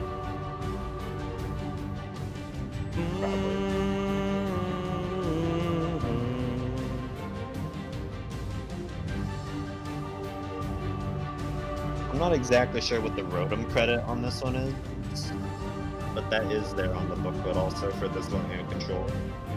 Yeah.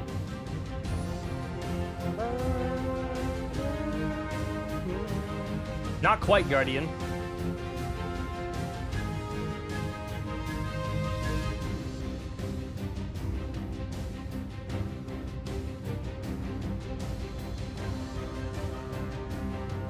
This brass section, I think this might be what the Rotom credit is. Yeah, I that's don't that's know last where it right. originated from. Once again, they are very inconsistent with that credit.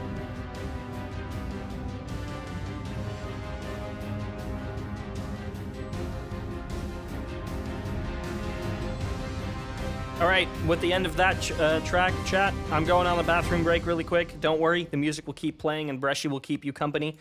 But I'm going to go on a bathroom break really quick as you guys listen to an 11-minute mix of Trepidation and Resistance. I will see you all in a little bit. You all are stuck with me now.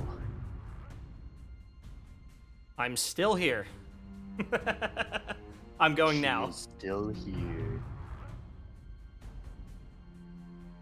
Chair stream except no chair.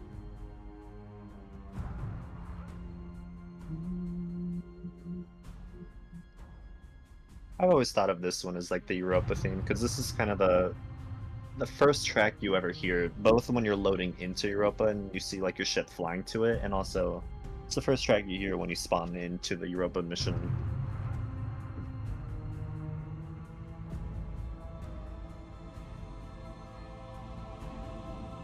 I would not make a good streamer. I would run out of things to talk about, and we would just awkwardly stare at each other.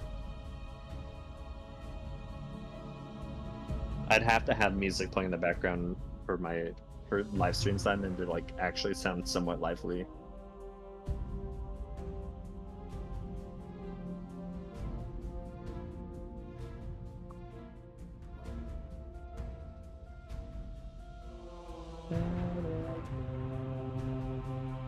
Hup noises? What's a hup?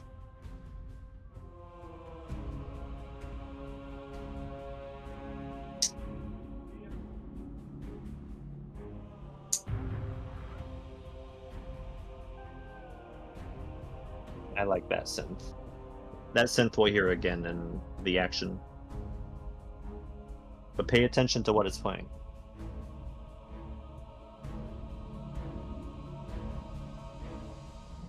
Key up. Oh, like that?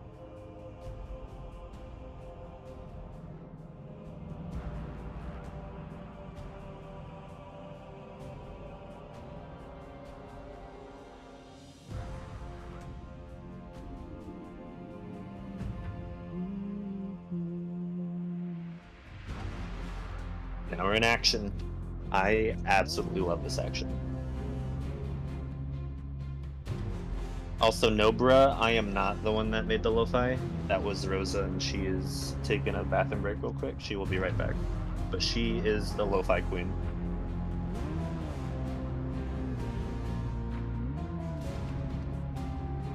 I'm just a person that archives Destiny music to YouTube.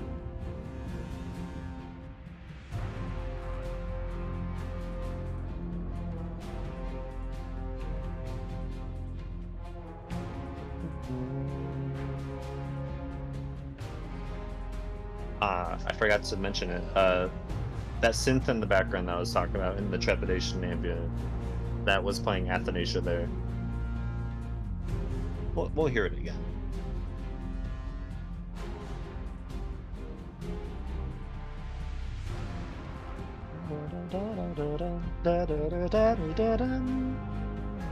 There it is, it's playing Athanasia again. That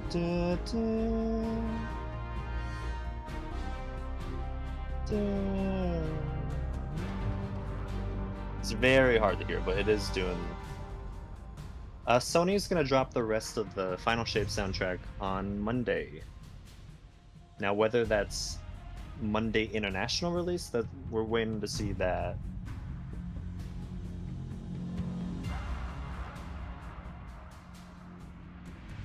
What do I associate Resistance with? I think I associate this most with the Salvation's Grip mission. Also, here's the Athanasia bit with the orchestra this time.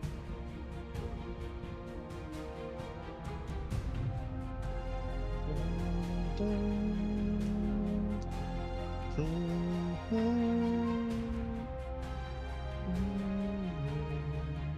this one repeats the action, I'm guessing?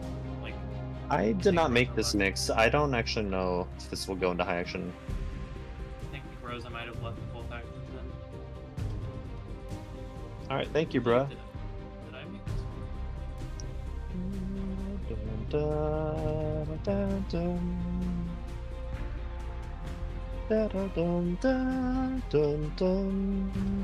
I think I did. Oops. You didn't include the high action? No, I did. I included Okay. both. I did short. No, that's fine. I absolutely love this track. I'm glad that we can listen to both of them. Yeah, honestly, I find the like high action one just like the better listening experience though, just because it's not the action isn't really missing that much.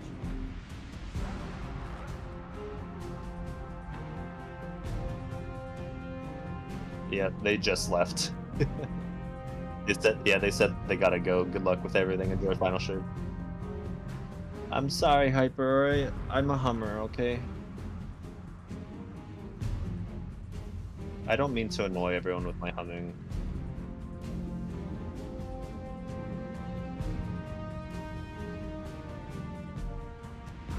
You gotta like reappear right as the metal pipe drop sound plays.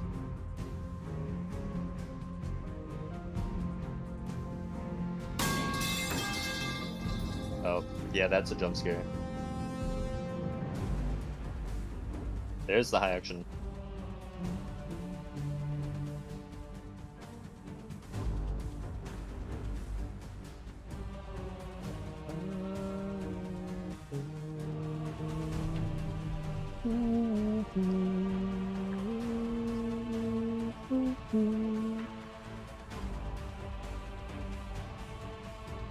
Is it delayed? Oh, I guess I can't. Fuck, can you guys not hear me? Was I muted that whole time? No. Well, we can hear you. No, on Discord, yeah, but on stream. It's two separate things, man. Oh no. Was I muted on stream that whole time? No. You were. Oh, geez. Rip. Wow, wow, wow. Maybe I just gotta hum ahead in time to predict where it's gonna go. Let me hum just like a minute ahead. Wow, wow, wow. You're like a That's 5 seconds behind now. Darn it. Damn, 5 seconds is too much. No, it was like Funny 'cause a he's second. in sync on my end. There's so much Fallen Empire. That dun, dun, dun. And the choir here is so good.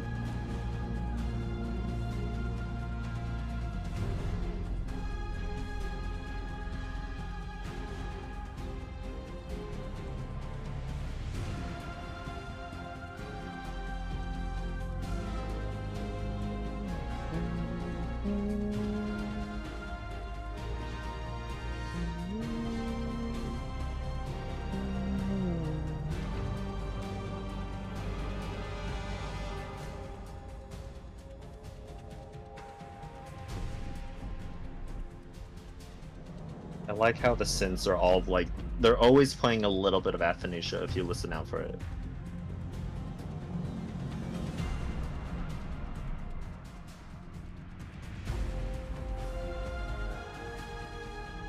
Oh, this part. I Well, love this you, time the full Athanasia. orchestra and choir are playing it. Yeah. But before this, there was just like little synths, like Yeah. hinting at it.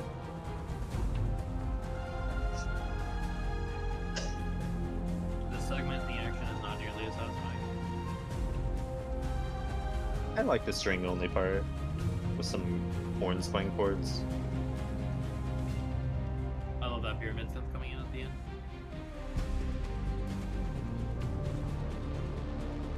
Oh yeah, this is the first Rotom track where he's not actually using his pyramid synth. He's using the one that the Bungie team used in Yeah. Omnisphere.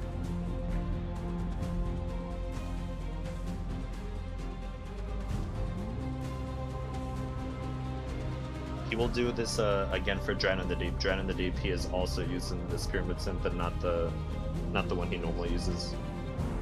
Yeah.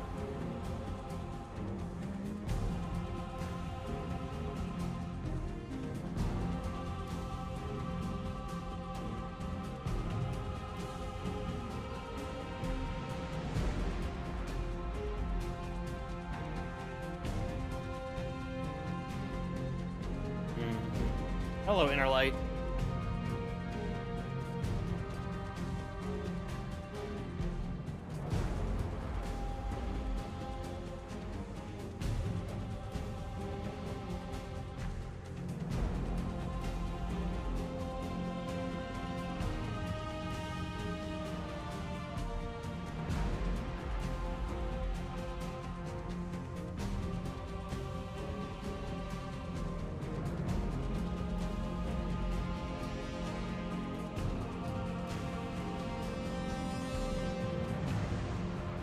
And there's the ending.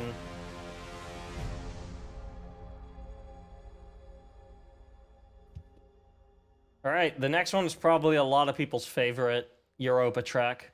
I know it definitely really was haven't back listened when the soundtrack came out. Everyone was talking about this one. Woman? Yeah. That one Secrets track. Oh, for sure, yeah. The Secrets track. The Secrets track, even. This is the one that sounds the most like Prophecy to me. Yeah, that's fair. Yeah, I can see that.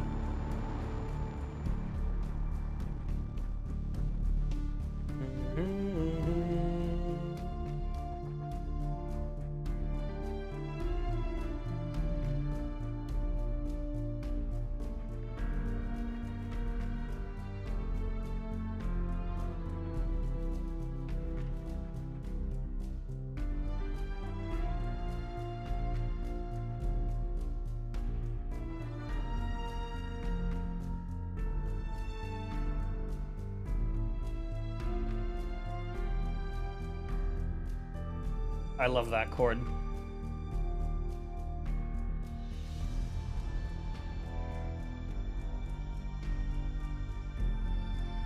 Like that unveiled pulsing, just kind of going womp. Mm-hmm.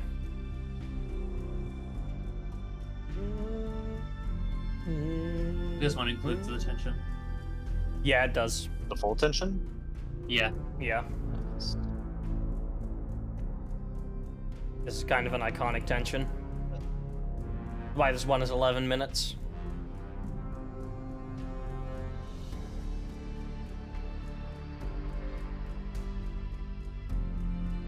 Is that Beyond Light theme?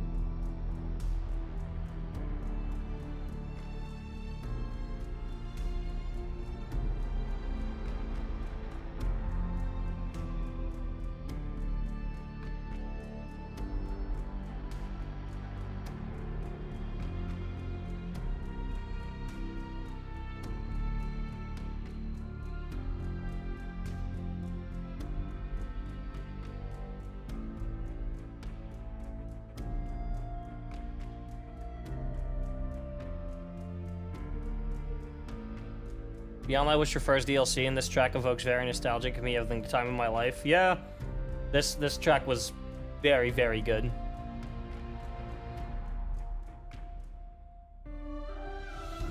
This track is very sad. It is. The whole Beyond Light soundtrack is so melancholic.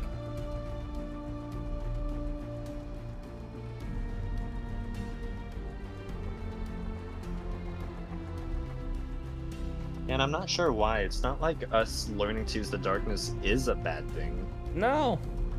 But I feel like Europa's story and the story of Yeah. the Elixni and of Aramis specifically is a tragedy.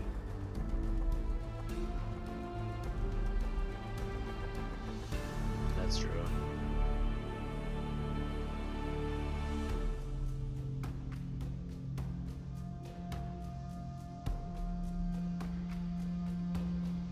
The Technocrat mission, yeah, Lament used, or the Praxis played Lament for the boss fight. That was very, very good. So a fun fact, for Season of Plunder, there was an expedition on Europa. One of the tracks you could hear on that was actually Security Breach, for light action. Yeah. And they had to tie a tension track to each of the light actions that could play. Now, obviously, Security Breach does not have a tension. It is not a destination track. It doesn't play in Patrol. So, for what they did is they actually used this track as the tension for Security Breach. I don't know what that means. Like, if that means Security Breach was kind of meant to be related to this, or if they just had to pick one that sounded the most related.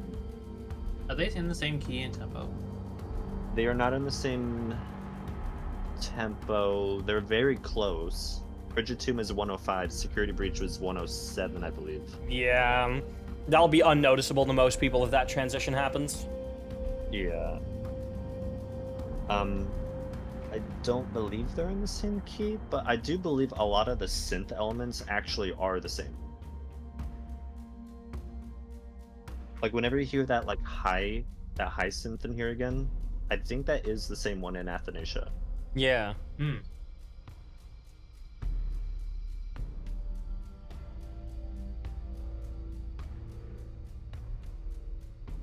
There's also obviously the same pyramid elements, like that unveiled pulsing is in both.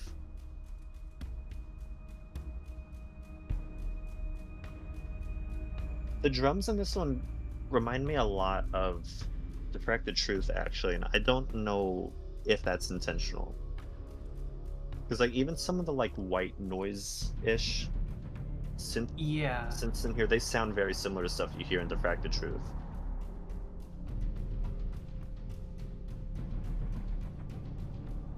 And those, the little pulsing thing you hear in the drums, that's also in Diffracted Truth.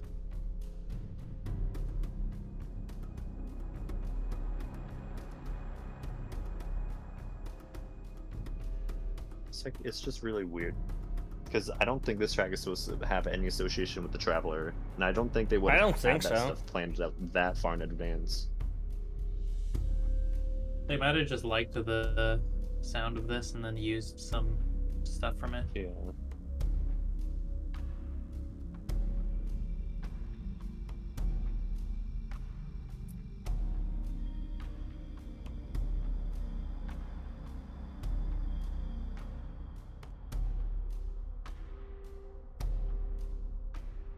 I loved how this was used in the communion mission from Witch Queen. Oh, right. Yeah, Lament was, you said that before you went in the pyramid.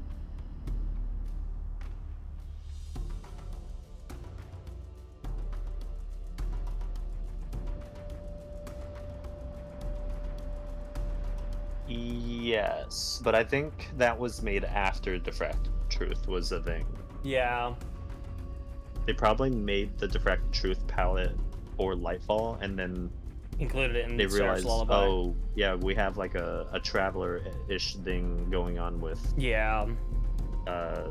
Season of the Seraphs, so let's kind of hint at some of that stuff and use some of those palette things that we've made for Lightfall in Seraph.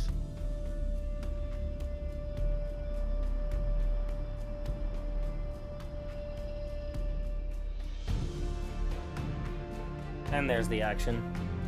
Banger alert. All right, hold up.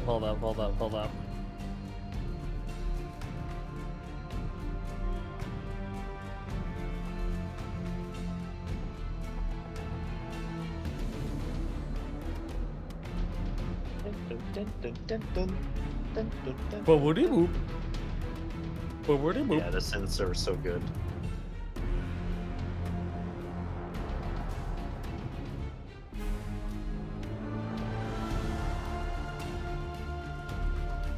I used to wonder what the difference between this section and the section later on that's just like this were. It's all in the ostinato strings. Yeah. If you pay attention to the ostinato violins, they are doing different things during these. But everything else is roughly the same.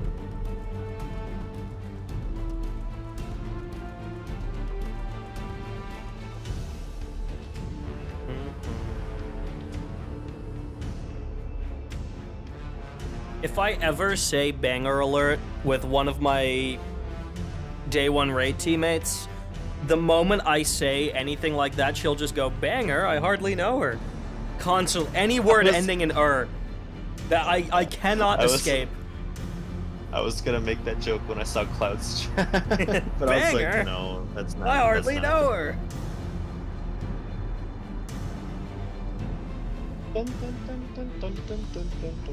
Oh, and this is the section that cut from the soundtrack. You're back, you snoozed and woke back up? Welcome back, pup. You woke back up to peak. True. That's what I do, I'm holding back, literally shaking. Banger! I hardly know her.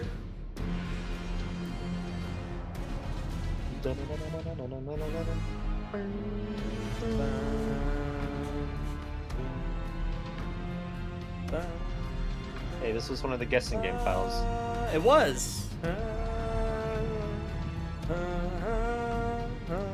Actually, Bresci, I'm gonna send you the files of the guessing game for later today. Alright. Just in case. If you send me the presentation, I should be able to actually. Like, yeah, you're play on that this PC time, now, so I'll just send I'm I'll send the presentation link to you. Just so that you can double check it now. We don't have to have scuff again. There you go.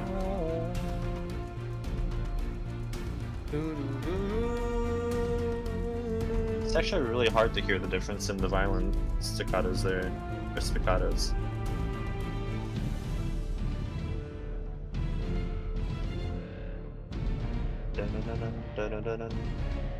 How long till the next guessing game? We are currently on Lament, so let's see.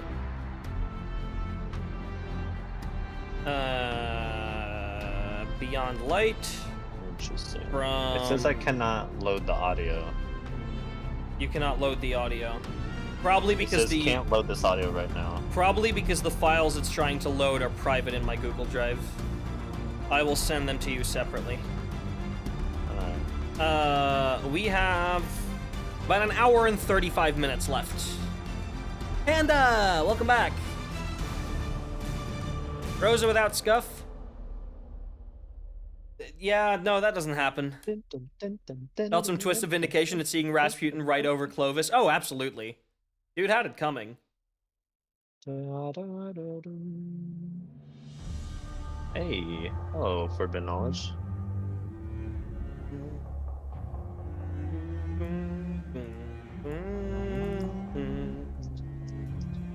Alright, I'm just gonna send the 5 files to you, Bresci. Just on Discord.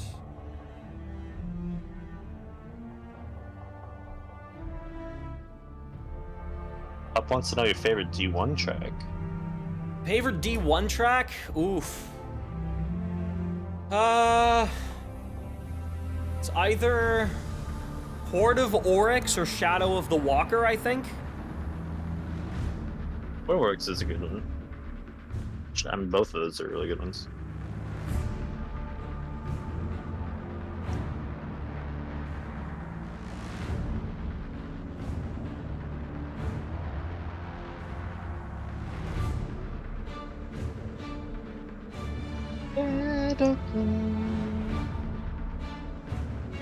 Walker, I hop.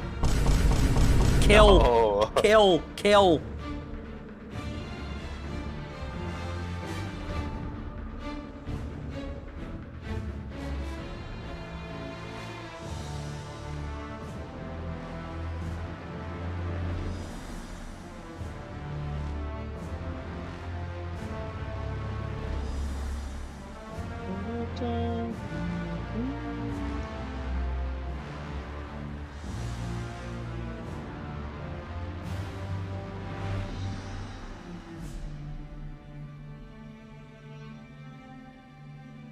All right, I have sent all 5 to you, Bresci. You can check them whenever. I'm pretty confident about all of these. Those are all right. All right, cool.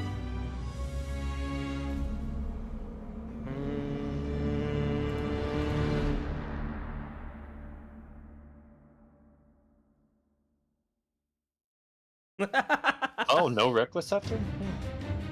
No, we put Reckless in the raid right after Shadow Thief Reborn.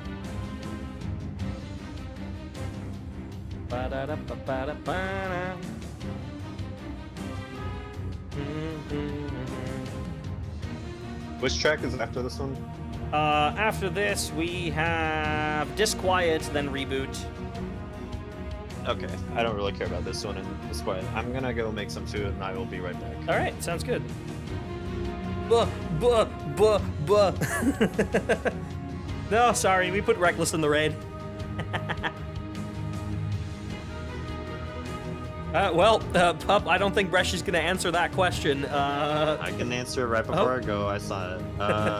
If I could make one wish, I want the full version of Journey to be used in the final shape. If I could make one wish, I want the full version of the Forge to be implemented into the game. If we're talking one wish that isn't related to Destiny or Destiny music, then I don't know. I want there to be a cure for cancer, I guess. That would be cool. That'd be pretty sick. Oh, for no. Destiny I want there to be a cure for specifically, cancer I'd that like- is affordable and easy to access to everyone. Yeah. But yeah, it would probably be something like I want the full Journey in final shape or the Forge. Yeah. If it was Destiny related. Yeah, I'm gonna go make some food. All right, see you in a bit.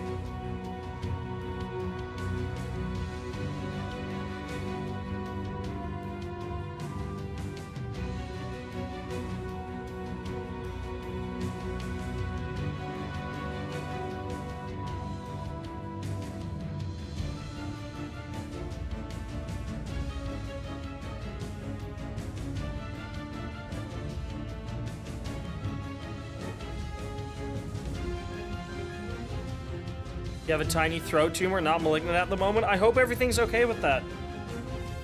I hope that can be removed very easily, and that you'll have no major worries.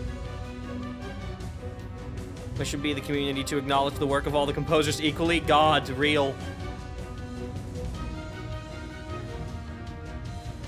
That'll never happen, unfortunately. Yeah. People just recently got over the Marty did everything for Destiny. Oh, yeah. Thing. And that was only now because it's Marty Mike started did being an everything. asshole, like publicly. And then once people stopped doing that, it became, oh, Mike just did everything. Yeah.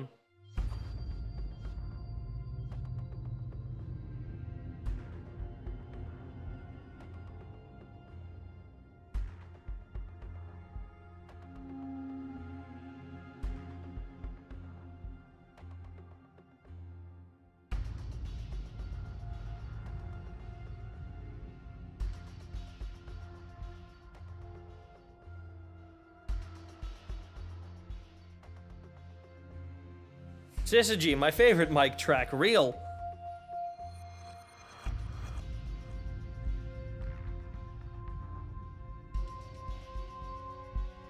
Little acceptance, you in there.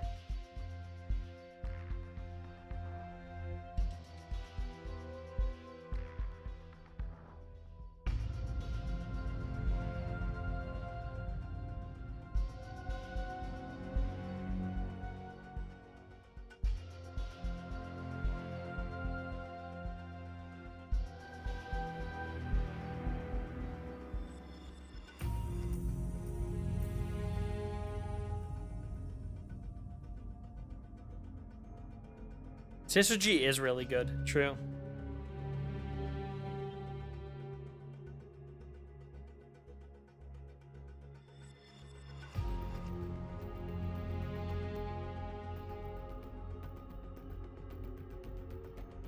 Ever-looming Darkness, Masho got me through when they found it, so yeah, thanks. Aw, I appreciate that. I appreciate that a lot. I did just add the new donation goal. I felt like a 100 euro jump was a bit too much. I haven't played Ever-looming Darkness live on piano in literal months, but like I'm down to do it again. It'll be scuffed as hell, but it'll be fun.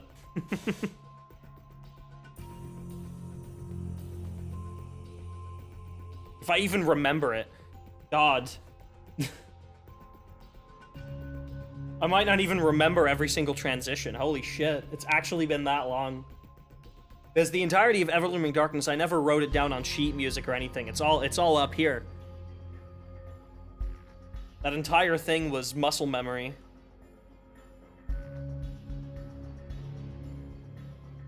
To be fair, I did make Ever-looming Darkness in 2021. It is almost 3 years ago.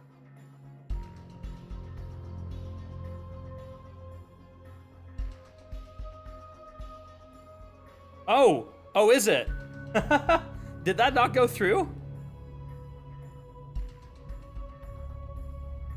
Because, yeah, no, that didn't come through on... I mean, didn't you donate 50, like, very recently? When you said Gambit is love, Gambit is life an hour ago? Do you mean that one, or was there a different one? Because, yeah, that one did indeed not come through.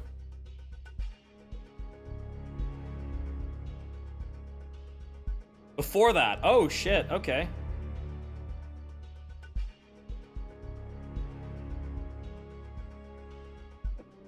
It'll, the moment that I see it come through, I will manually update the donation total, so don't worry about that.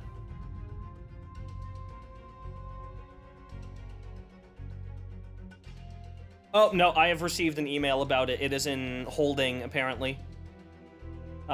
Takes up to 4 to 7 days. Don't worry, I'm just gonna add that to the total. I have seen that it is being processed. I will add that to the total. Should that not come through properly, I will make sure to let you know, and then you can choose to either hold it back or send it back in. That depends. That's all up to you, obviously. In that case, current goal is 500. With the goal being...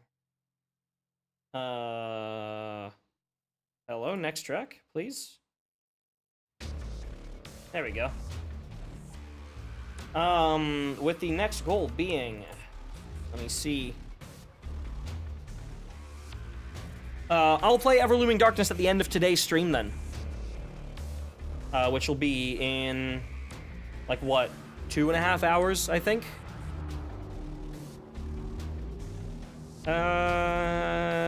Donation goals. The next one on the list is... full Destiny music tier list at 500. So this is the everything we have for reboot. We don't have any of the soundtrack we don't have any of the action implemented in the game, so I had to take like the parts we do have from the soundtrack release and then cut the high action and after it. Yeah. Just in time for reboot.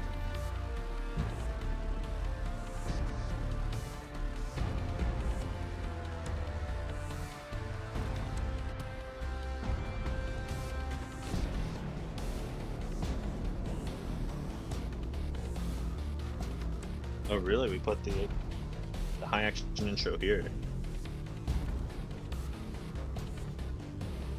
Well, it's after the action. All we have for the action.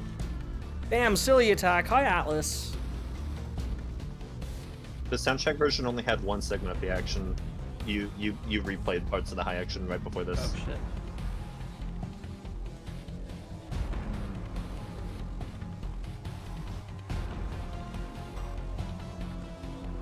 I'm sure no one here is complaining. Everyone here is happy to hear more. Everyone here is happy. You just bought a scab. Yeah, Atlas has bought me a surprise piece of art, and I don't know what it is. We will see whenever that gets finished, I guess.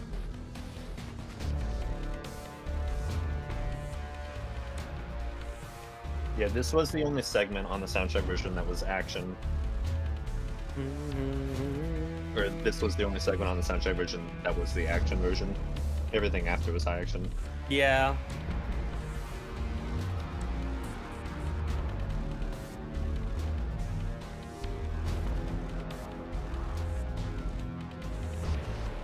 I love people shouting hello at each other from across 2 different chats.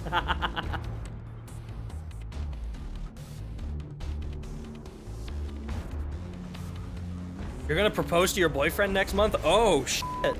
Good luck. I hope that everything goes well for you.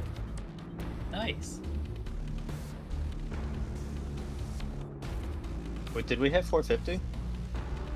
Yeah, there was a donation from Pup Oryx that did go through, but it's being held in PayPal for some reason, but I did get an email about it. So I have temporarily added it to the counter. Should that not come through properly, then I will obviously take it back out, unless Pup Oryx decides to redonate it anyway. But PayPal's being a little silly, but I did get a confirmation email for it, so it's all good. I have to get going. I'm sorry. That's all good. Thank you for sticking around, Liam. I probably will not be able to make it to tomorrow's stream, but it's been fun. Yeah, it's been fun. Thank you. Thank you for having me. Yeah, no, it's no problem, man. It's been great having you. See ya. Bye. See you, Liam.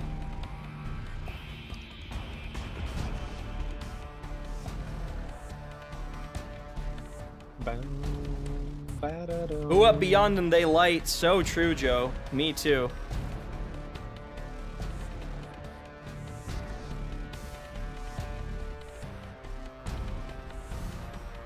Stream might be buffering a tiny bit, y'all. I can see that our internet is dropping a little bit. Should be back any minute. So if you're experiencing some buffering, that is why.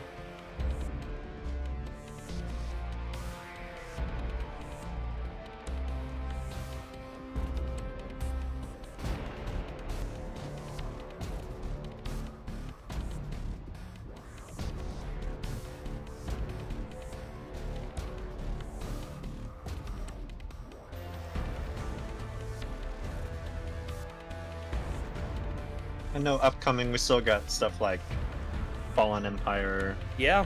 Look Within, Regas all the Vero, Stone Fallen Online Empire, stuff. and then it's down to the, and then it's to the raid. So 2 more campaign stuff, and then we're on the raid.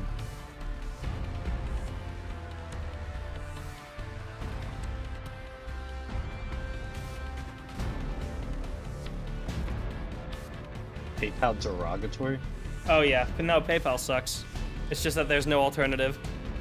Okay, we are making it back in terms of. Oh nope, we are still dropping.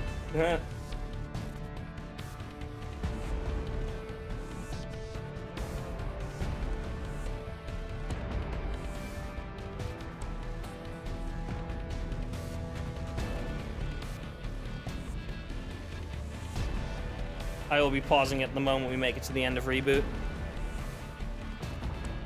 Reshi, can you still hear me? Yeah. Okay. I can hear you, I can see the stream fine here. I don't know about the YouTube. I'm turning one. this off just to save some internet.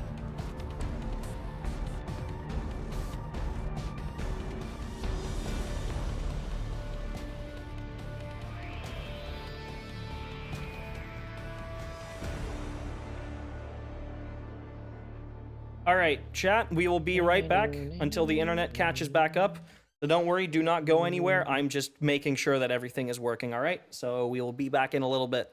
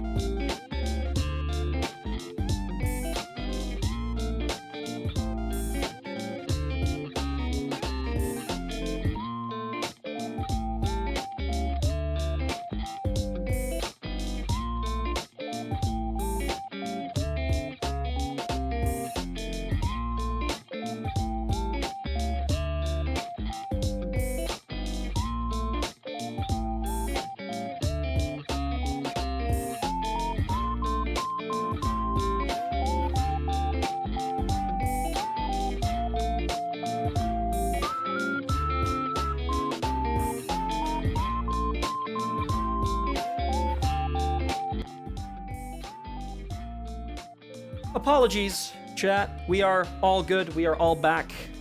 Everything is fine.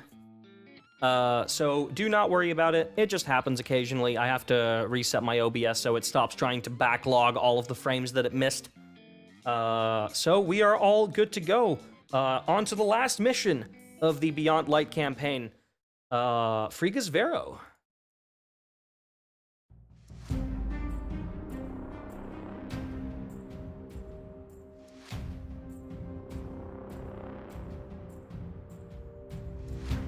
Have you murdered your modem? God, I wish I could. I don't actually have access to the room where that is stored because my landlord won't give me access to it. So I wish I could, but I cannot.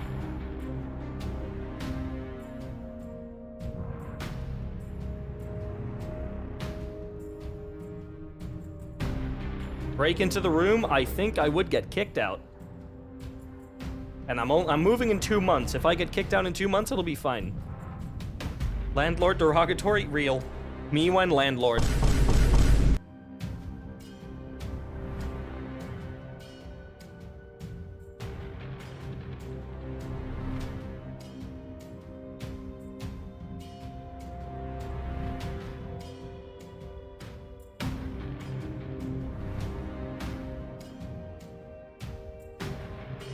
Friga's Vero works as a tension track to control and stay down, and obsession, by the way. Which is why in the campaign, right after you hear Friga's Vero, it plays control light action, I believe.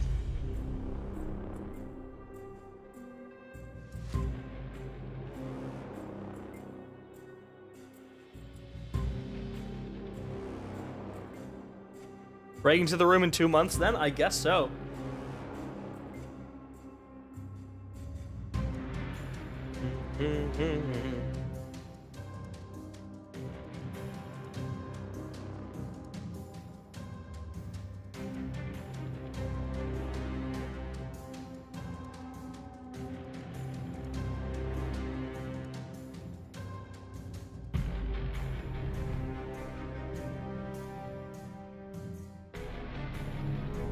Want to apologize for being a blabbermouth today? You have nothing to apologize for. If no one would be in chat, I'd have no one to talk to. Well, okay, Bresci's here, but I mean... I've known Bresci for years. That guy sucks. Yeah, that guy sucks. Fuck that guy.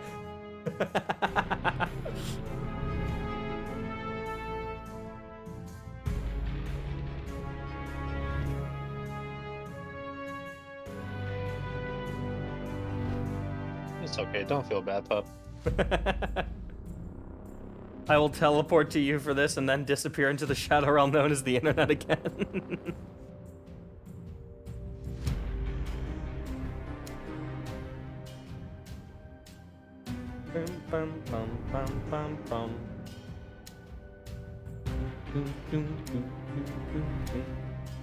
I wish this was just used as a Europa patrol track. I'm sad this is campaign exclusive. Oh shit, I shut down Spotify instead of opening the window. Oops. No. That was right at the end of the track, right? Yeah, it was. It was. Give me 1 second. I need to put this back up on screen now. Everything is fine. Everything is fine. Chat, nothing is wrong. Nothing is wrong. Everything is fine.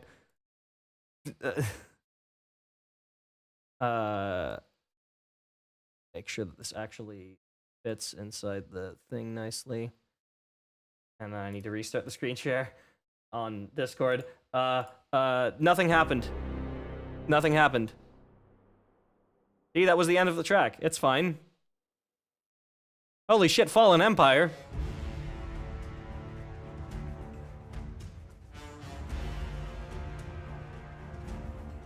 I appreciate it, Panda.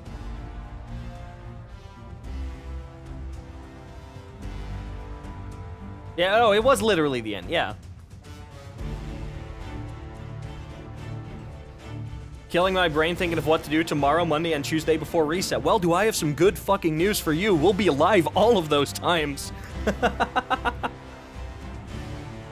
We'll be live tomorrow to do Witch Queen and Lightfall. We'll be live on Monday to listen to Final Shape, and I'll be live on Tuesday making a piano cover before the Final Shape goes live.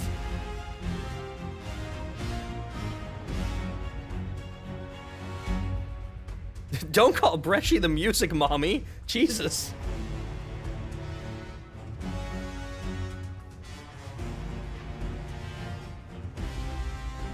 This was the first Beyond Light track we ever heard. Because this played at the start of the Beyond Light reveal stream. And then during the Beyond Light reveal stream, we also actually heard Deepstone Lullaby and Athanasia very quietly in the background.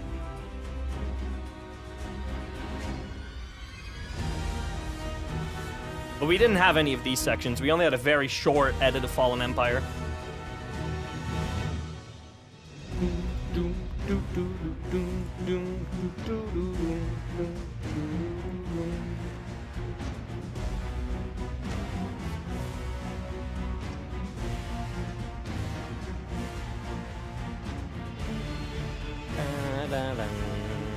I'm gonna be so dead by the end of this week. Oh yeah, by the end of all this. Yeah, for sure.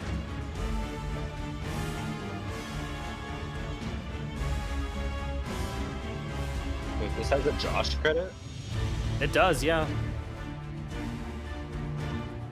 Bum, bum, ba-da-da-da.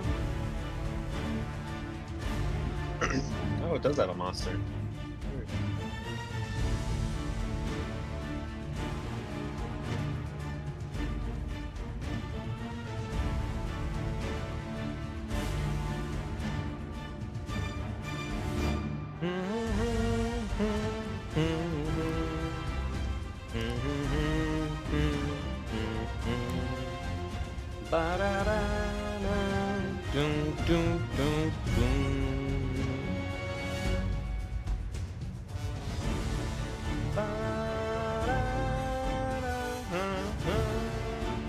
I love that Guardian motif.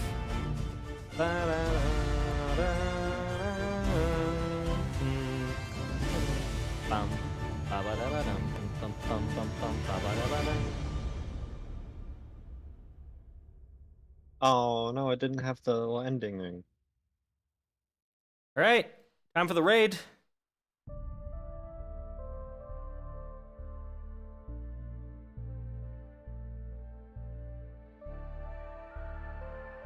Peak track, by the way.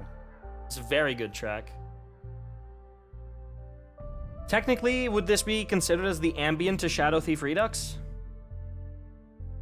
Or is this this reboot? is actually the ambient reboot. Yeah, reboot. It's just because there's Shadow Thief references in here.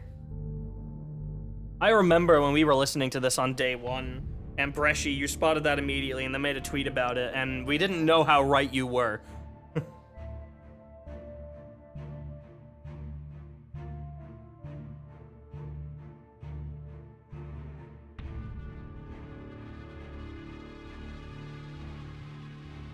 I was like, there's no way they're referencing that exactly.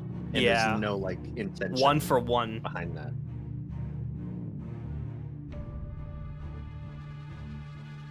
You managed to go unspoiled for the raid, so when I heard Shadow Thief, I geeked so hard. I went in unspoiled as far as, like, story and the visuals and everything went. I heard the music, but that's it, obviously. I didn't know anything else. That was also my first proper day one completion, Deepstone, and I've gotten every single one since then.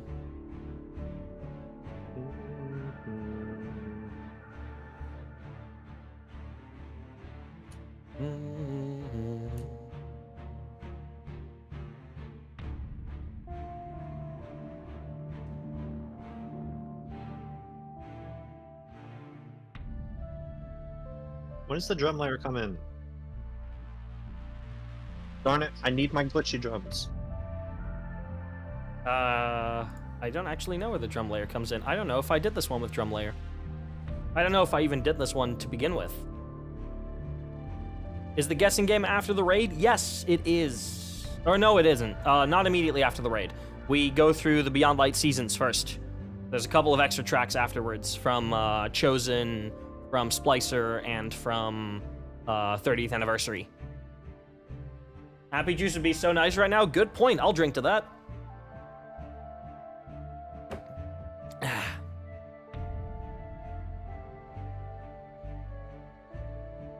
I'm sad. Whoever made this mix doesn't like drums. I guess I must have just not added in the drums. I guess I must have just added this in without action layer.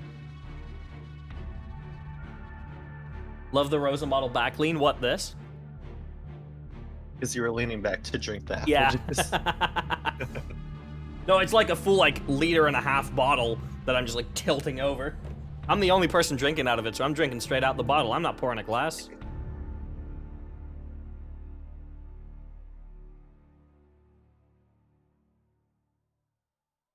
Alright, what's next? Atanisha? You know what's next. Yes.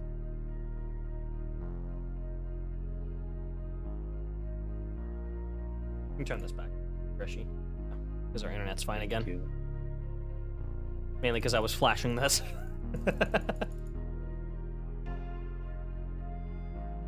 What was your reaction to hearing the action DPS of Onirophobia, considering it wasn't in the OST version? I don't actually remember. I was mostly disappointed with Root of Nightmares by the time we got to that. So I don't actually remember. Is the DPS section they released on the soundtrack was actually the better of the two. I agree, but I still think it's a shame they didn't include the action version. I think they should have included both.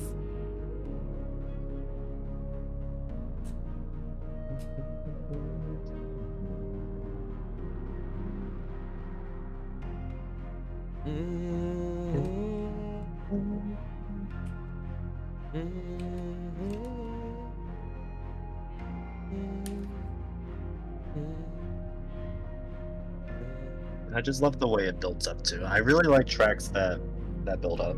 I've noticed. Yeah.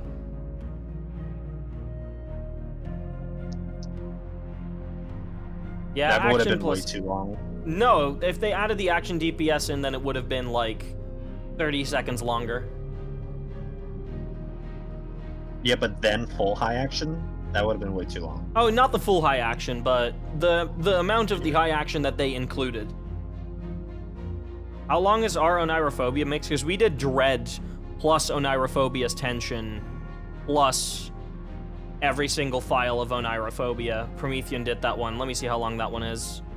That one is 12 minutes and 44 seconds, almost 13 minutes. I know you were joking, but if you inspect the weapons, the Pride Cam, the bullets are... Yeah, no, I knew the bullets were had the flags on them. I wasn't joking. I was serious about that. You can have a trans flag on your bullet.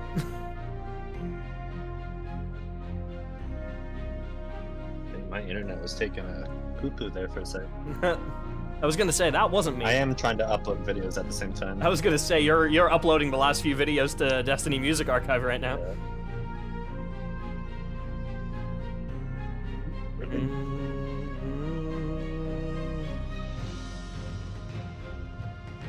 Absolute peak transition. This is my favorite Beyond Light track, I think. I think both of these tracks together, yeah, they would be my favorite. Oh, Cloud has apple juice, let's go! Having a similar length of Onirophobia would have been excellent considering it's the final raid boss theme. I don't think they should release 12-minute tracks on the soundtrack. I think Tyrant Overthrones, the fact that that entire action is in there is already kind of pushing it. Like, that's 8.5 minutes. You gotta dip because work, see you in like 2 days. See you, Panda. I hope you have good work. 6.5 minutes, like Hold the Line is, yeah. Because how long is Onirophobia's soundtrack edit? It's like 4 minutes. It's 5 minutes, yeah.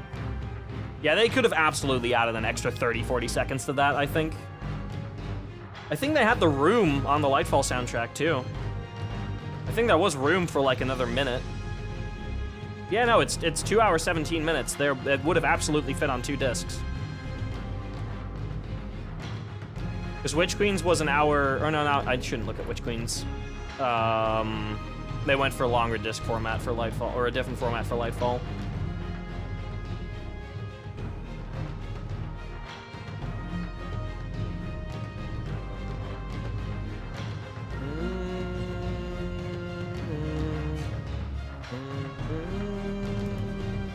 We get one of my favorite Be Braves of all time.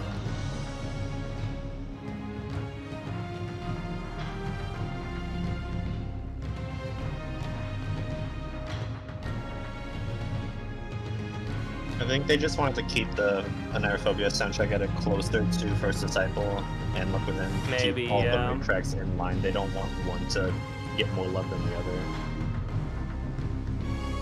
And also Mike says, if a track's going to be longer than 6 minutes on the soundtrack version, it needs to have a really, really good reason for that. And he probably didn't think that Anaerophobia had a good enough reason to be longer than 5.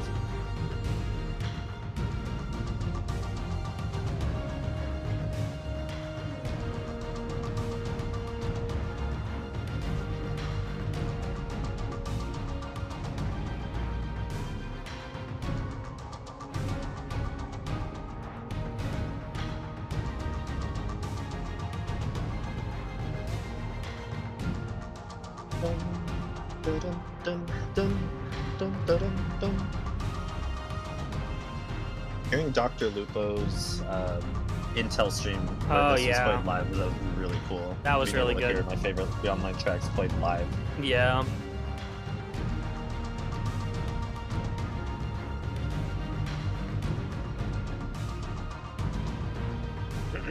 Bum, ba-dum, bum, bum, bum, ba-dum, bum.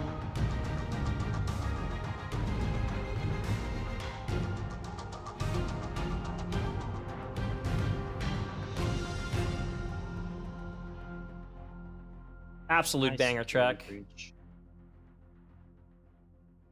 Right, well, we have another banger.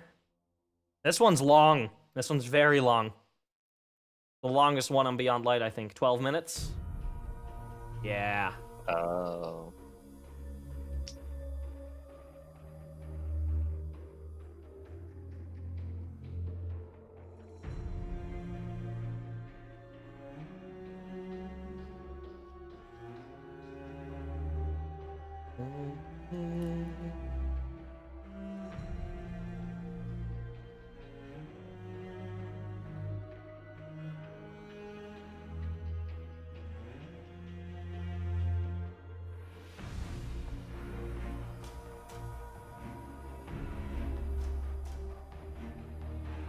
Pantheon PTSD? Really? From Aatrox? That's like the easiest encounter in Pantheon. Okay, yeah, the Platinum was annoying. I do agree. I mean, if you just killed everything and then... is the tension included in this? I don't know. I think it is. Not. Really? I mean, it's 12 minutes. This wouldn't be 12 minutes otherwise, right? I think... Because this doesn't have a unique The high actions action. are pretty long. The action if is it has pretty an long. action and a high action, and we included both of them, that would be pretty long. Yeah.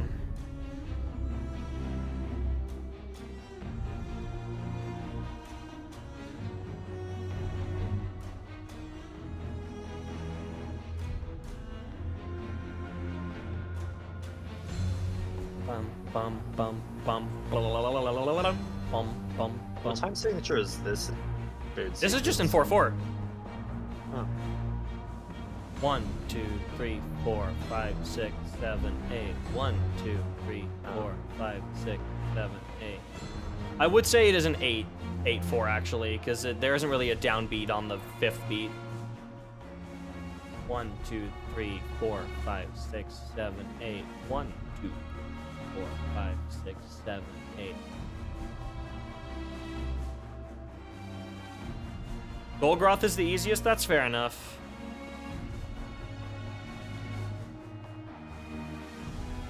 I think the only truly difficult encounters in Pantheon are Rulk and Nezarec, and Rulk is cheesable.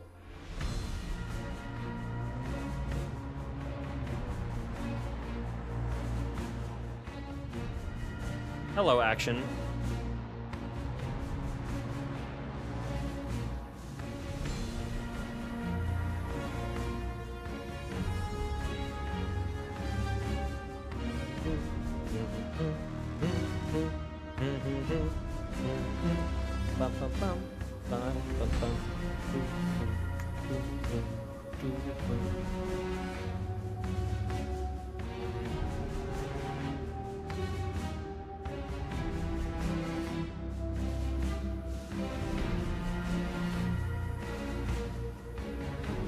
So yeah, the time signature for this is 1, 2, 3, 4, 5, 6, 7, 8, 9, 10, 11, 12, 13, 14, 15. 1, 2, 3, 4, 5, 6, 7, 8, 9, 10, 11, 12, 13, 14, 15. And then that beats 16. Now it's back to, I think it's just 4, 4. 1, 2, 3, 4, 5, 6, 7, 8, 9, 10. 10, 4. 7, 8, 9, 10. 1, 2, 3, 4, 5, 6, 7, 8, 9, 10. No, 15, 4, not 16. 1, 2, 7, 8, 9, 10, 11, 12, 13, 14, 4, 5, 6, 7, 8. 1, 2, 3, 4, 5, 6, 7, 8, 9, 10, 11, 12, 13, 14, 15. 1, 2, 3, 4, 5, 6. That one's weird. Replicate has so many fucking time signature changes. It's so weird.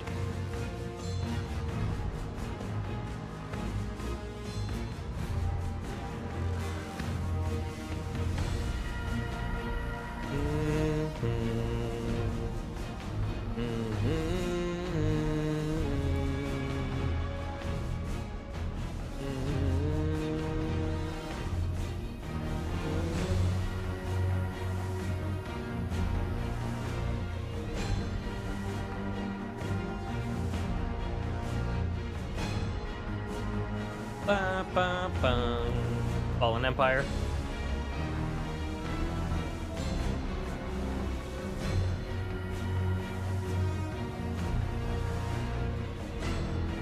Now the best section. I think Liam has included the high action entirely separately for this one, which is why it's 12 minutes.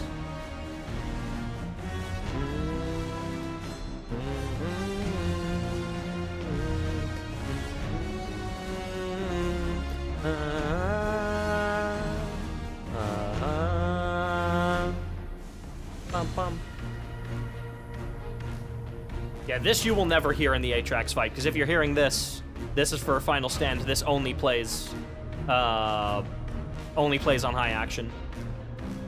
You'll never actually hear this version in the Aatrax fight.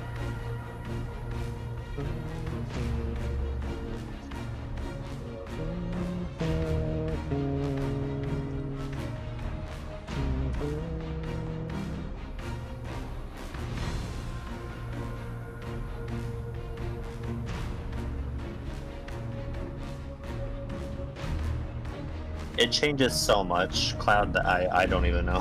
Yeah.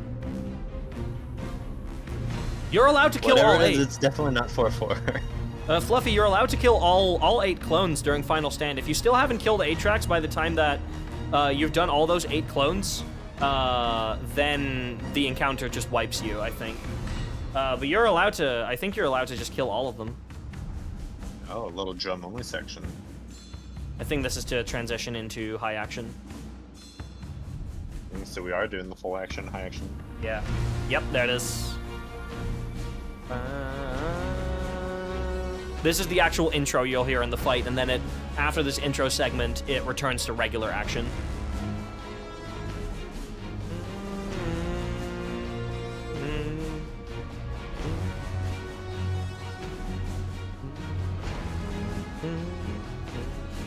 All right, chat. We're gonna do time signature counting again when it gets to that point. Not yet. Oh, jeez.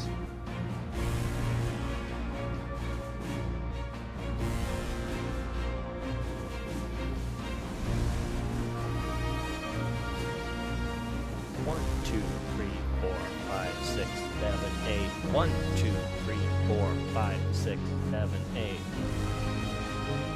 5, 6, 7, 8.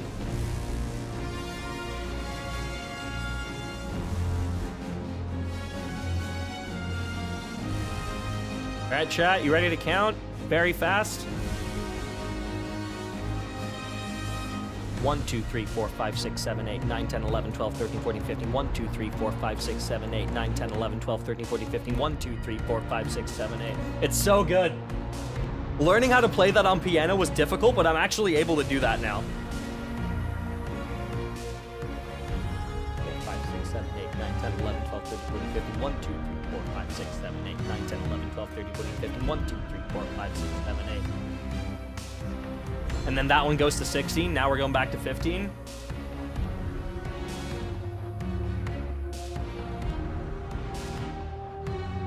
And this one's 16 again. No, never mind. It isn't. That one was 15.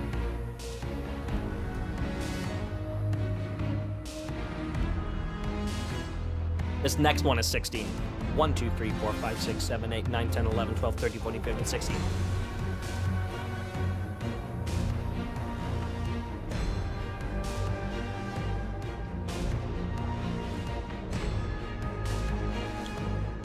Now we're back to 10-4. 1, 2, 3, 4, 5, 6, 7, 8, 9, 10. 1, 2, 3, 4, 5, 6, 7, 8, 9, 10.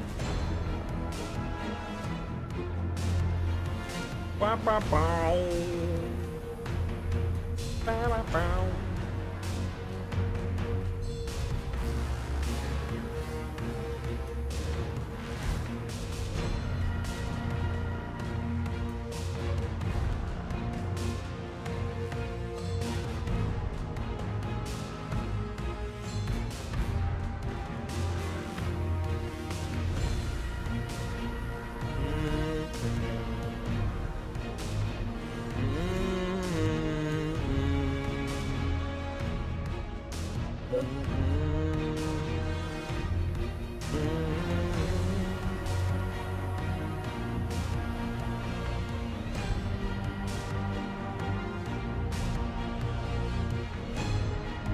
Fallen Empire.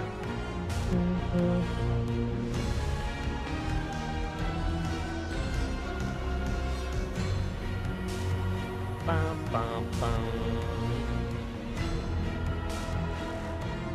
Damage phase. And now for my favorite part.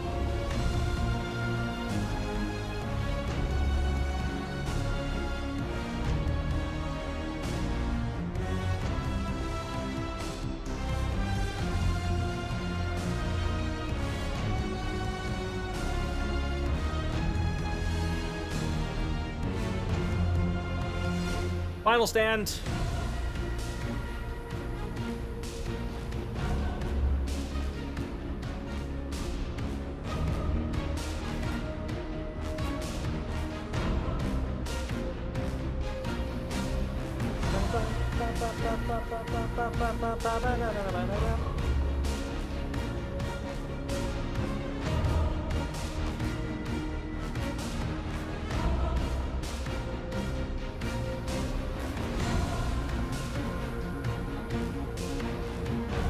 You hear that synth harp?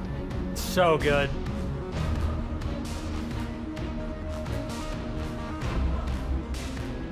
Go back to that one more time.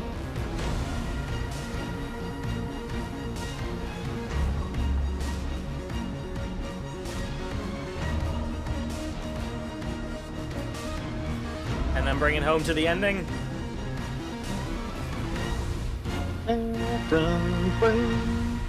All right.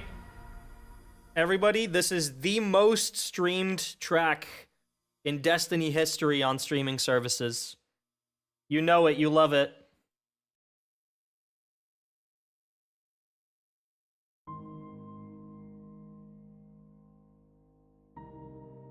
I'm just gonna stay quiet during this one, all right?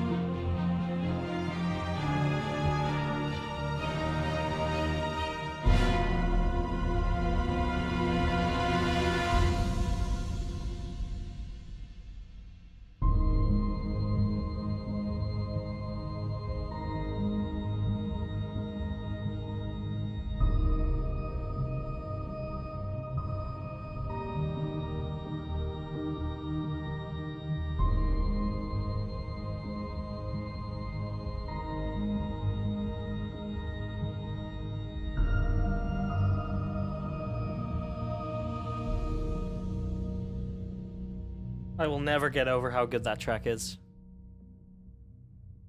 I will never get over how... I know a lot of people say it's overrated. I don't care. I will never get over how good that track is.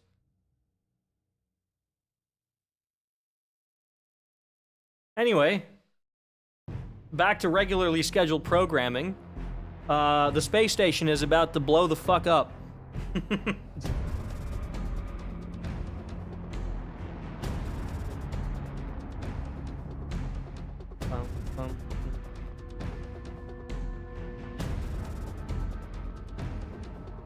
Clovis Bray does a little bit of trolling.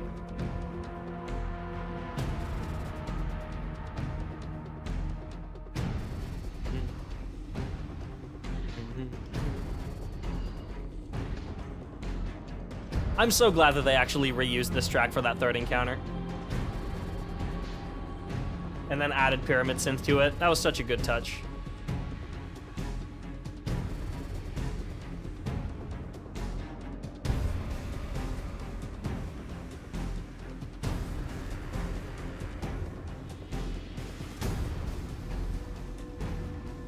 I love the Shadow Thief drums. Do you like what they added for this version? I do, yeah. I prefer this over the original.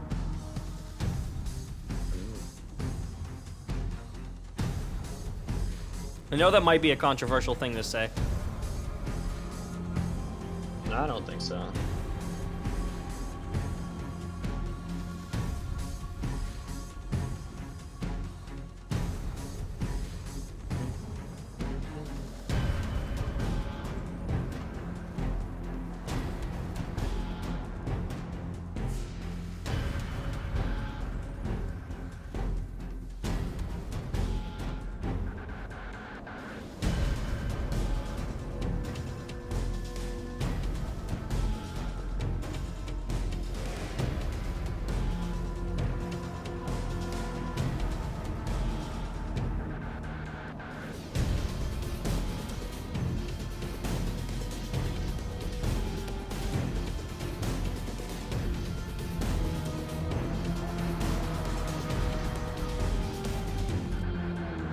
I love that little effect.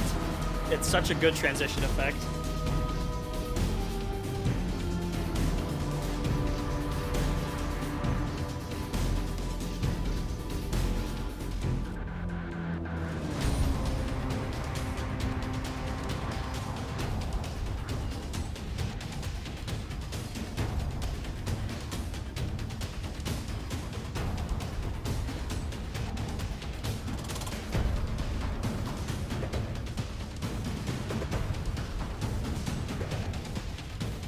Also love the little riser they added here.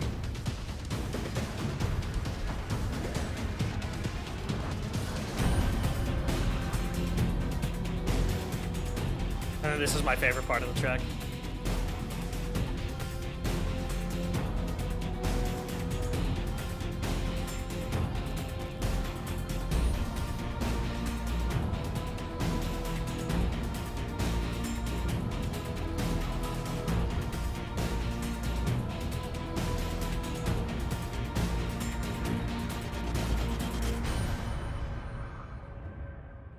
Right.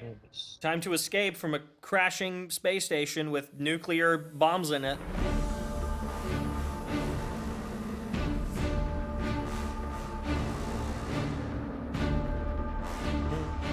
Bum, bum, bum.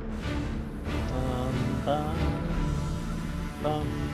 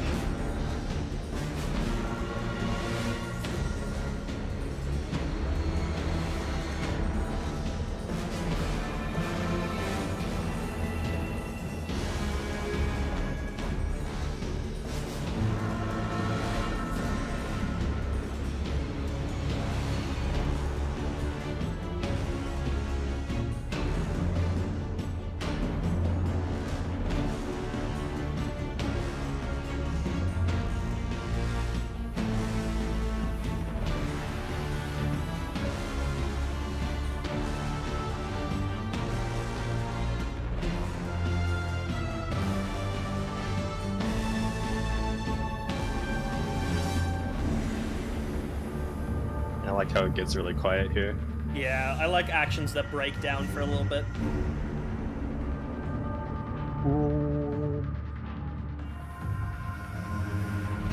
And then it just comes back full brass.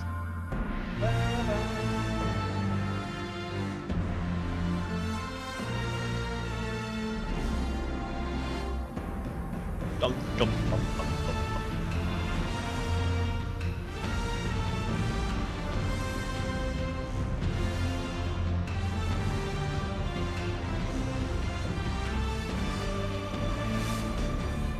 Running Now time. for the section that actually plays in the raid. Yeah. Yeah.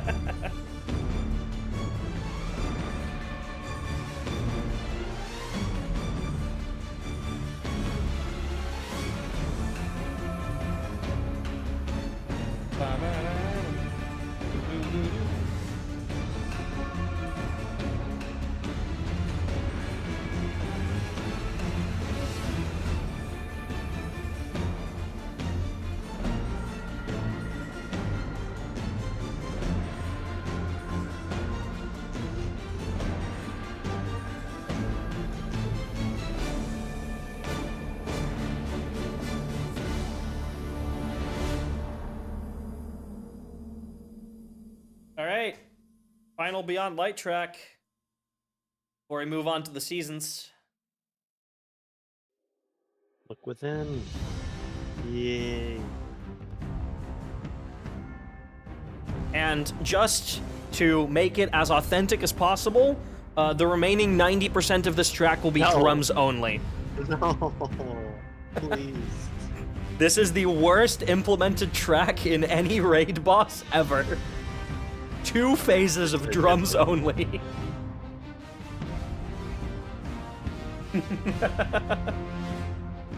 Who thought that was a good idea when Tanix has the health of a fucking strike boss?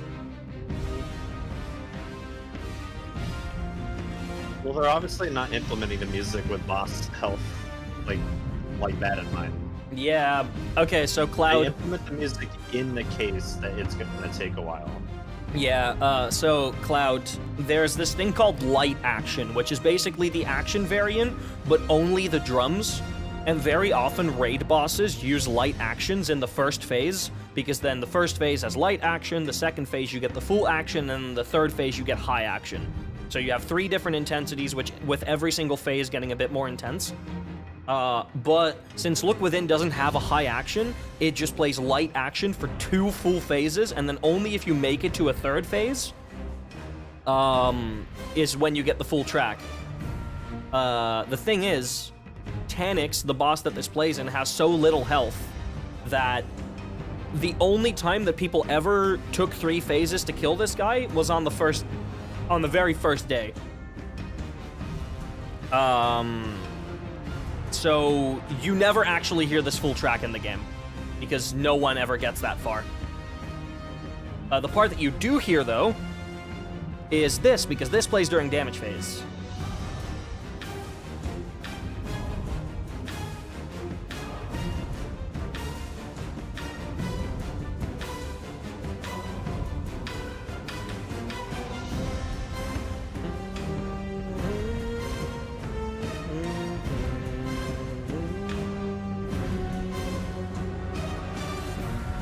But yeah, we in the music community are all big haters of light action in raid bosses, because it's almost never fun. Especially because most raid bosses get 1 or 2 phased after they release, after contest mode is over. So then, like, most people will only ever hear the light action.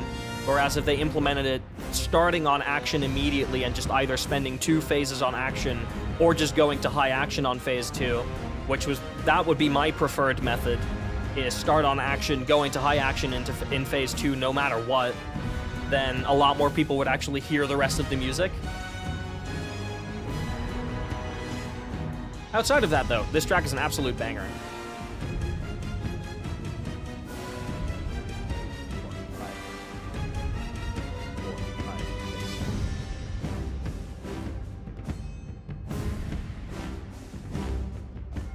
There's the bell.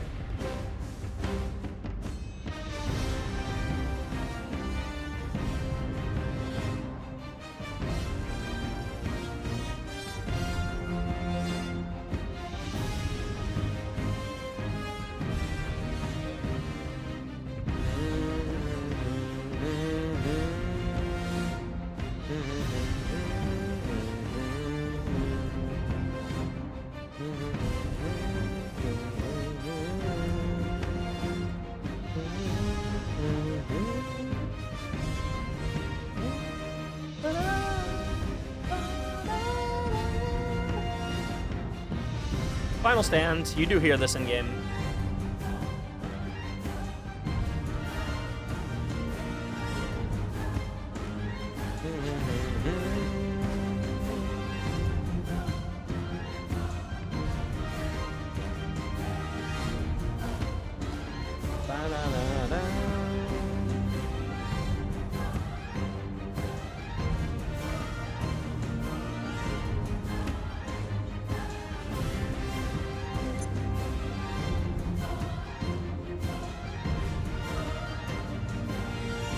I like how these parts are playing the same thing, it's just the strings are getting a little more intense each time. Yeah.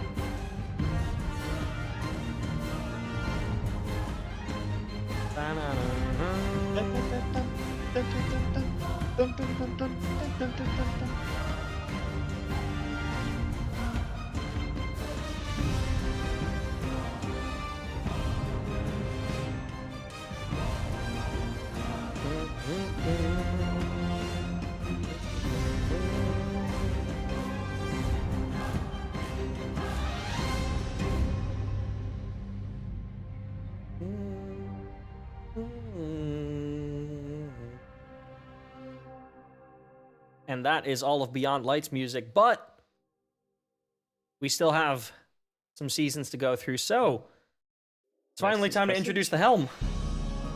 Oh, Helm first. Yeah, I mean, this is the first track you heard during Chosen, right? Yeah. I was just trying to guess, because I don't actually know the order. Yeah. You guys have been to the Helm, everyone knows the Helm. Yeah, you know, you guys know this one, right? Seeker's track, by the way.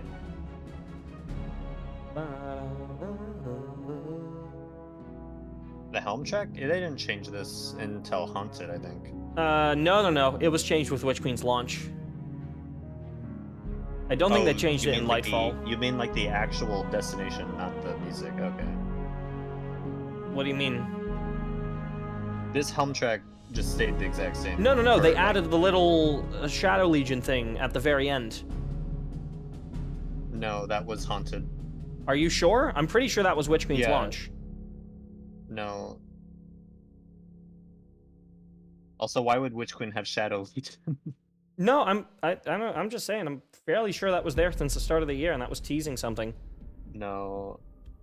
At the end of Season of the Risen, like the update that brought the purple scorn, they did accidentally put the Haunted version of the Helm. So it was there So maybe early. you're Okay, thinking that. yeah, that's what I remember. Yeah, but that wasn't. But yeah, that wasn't meant to be heard early. Yeah. Okay. But during Witch Queen launch, it was still the same, and now it's back to being the normal one in Nightfall. I'll have Anyway, message. peak exotic mission. I think this is the last exotic mission they released that I really liked. I did really like Avalon too, but I think this one I liked more. I liked Presage more than Avalon, but I think both Presage, Avalon, and Seraph Shield are all banger exotic missions. Vox Obscura is okay. I like all of them. I don't like Vox Obscura at all, personally. Yeah, that's fair. I think Vox Obscura is okay. It's not bad. And then, I mean, Starcrossed is just... Dun, dun, dun, dun, dun. I really like the little No Mercy bit. Yeah, it's good. The reason why Mike chose No Mercy as the strings that he references throughout here and in the action is because of the association with the Cabal, like the Cabal ship. Yeah. And No Mercy is a Cabal track. Cloud, I was saying that Starcrossed is...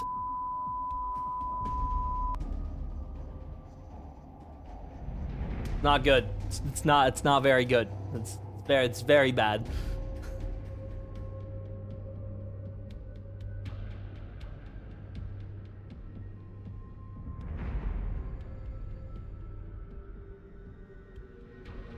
It's probably one of the worst exotic missions that Bungie has ever put out, in my opinion.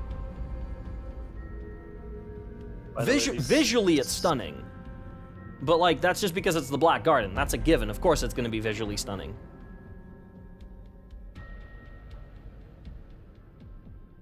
It's just the gameplay of that mission is not fun. I like Starcross more than Vox. Vox Obscura I really don't like. I like Vox Obscura more just because at least we get excerpt from the Rose. I don't think that's enough to save it. 1, 2, 3, 4, 5, 6, 7, 8, 9, 10, 11. 1, 2. It's 11-4. Or one measure of 4-4 and one measure of 6-4 if you wanna perceive it like that. Or a 7-4 rather. 2 measures of 4-4, 1 of 3. However you wanna. 1, 2, 3. 1, 2, 3, 4. 1, 2, 3, 4. 1, 2, 3.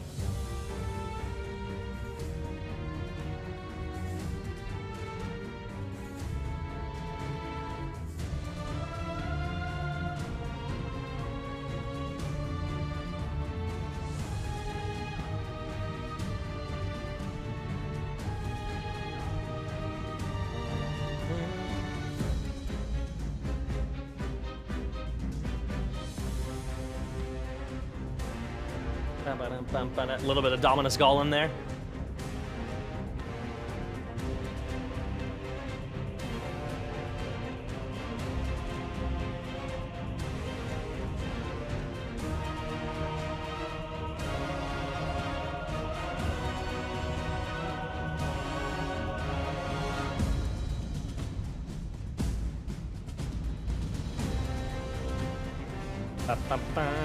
Hello, Be Brave. Technically, kind of ish.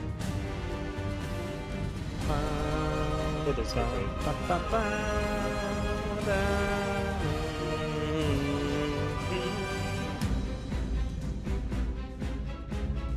Key change.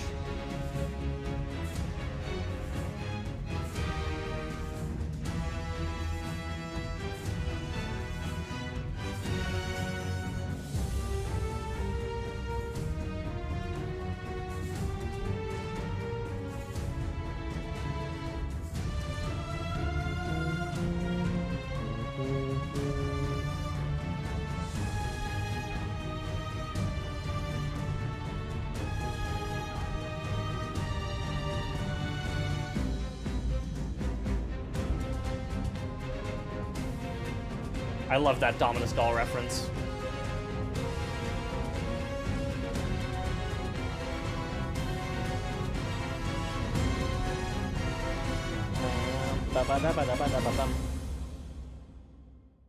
Alright, but there's more stuff from Season of the Chosen.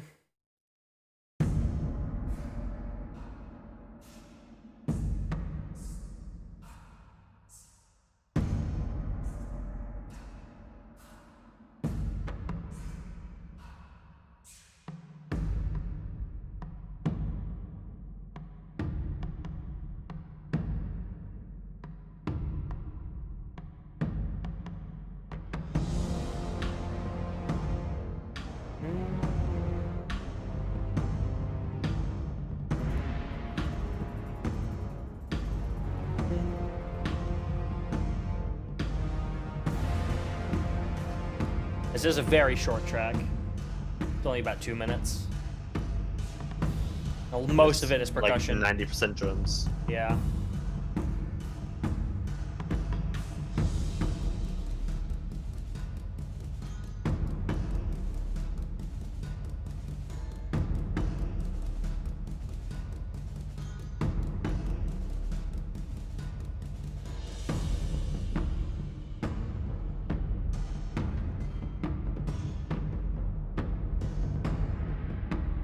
There has to be other layers to this that they didn't implement. There's no way they wrote a just drum track.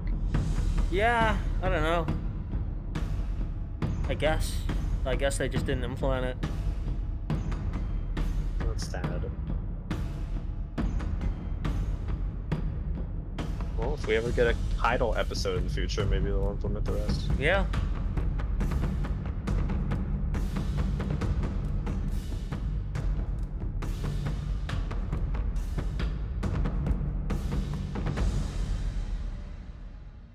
Oh, that was it. Yep. Like Now I for said, the other Proving Grounds strike track. the better one.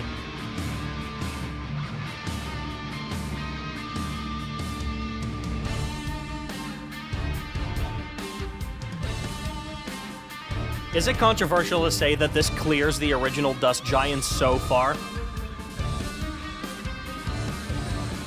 Is I that think controversial I like to the say? original Dust Giants more just because I like the key that the original one is in more. That's this fair. one's in a different key. Yeah, it is.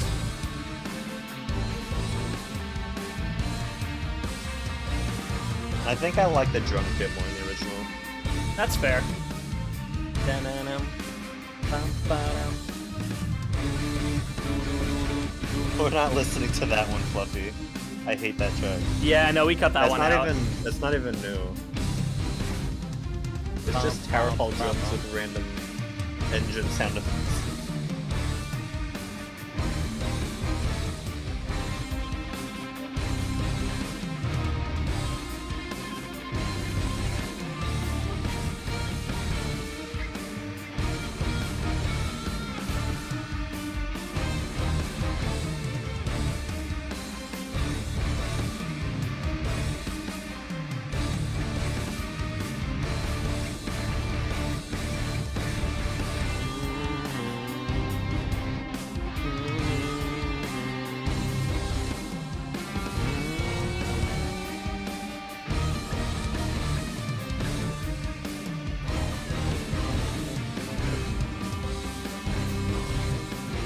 Seems like a lot of people are getting Final Shape Deluxe codes from Bungie today.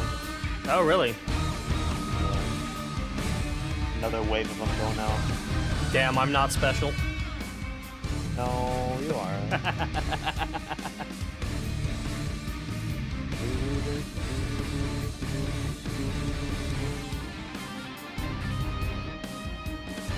The little guitar riffs, like here and there, are really cool. Though. They're really good, Like yeah. that.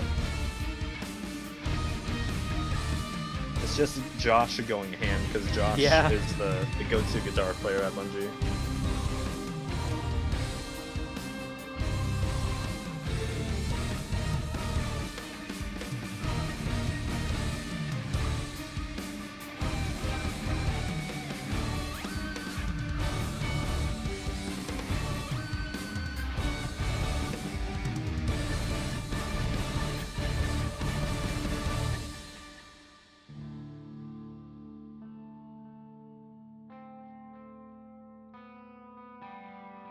He didn't have to do that at the end.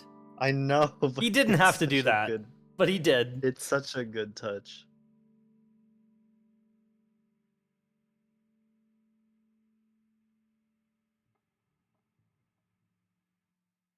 Oh right. Splicer's next. Yeah.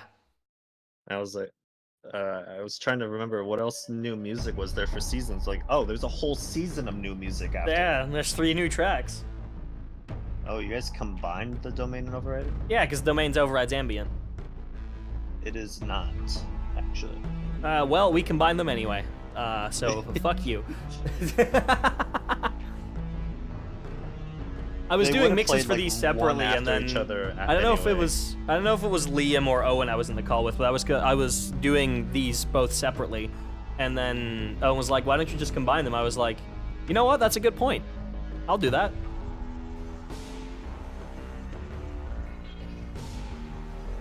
And this is where the modern Vex sound was born.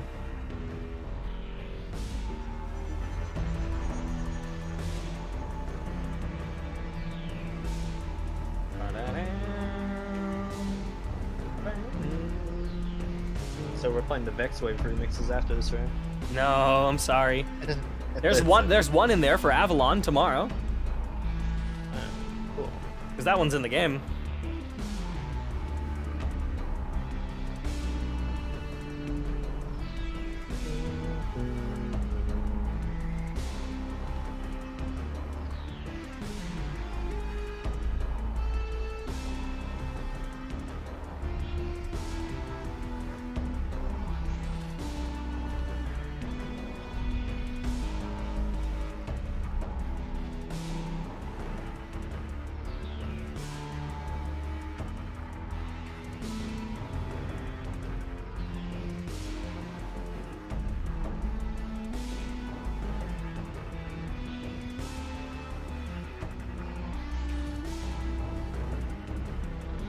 Are any of these used in Avalon?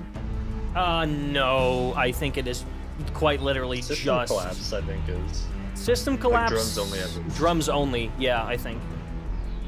And Hypernet Current for the Hydra boss. Yep. And Yeah, then I don't obviously remember Inverted Spire any of for...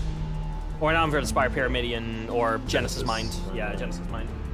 Or Final Boss. I know these are in the game. Maybe it's the partition missions for Lightfall? Yes! Yes, it is. Oh my god, I didn't include them for that. I'm sorry.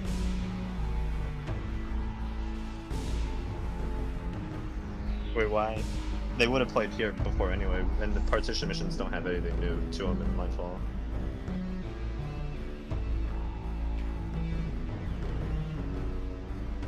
Sounds like domain is about to end now. Yep, there's Override. Oh, never mind. We're going straight to Override. That's a good transition, though. Yeah, exactly. That's what I mean. I could have transitioned it into System Collapse too. I could have turned this all into one big thing. Would have been like 15 minutes, but it would have worked. Nah, I think System Collapse works better as just one Yeah, thing, like which is why I ambient kept to System action to Collapse action. separately.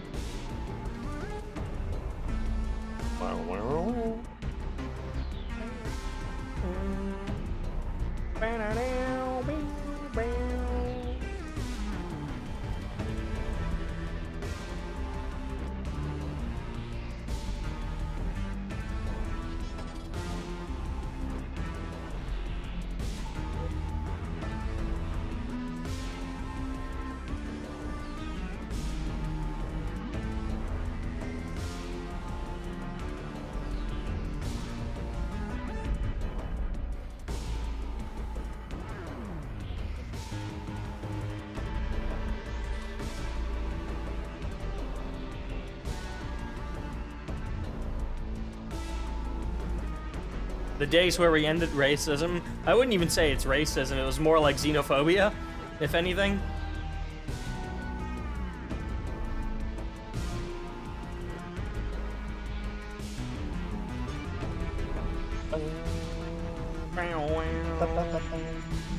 That's the Splicer motif.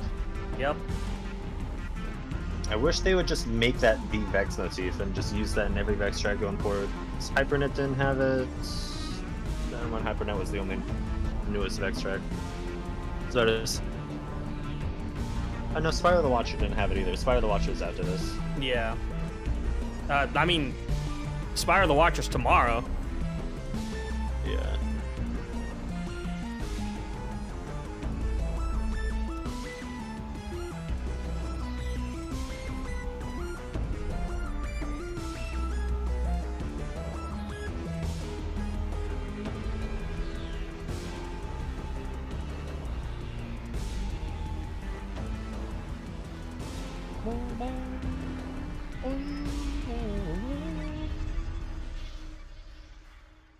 I really like the little glitchy effect the drums have here.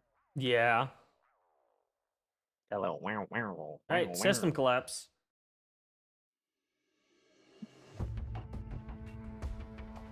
Hello, Rotom.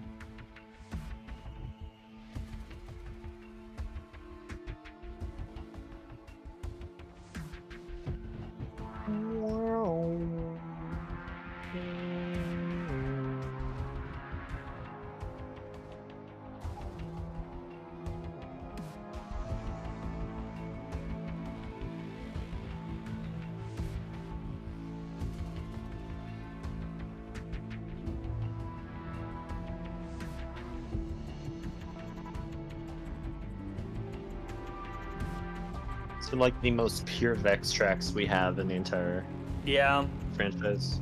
Yeah, this is really where like the modern Vex sound started with Splicer.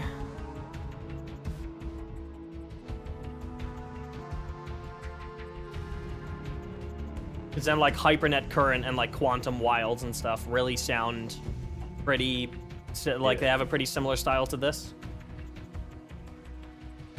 I'm gonna grab a snack. I mean, I'll that be makes right sense back. because those are also Vex network tracks. Yeah. I will still be here. I'm not like taking my headphones off. Alright. Just gotta put you there, and then.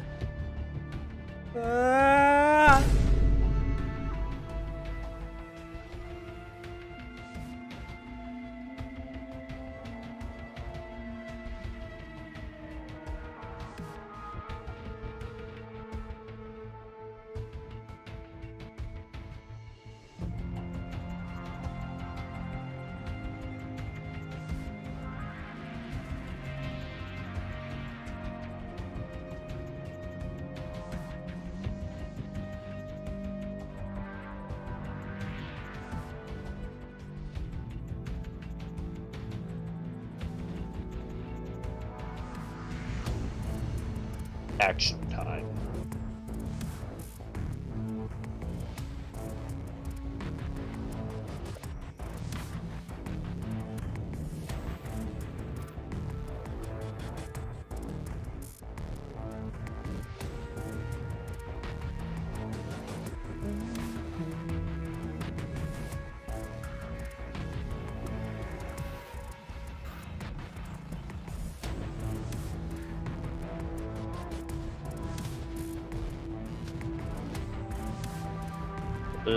That's a hard question.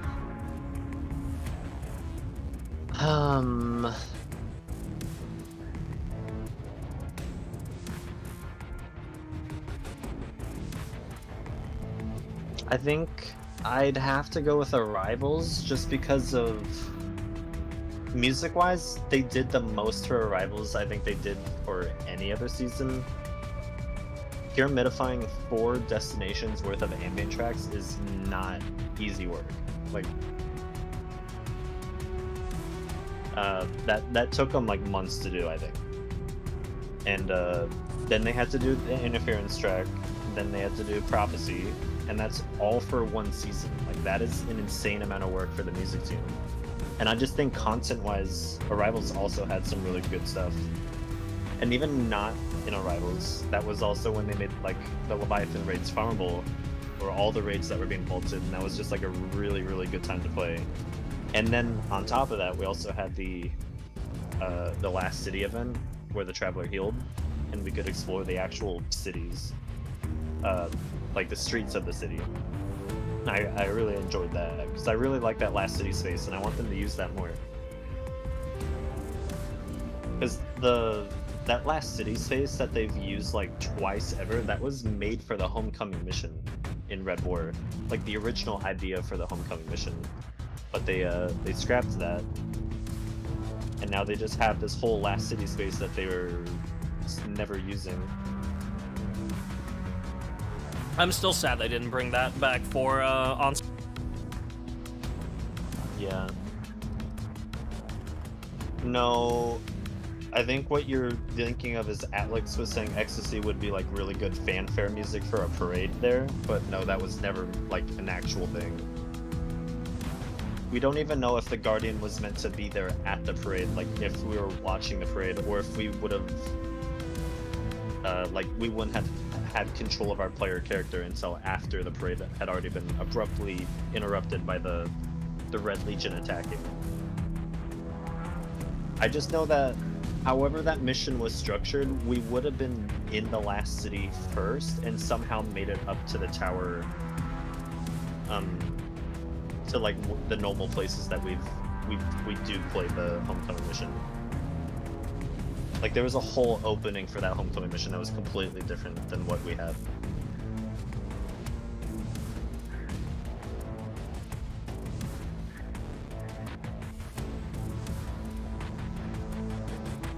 I think it would have been really cool if they had some kind of parade fanfare music. It might have been part of the reboot, because Destiny 2 did have a story reboot just like Destiny 1's.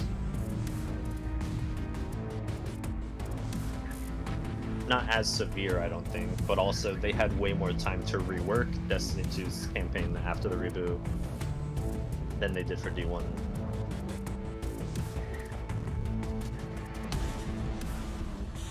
Oh, high action time. Warrior Transform Blade, or whatever that boss's name was? Blade Transform. Blade Transform. I had it backwards.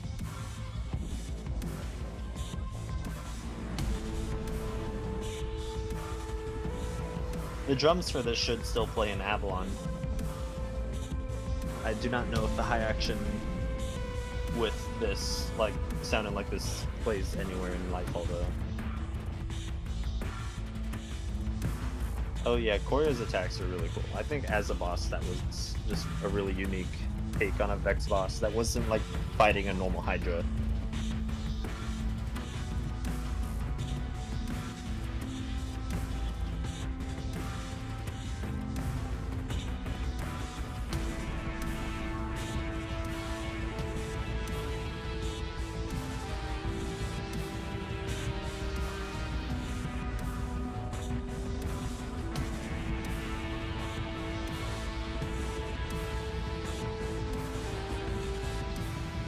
Yep. That's Inner Light.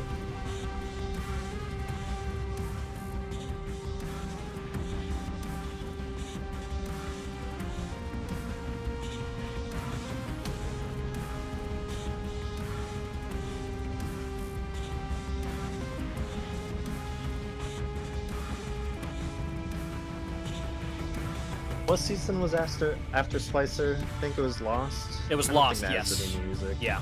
Yeah. Lost didn't have anything. So after this, we're 30th anniversary.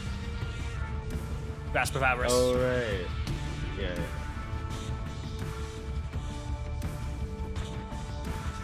Because Dares of Eternity. Oh, I guess we had the one.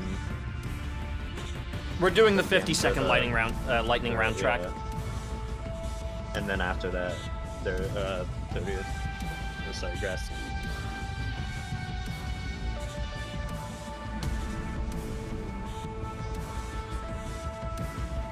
Yeah, I don't think they wanted to include those because it's just kind of like really weird ambient droney stuff.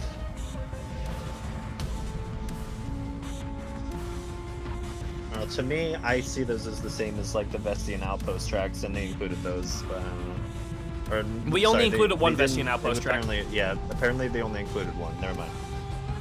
I misremembered.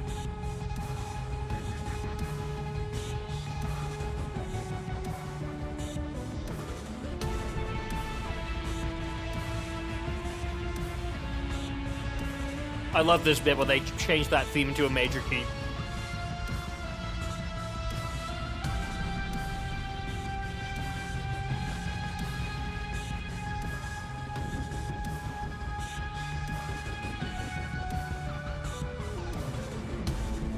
Seems like Owen's gonna sleep through this whole stream. There's a decent chance, yeah. Maybe he might make it right on time for the events. If Owen isn't here, I'll do my best to try to give some fun facts about those that I know of. Owen would definitely know more about them, though. I know what I'll do. I'll do the music guessing game, then I'll play Ever-looming Darkness, which is about 20 minutes, and then we'll go to events. So just in case Owen turns up, he has a bit more time to. I'll do that.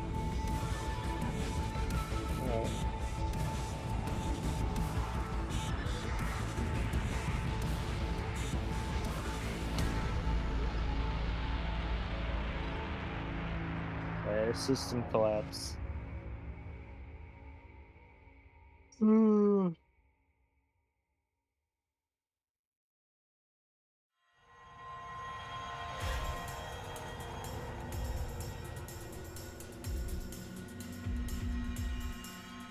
Hello, Shallow was. Gambit drums underneath one of the, what was the space called? The third Spire tracks from Red War.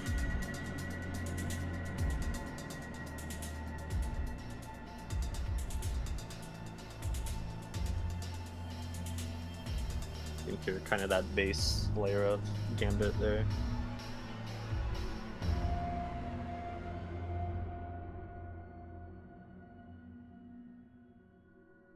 All right, Yarhar mateys.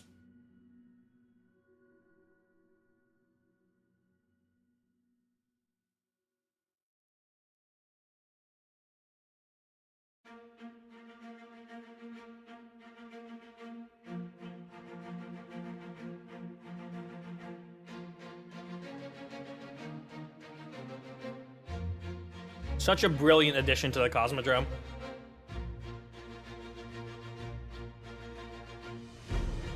Four, five, six. 1, 2, 3, 4, 5, 6. 1, 4, 5, 6. 6-8 is the Yarhar time signature. Whoever thought pirate Destiny music was a good idea, I love it. Yeah, thank you for that. I guess it was Mike, because Mike did Gunslinger, which was like the first true piratey one, right? Yeah. And then Mike also did For Catching Crew, and Mike did Grasp of Avarice. I feel like Mike is just the pirate Destiny guy at this point.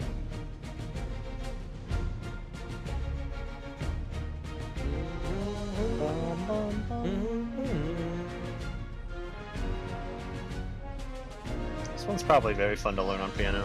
Yeah, I learned this one the day it came out. And then I made a lo-fi remix of this before the dungeon came out. It was on my channel before 30th anniversary even dropped. Yeah, because they gave us the Bungie award for Yeah, they did. 30th anniversary when it came out. Which was really cool of them to do.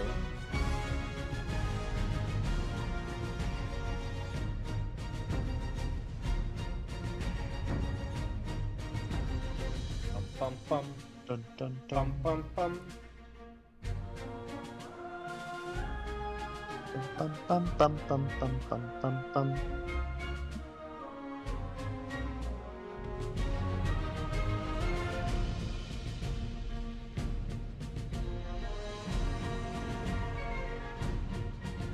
That part's probably my favorite.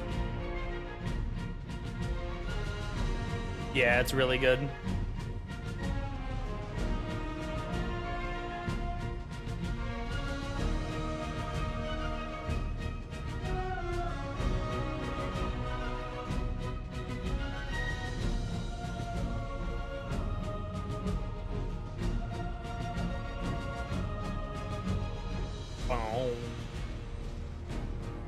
Hey, Acceptance. Fallen Empire.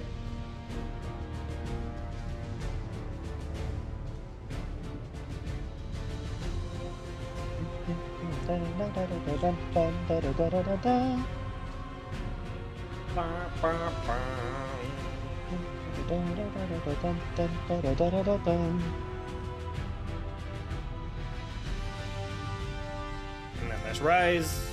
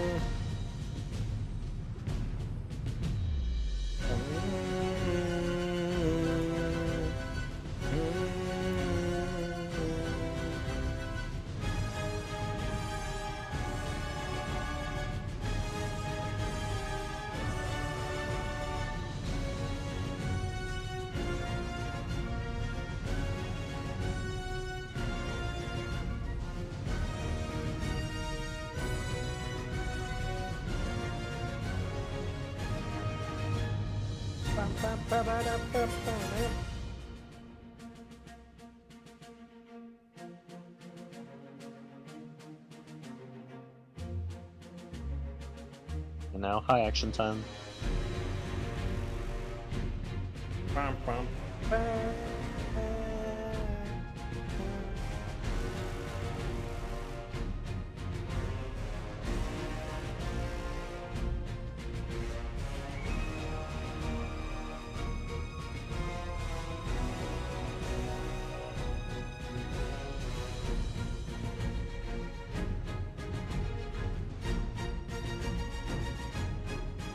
Be brave. This is one of my favorite renditions of Be Brave.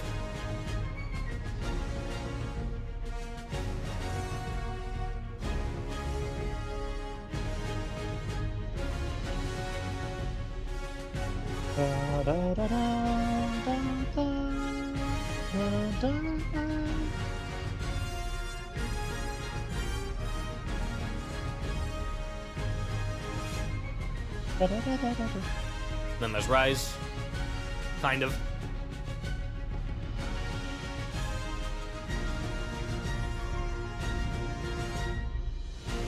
There's Rise properly.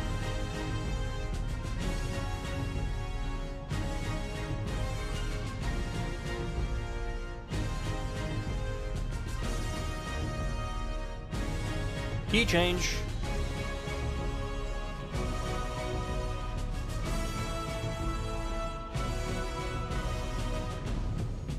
Drum solo to go back to the original key.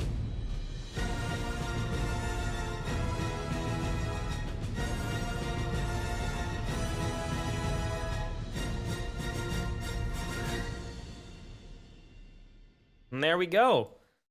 That is Beyond Light and all of its seasonal tracks. So, chat, how this is gonna work is I will go on a short intermission for about 2-3 minutes, and we'll do one more instance of the guessing game today, and immediately after that, before we continue listening to all of the event and holiday music, which will be genuinely really fun, because all of those tracks are like a minute and a half long. You get something new very, very quickly. We're going to go through 41 different tracks in the span of just an hour and 13 minutes. So that's going to be really, really fun. But before that, I will be, as per my dono goals, performing the entirety of Ever-looming Darkness, which I haven't played in about 6 months. For the people that don't know what it is, that is a 25-minute long piano mashup covering what I consider to be some of, like, Destiny's greatest hits, anywhere between the launch of the game and Beyond Light. It doesn't include anything from Witch Queen or Lightfall or anything from the seasons there, because I made this in 2021, so Witch Queen is not included. But I'm going to try to play that right after that. But first, short intermission as I set up the guessing game, and I will see you all in just a little bit. Bye-bye.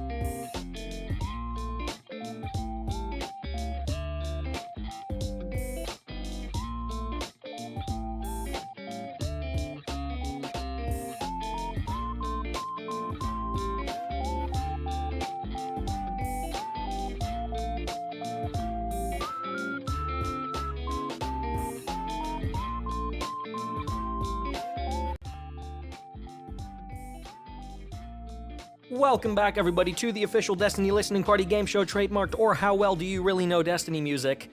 Day 4, Part 2. This is the 8th instance of the quiz that we are running today, or that we are running this week. If this is your first time playing, or you just want a quick refresher of the rules, you are still nerfed, Arcs. Yes, you are. And JC will be if they get 2 more correct if they're here. All right. So, you will hear a piece of music from the Destiny files chosen entirely at random. There is no order to it. It could be all stuff from the same expansion, it could be all stuff from different expansions. It could be a track that we've already heard, it could be a track we haven't heard yet. It is entirely random, and it is your job to identify which track it is.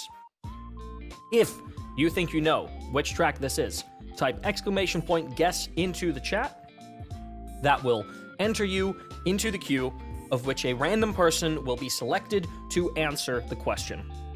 Your answer must contain either the name of the track, or a very, very specific point in the game where you would be able to hear that track and only that track. So if it's like a patrol track from a destination and you say it is a Throne World patrol track, that won't do. I need to hear a specific location where only that track could play so that you can prove beyond reasonable doubt that you know which track it is. But otherwise, the name will also be, name will always be fine. So, when your name pops up on the screen, type your answer in the chat. Only do it when your name pops up on the screen. Do not type your answer unless it is your turn, because you will not get any points. If you type your answer prematurely and someone else steals it, and when it's their turn, they get the points, not you. So please only type !guess, nothing else. Every correct answer across the entire week gives you 1 entry into the giveaway. Does that mean you aren't allowed to guess? No, what I'm doing is once someone hits 10 points, they are still allowed to guess, but only after the other people in chat have had a chance to.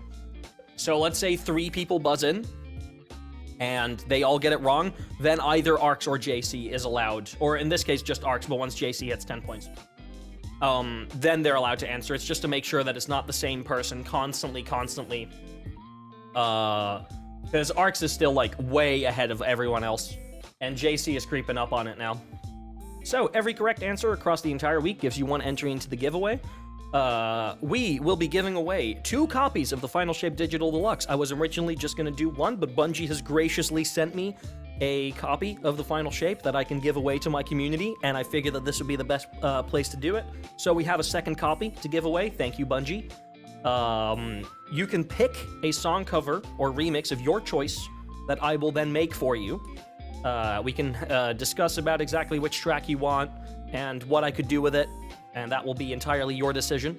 Custom art of your Guardian made by Atlas, who just popped up into the chat. What's the difference between regular and deluxe? The deluxe also gives you access to all of the episodes, which are the mid-year updates that come with Final Shape. Custom art of your Guardian, send your transmog over to Atlas with your shaders and all that, and Atlas will make some art of it. Do you want to !guess anyway? Yeah, no, just don't do it, Arcs, and then I'll default to you if needed. Yeah, exactly. So Atlas will make 3 pieces of art for people. Thank you, Atlas. Love you. The Final Shape soundtrack emblem codes I will obviously give away, and do mind that only 1 prize can be won per person, and we're going to roll the digital deluxes first, then the song covers, then the custom art, and then the soundtrack emblem codes. So that we're going to go down the list of, like, highest prestige or, like, most expensive reward all the way down. If you win the Final Shape Digital Deluxe and you don't want it, you can pick any of the other rewards as well that are lower. So you, if you win sooner, you can always get what you want. So anyway, that being said, let's get to question number 1. Like I said, the question is simple. What is the name of the track, or can you tell me a very specific point in the game where you would be able to hear this track? !guess in chat if you think that you know the answer. Here we go.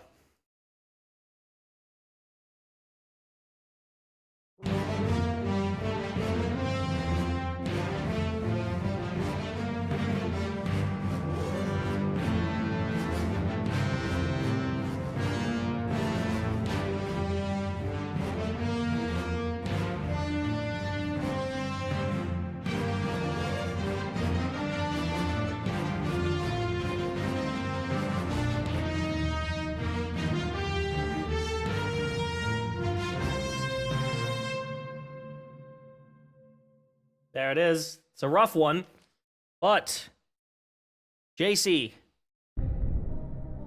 Kind of sad that you got this one, but what is your answer?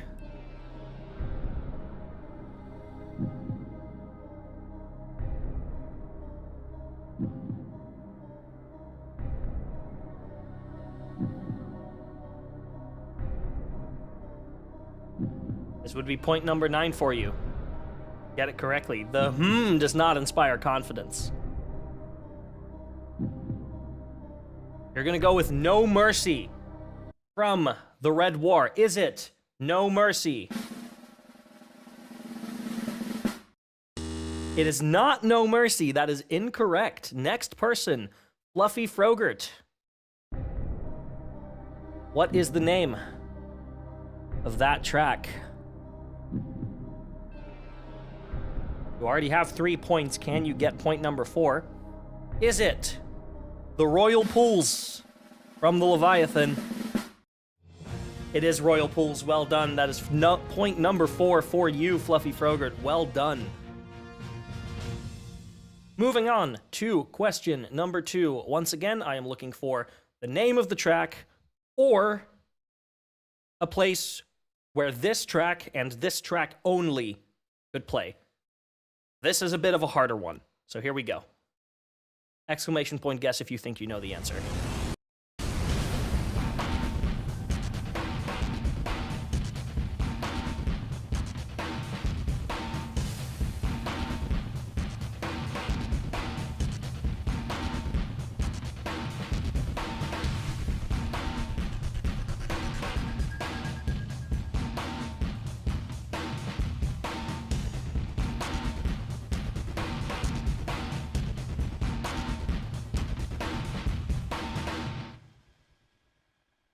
All right, I'm gonna play that one more time. Just so, really dig into your brain. Really dig into your brain for this one.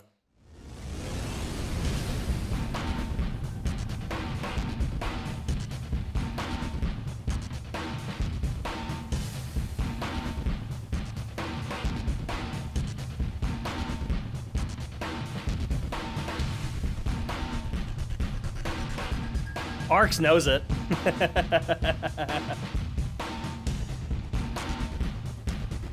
Oh yeah, no, Cloud, this is a drums only segment.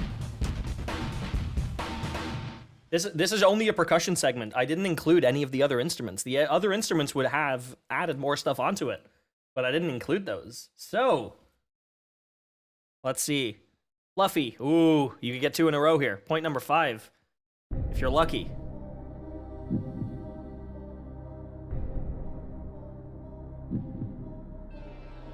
Goes hard on just drums? I would say so too. It's almost like there's a section in the game where only the drums would play. Oh no. That's not a confident answer. Is it the Arboretum? I'm genuinely impressed. Well done. Well done. It is the Arboretum. That is, wow. I'm impressed that anybody got that immediately without any hints. Well done. Another answer that I would have accepted is the music that plays during the ogre boss fight in Grasp of Avarice, but otherwise this is a Titan track. This is just a Titan track that plays in the interior of that destination. But yeah, this also plays during the ogre. Yeah, too much Matador farming. Yeah, exactly. Which is why I said the percussion only. There is a part in the game where that plays, because that boss basically just plays the percussion. Very, very well done, Fluffy. That is 2 points for you so far this round. All right.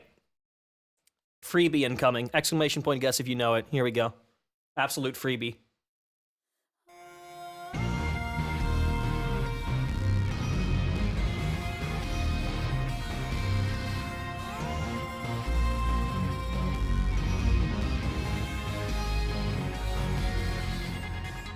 Like I said, they were random. I'm gonna play that one more time just to give people some time to buzz in.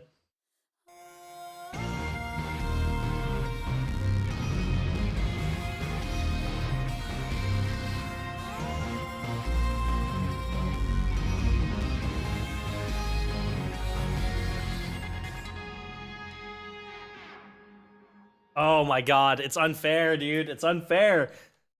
You can't keep getting away with it. You cannot keep getting away with it. Fluffy, tell me, what is the name of this track?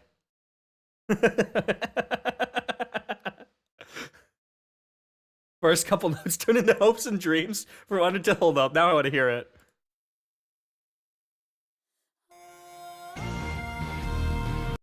I hear it. I know what you mean. No, stop it. Stop it. Is it correct? Yippee! Sanctified Mind. Well done. That was a freebie. All right. Oh, this one's fun. So this is a very long segment. I'm only gonna play the segment once. The moment the segment ends, I'm gonna pull a person out of the queue. All right. Here we go. Name of this track.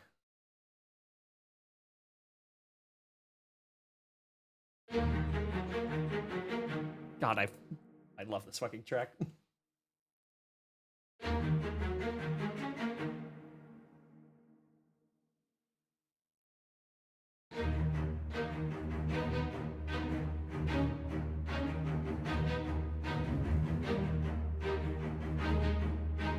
Iconic? Damn right, Ark's iconic.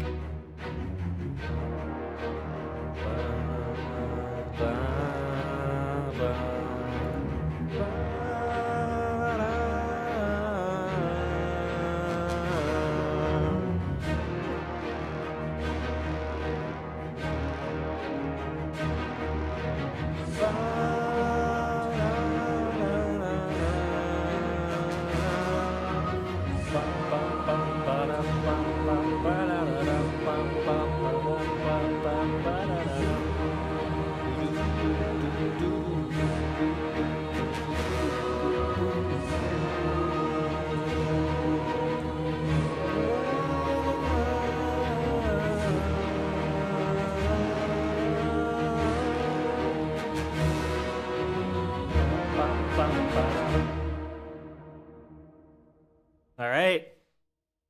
Let's see who's gonna get it. Mento.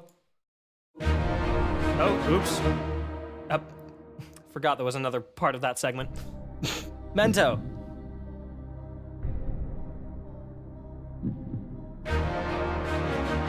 Can you stop? Is it? Okay. Yeah, okay, I'm just gonna quickly, yeah, you're gonna stop now.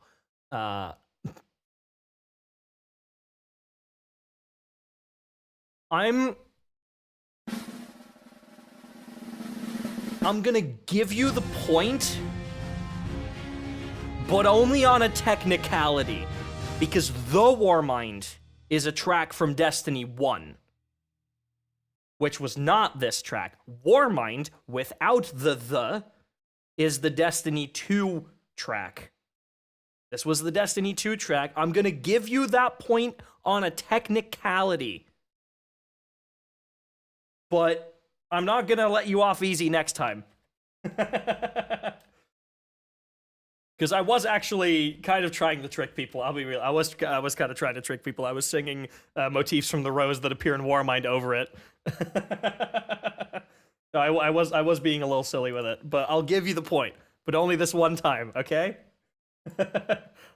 Not gonna be that soft with this one. All right, last question for today.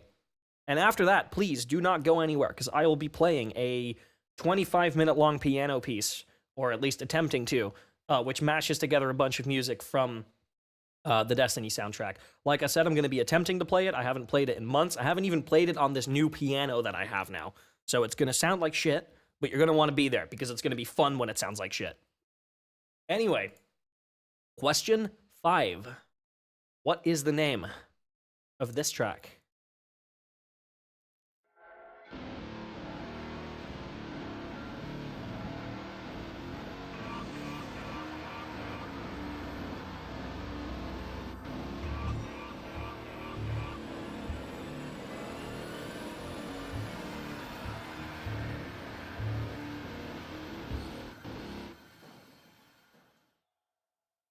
Playing this one more time.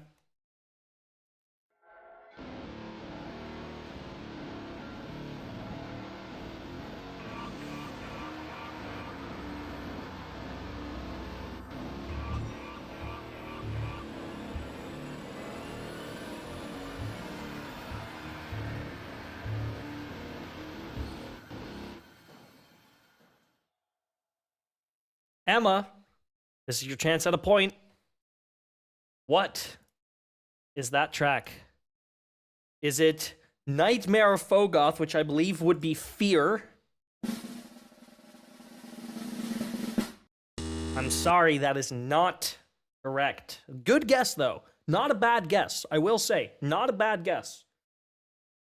Mento. Not gonna be easy on you this time, buddy. I want it exact. I want the exact answer. Is it Harvest from the Witch Queen? It is not Harvest. Good guess, but it is not Harvest. JC, you know what time it is. Get your point. That'll be point number 9 for you. You can tell me what track this is. I could play the Who Wants to Be a Millionaire, but I'm pretty sure you're going to answer quite quickly. Why not?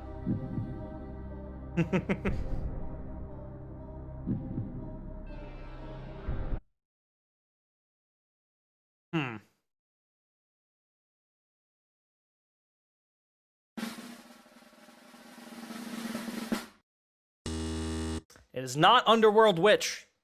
I am resetting the draw. Arx, if you want to take this one. No, it is not. But Bresci, you fact-checked these. Bresci, you fact-checked these. It is actually the... What? Is it actually? What even is the difference, dude? Underworld should count too. Let's not be that evil. Okay, fine.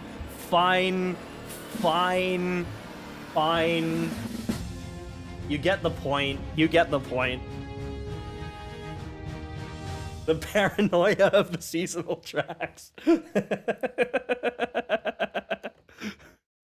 But my potential point.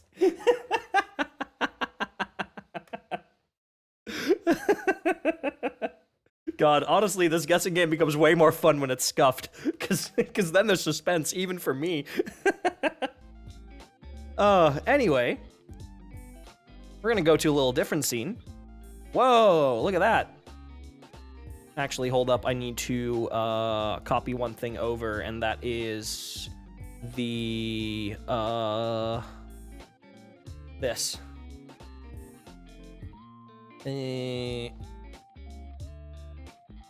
Oh no, JC only has 9 points, not 10.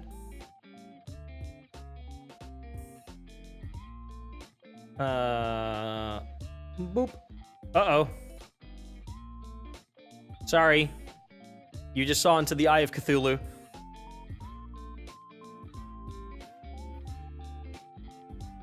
Didn't listen to it all the way, only heard the witch version sounds after you just played it on stream. Got it.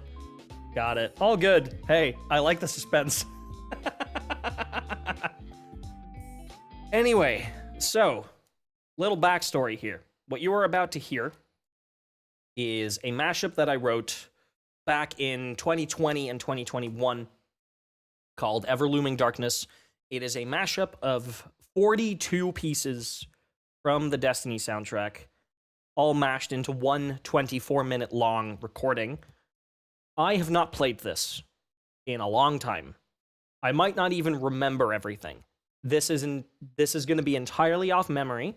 If I fuck up this recording, or if I fuck up this performance, I promise that I will practice it over the next few days off stream and give you one that is worth your while later. But I'm going to try my best to just do it in one go. So, for the next 24 minutes or so, enjoy this intermission of Ever-looming Darkness. My VTuber model is going to freak out because my camera is right in front of me and my piano is to my left, and the moment I look to my left, my model just stops tracking. So I'm gonna be a little bit weird. I will try and occasionally glance at the camera to give you a... Oh, hold up. Yeah, actually, that's a good point. Wait a minute. No, I know what we're doing.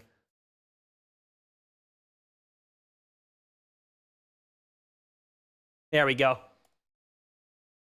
We get the silly. I can still move this around. That's a good call, Cloud. Good call, Cloud and Atlas. Thank you. This one Atlas made for April Fools. It's really funny. I like it a lot. Anyway, let's just get to it, shall we? Let's see how well I remember this. Spoiler alert, it will not be well, and it will go quite poorly, in fact. I reckon. But hey, you gotta embarrass yourself on stream at least once a day, right? Here we go.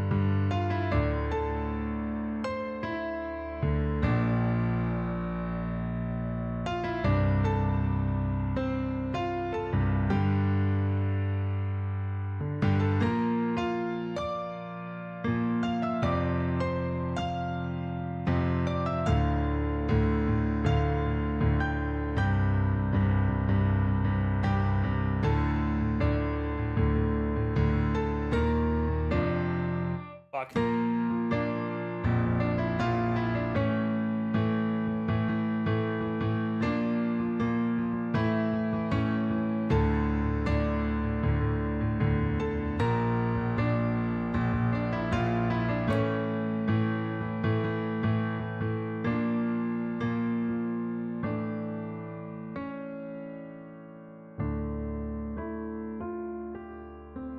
Shout out Kate6.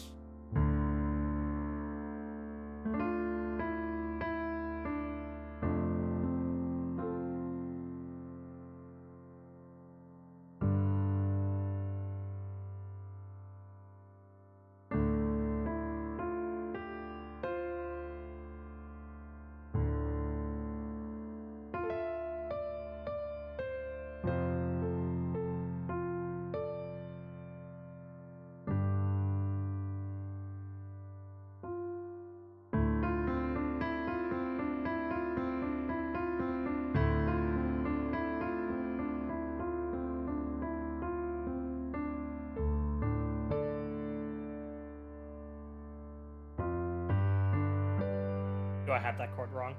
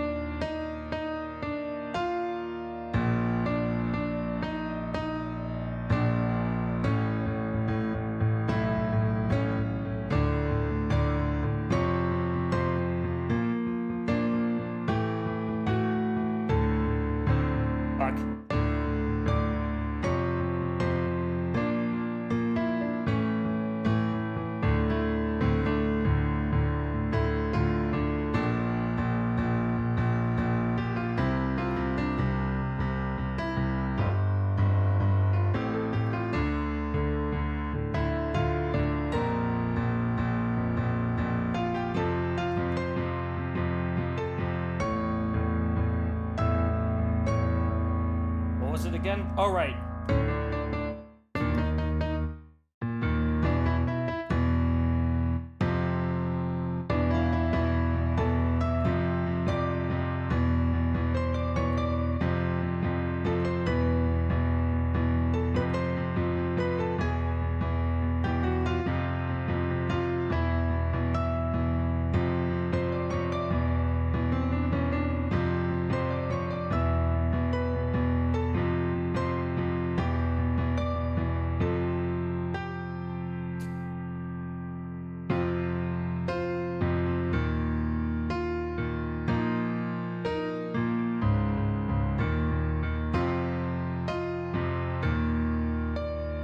Nope.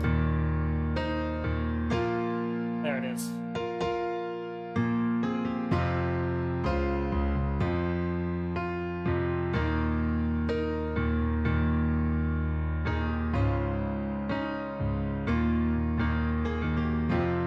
Oh boy.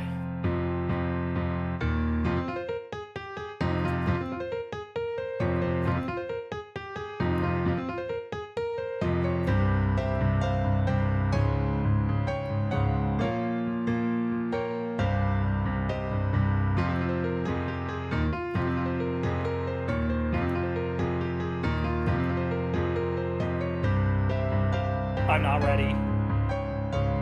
Alright, here goes nothing.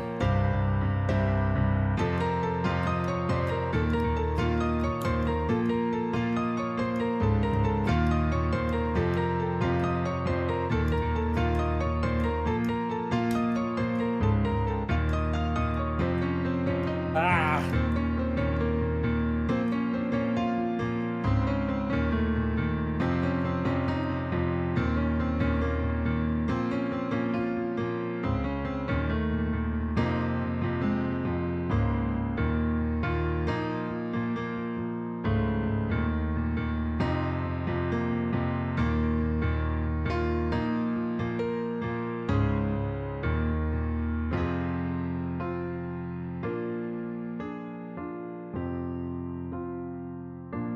Oh, my hand's got a break.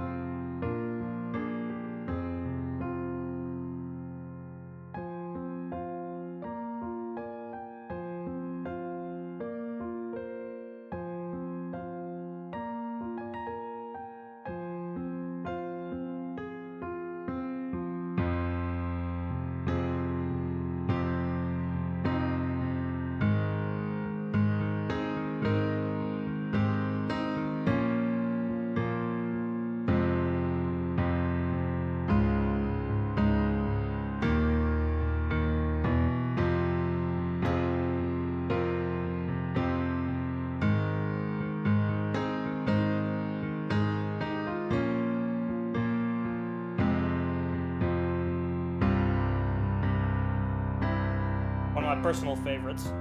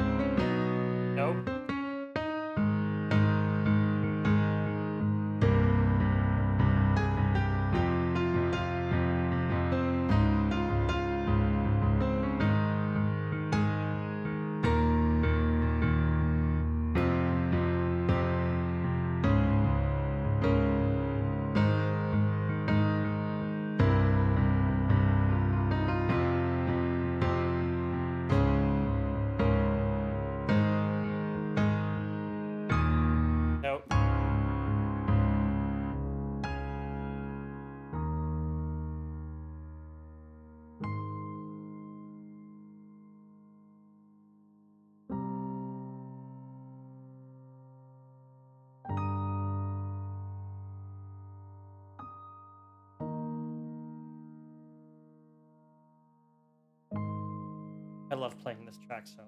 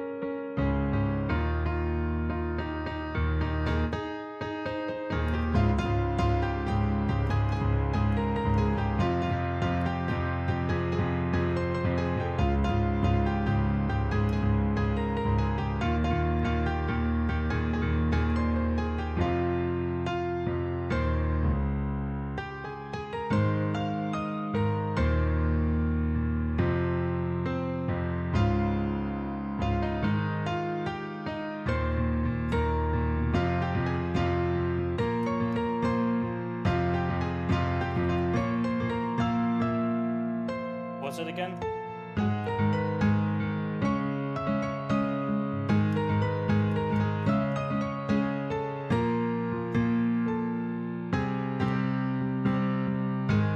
No, it's... Yeah.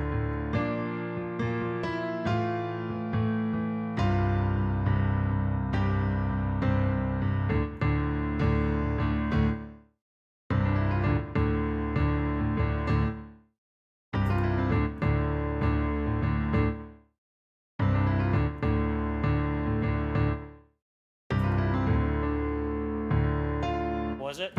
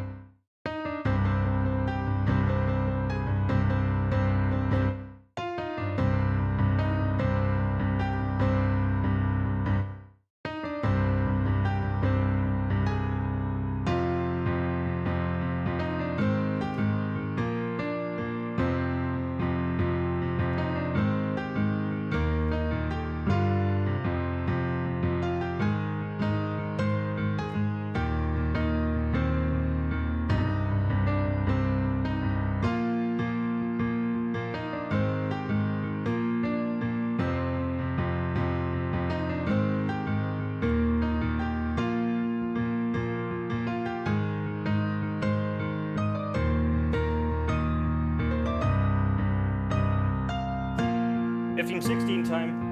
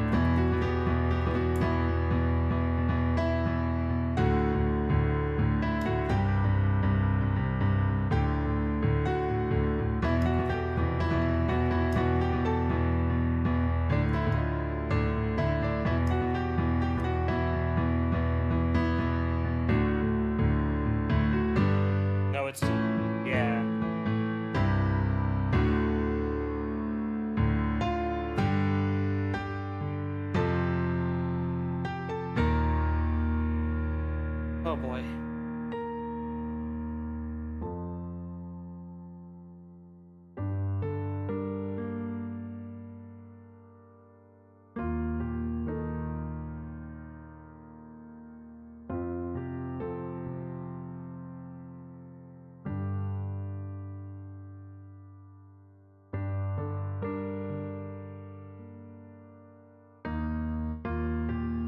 Me went wrong note.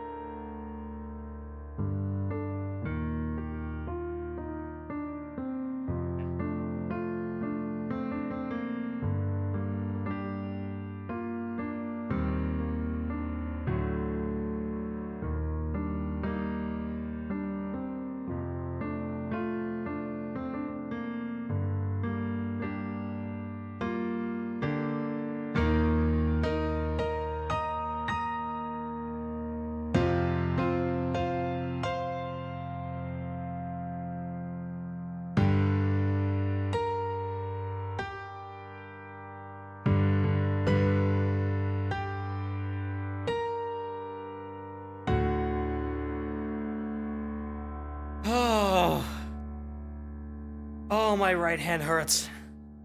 Oh, I haven't had a workout like that in fucking months, man. Whew.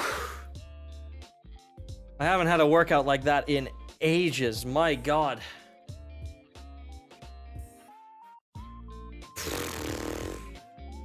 I'm pretty proud of that, though. That went a lot better than I thought it would. That went a lot better than I thought it would. Oh, man. I don't know if any of you noticed, but at some points throughout that, I had to stop playing an octave because my right hand just couldn't take it. Ah. Oh, fuck off, Win. Oh.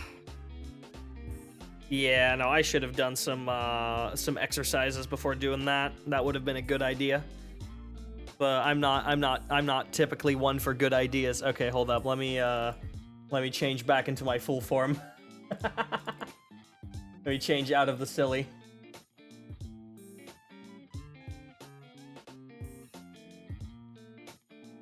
There we are. Rosa jump scare.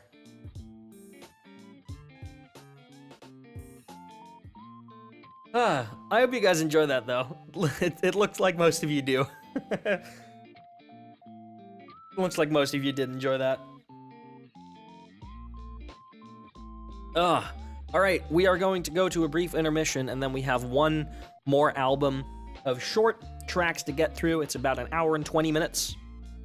And it will be all of the Destiny holiday and event music, so stuff like Dawning, Solstice, Festival of the Lost, but also stuff like SRL, because that is also considered event music. So, I will see you all in just a few short minutes while I set this up, and then we will get back to the last leg of today's listening party. So I will see you all in a little bit. Bye-bye.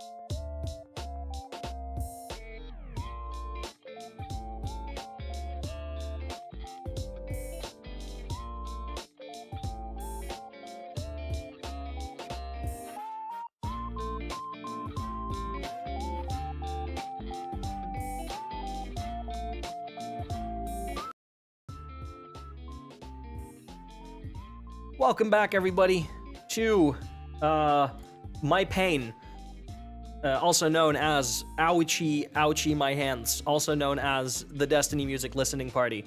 So, we have one more album to get through. Bresci is still here with me. Sadly, Owen is not here yet. I'm hoping he shows up in a little bit, because Owen is the events and holidays guy. I think that guy is just very tired, and I do not blame him. So we will try our best to talk about these holiday tracks as much as we can, but I have a lot less knowledge on these.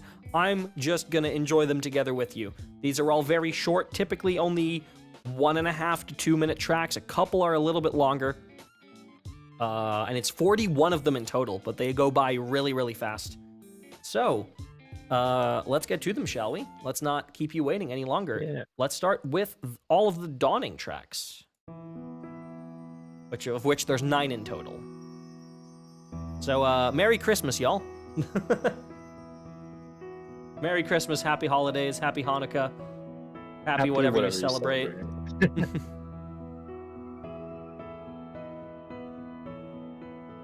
If you like these Dawning tracks, by the way, there's an album called The Dawning Carols that I also helped work on.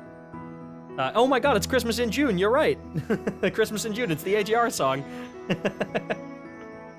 But yeah, there's an album called The Dawning Carols, just look it up on YouTube. It is essentially a full cover album of every single Dawning track that was out by the end of 2019, I believe? Yeah, I believe it was 2019. Or was it 2020? No, it was 2020. Yeah, the 2020 one was included. That was in quarantine. And yeah, I helped work on that one too. It was Tribulation. Yep. Wait. That wasn't Tribulation, that was The Path. No, that was Path. Yeah, Tribulation is Lunar Voyage, I think. Yeah.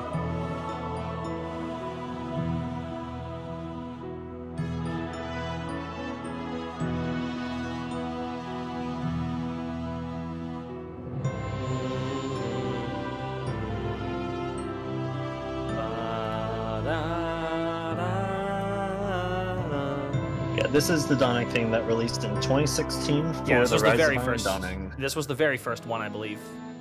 Yep. The first one that had an original theme, at least. So I do believe there was a Dawning for the Taken King year as well. There was an event in the tower, but it was not a Christmas event. It Right. was like a Sparrow Racing themed one, and it did not have any music. Right, outside of the Sparrow Racing League one, right? Yeah. Which we will get to in a bit. This was the first... Was this still This D1? was also 2016. Yeah, Yeah, this was was also 2016, alongside the Dawning. Yeah. This is the one with the tribulation. Yeah. And this one's also the longest Dawning track, I believe. I think so. This one's like 3 minutes. Yeah, it is. Yeah. This is the only 3-minute track on here. Oh no, the Ire of Lordship. I forgot about that one. Yeah, so for Festival of the Lost, they had these really weird ambient Yeah, tracks for the Iron Temple. that were pretty long. So we'll hear those with those event tracks. Yeah. Oh, and one of the Sparrow Racing ones is longer than 3 minutes, Racing Legend. Oh, cool. We're gonna listen to SRL stuff too. Yeah, SRL stuff's gonna be right after the Dawning. Let's go. Obviously, except for the Bass Jacker song, because that's copyright.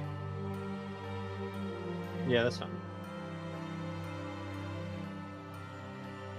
Yeah, I really like the holiday event stuff because this There's is the Tribulation. composers getting to write outside of their normal range and genres.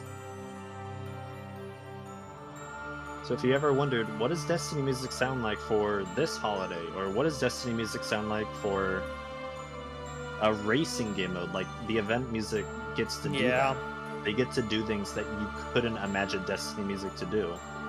And I think it's really cool for them to expand how Destiny music sounds.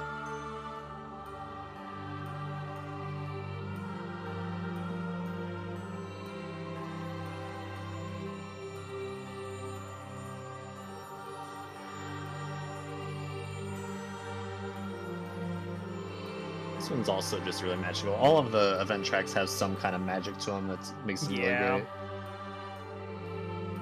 There's Tribulation again. Yeah.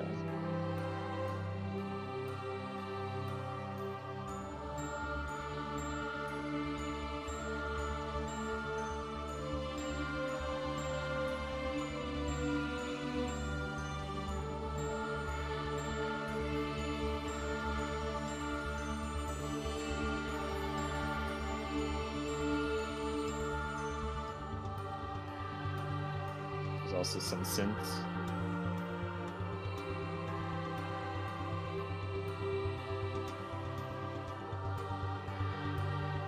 By the way, if you want to listen to these Dawning tracks on your own time and like download them on your phone or whatever, bring it with you, there should be a Bungie weekly update sometime in 2017 that Yeah. has these tracks.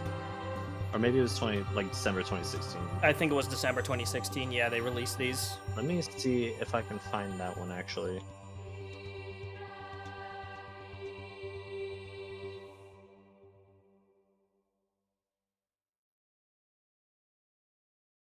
Yeah, just these two, though. There was also a Solstice track from, like, 2021 that they released, I believe. This was the first Destiny 2 Solstice track. Or the Dawning track. This was Dawning 2017, right after the game's launch.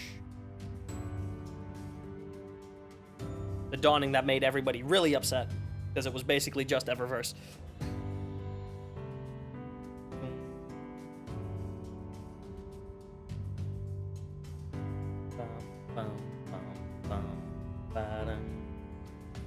Oh, fun fact. If you guys remember that Into the Light cutscene, like that really cool one with like the statues and like the Titan popping its bubble, and it had like this really unique mix of All Ends Are Beginnings. Yeah. That had drums. Those were drums from are this. actually reused for this. Yeah. Yeah, and that was really cool for me to find out. Mm-hmm. I listened to that All Ends Are Beginnings mix and I was like, these drums are familiar. Where have I heard these? I would not have suspected it was a Dawning track, but no, I literally went through everything, and when I finally got to Snowfall, I was like, oh, Yeah, There they it's this were. one. I don't know why I cannot find this dawning. Twid. Speak up, Bungie.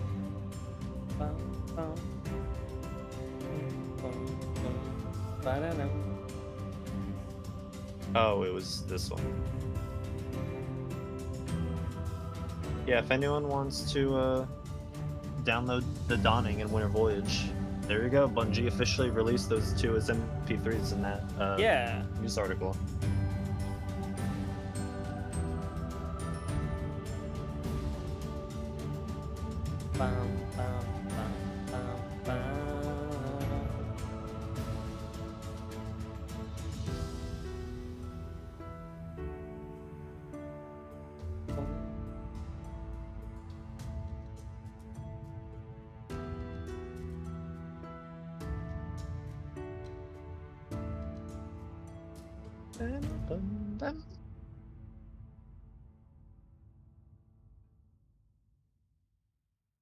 Yeah, that was the Curse of Osiris Dawning people didn't like. Yeah. This is the Forsaken Dawning, or This the was a Black good Armor one. Dawning. Yeah, this was the Yeah. first one where we got the oven. We got to make cookies.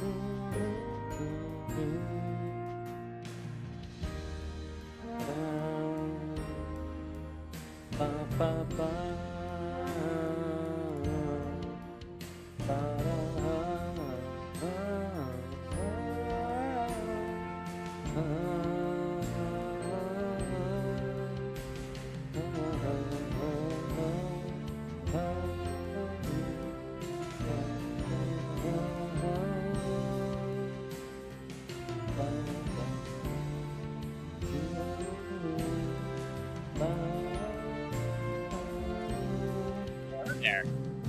Oh my god, Owen, you've missed like two Owen Dawning just tracks, but you're made just it. in time. Amazing. I ended up playing the entirety of Ever-looming Darkness earlier than intended. I was gonna do it at the end of the stream, but I was like, I'll do it sooner, so that Owen maybe has 25 more minutes to get here. I'm glad I did. You guys should have messaged me. Oh, I assumed you were asleep. yeah, and I we wouldn't just assumed you were have- asleep. You were on Do Not Disturb. Oh, no, that's because I was working on music. Right. I'm so sorry. Well, I'm glad that you're still here in time.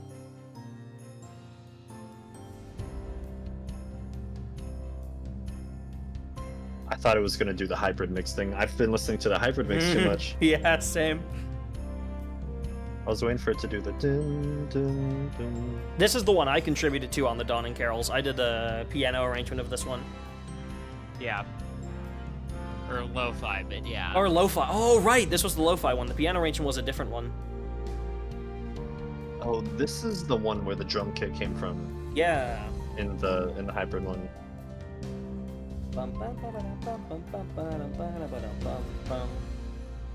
I have that drum kit. Oh, nice.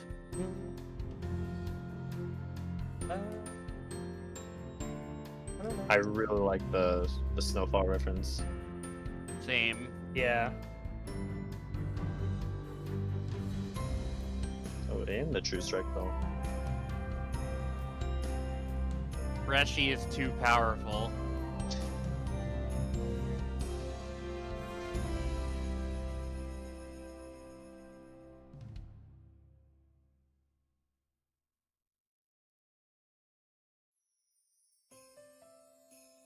Yay! One of the best One of my ones. favorite ones. This is the one I did the piano arrangement for, right? That we then turned into like a spooky one? Yeah. Yeah. How do you turn this spooky? This one's so happy. Yeah, we did it. We turned it into like a minor key, flipped it. Yeah. It was pretty good. I'm still really proud of the piano arrangement of this I did a couple years later. Yeah. I did a very different key change here, and I think it was way better.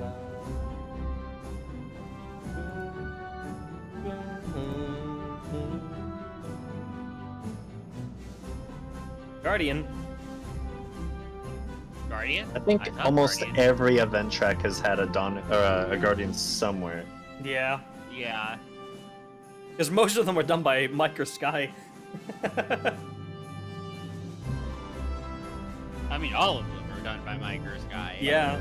Is there not a single one that isn't? In terms of tower tracks, no. Oh damn. Okay. Michael Hardigan did a Dance with Darkness. Oh, that's true. I think that's the only one though. Yeah, it is.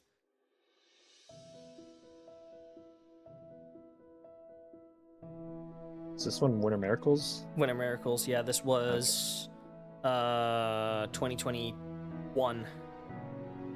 This was Yeah. This was Witch Queen, right before Witch Queen. It was 30th anniversary dawning.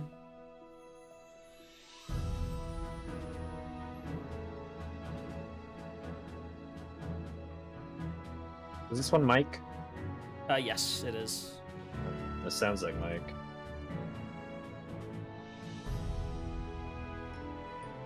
Minor fourth. Oh my god, in Destiny, there it is. They don't do them often.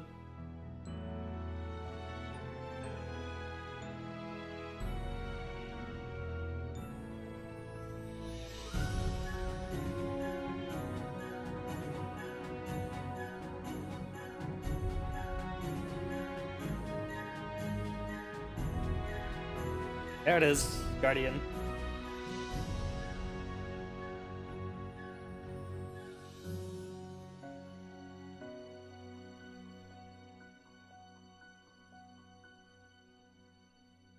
Bum, bum, bum, bum, bum, bum, bum.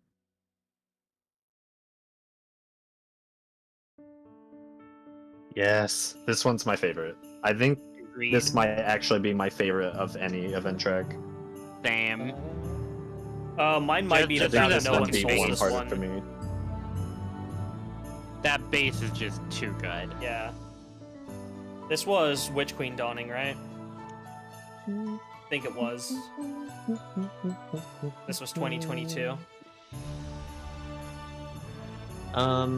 Yeah, I believe this was right before Right before Lightfall. Lightfall came out. Yeah. First couple of weeks of Seraph.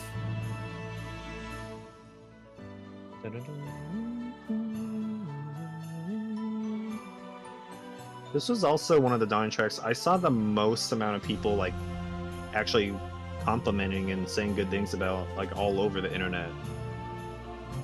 Like it's not often Yeah, I see I people remember that. like universally being like, "Whoa, the Dawning music is like really good this year." Yeah, that's true.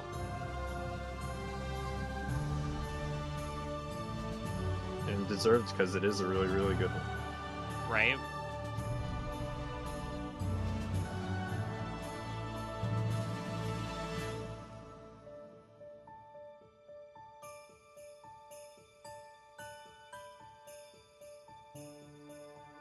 You always gotta have the Guardian. Couldn't end without it, huh? It's Indeed. impossible. You can't. You just literally can't. Alright, and here's our last Nice. Dawning track. This was our hybrid that they did Days of most the recently. Oh, I forgot to update the title. Dawning. What is it called? I can't see. I have the. It's Together at screen Dawn notes. now. What was the title supposed to be? Days of the Dawning. Days of the Dawning, right. Well, it's Together at A Dawn now. reference to the. I think it was the original name of the Dawning in D1, Yeah. Right. or what it was going to be called in 2015 when Yeah. it was supposed to happen first. January 2016. Yeah. Oh. Okay.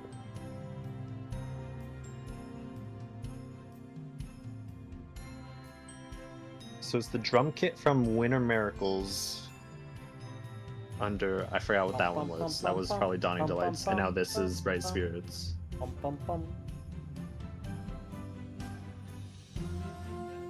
Still Bright Spirits, and then it goes into Spirits of Tradition in a second. Thank you, Arcs. I hope you have a good night. I hope you sleep well. Thank you for sticking around. Now it goes into the best part.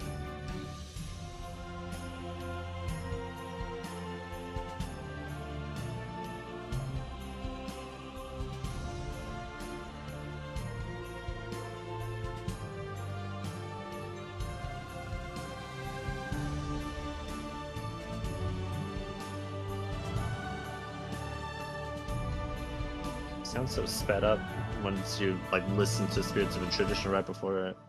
Yeah. Has this track been uploaded to Destiny Music Archive? I believe it has, right? It is not yet. I am actually in the process of finishing the 94 uploads I have left for DMA, and that is one of them. It will be up in the next few days. Oh yeah, SRL time, baby. Straight to SRL. God bless. It's racing time. Hello, House of Wolves. For some reason. Yeah. I feel like for these, they just didn't care. They were just like, what would sound good as a racing Yeah, you just gotta make track? racing music. It doesn't Throw fucking some matter at that melodies in point. there. Yeah. Truly. I like that they didn't limit themselves for these. They just like went all out. Agreed. Like, especially like the Taken King ones, because like these just sound like original good racing tracks. Like I could totally picture this being in a non-Destiny racing game. Yeah.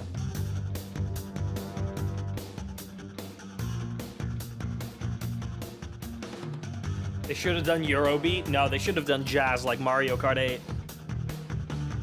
I mean, obviously.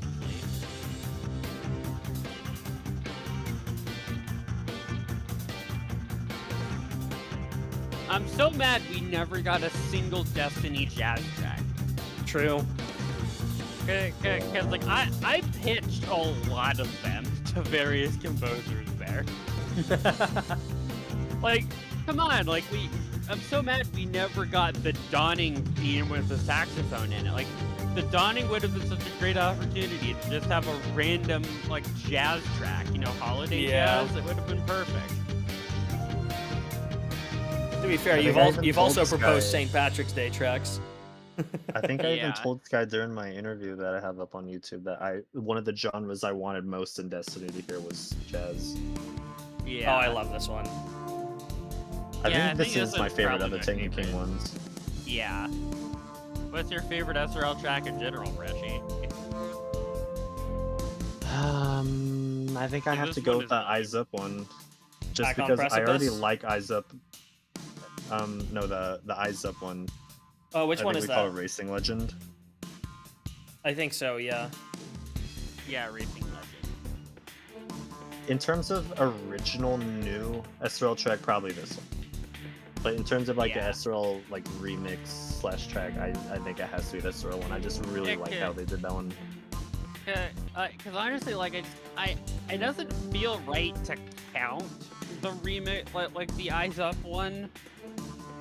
Because it's not even like a just straight up like original remix, and it just feels like, I mean, at least to me, it just feels like a cheap answer. Yeah.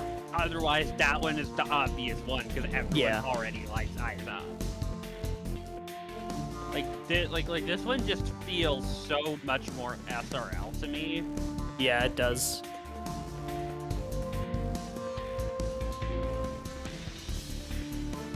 But if you told me like which of the 8 tracks do I want to hear every time I load into a match, it's gonna be the SRL or the Eyes Up one.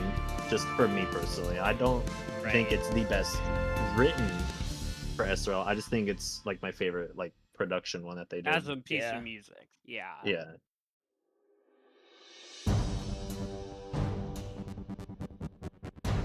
Also, I'm very, very, very happy. Oh? Reshi, I think I told you this. I don't know if I told Rosa this. Oh? But there was one one of the pieces of sheet music that I have is is formatted for 8.5 by 14 rather than 11 by 17.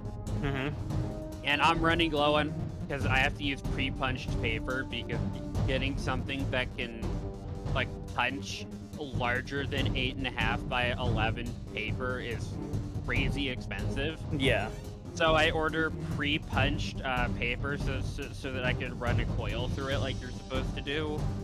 Yeah. And I thought I was completely out of the correct size paper, and so I had to print it like weirdly on a different size of paper. And yesterday, while I was AFK during the Gambit Shell of What Was track, I just accidentally found a gigantic stack of the right size of paper. Oh. Oh, cool. So I was able to print it on the correct size of paper, and I'm very happy. Hell yeah. I do not think you told me about like finding the new paper, but that's really cool. Yeah. Because I was real mad because that pre-punched paper is a little expensive, and I wasn't going to be able to get any for like months. Yeah. I love the Esra one. So nice. Same.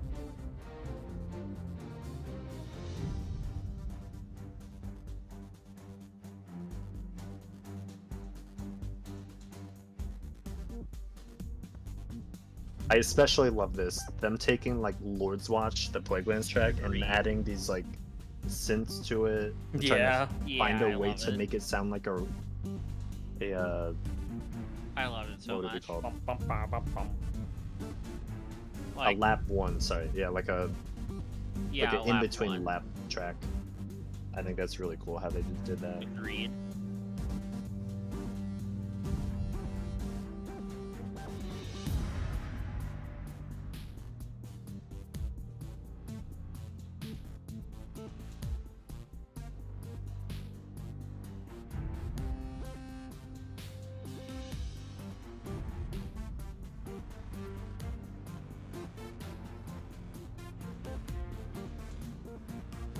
Dun, dun, dun, dun, dun, dun, dun.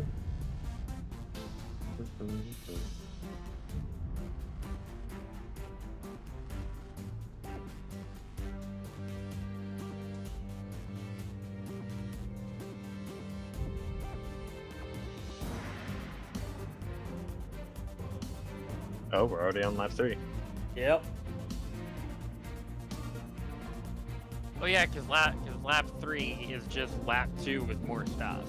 Yeah. It's like a It high makes sense to action. do it this way, yeah. High action racing Yeah, track. I mean it is kind Yeah. of.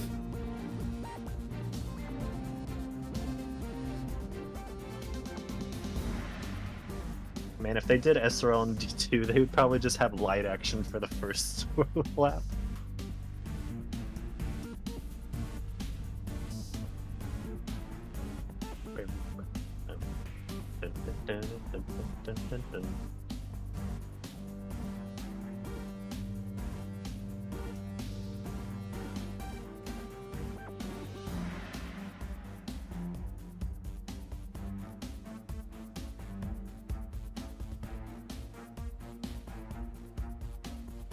Welcome back, Cloud.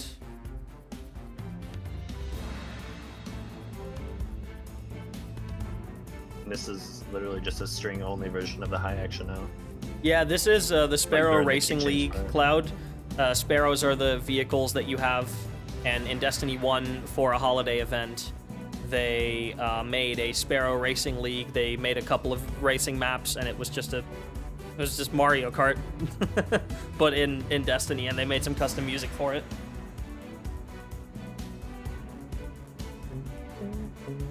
I'll be right back.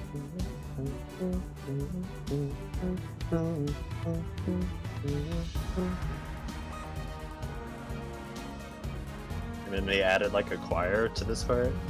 Yeah. So I don't know if that was there in the original. I don't think it was.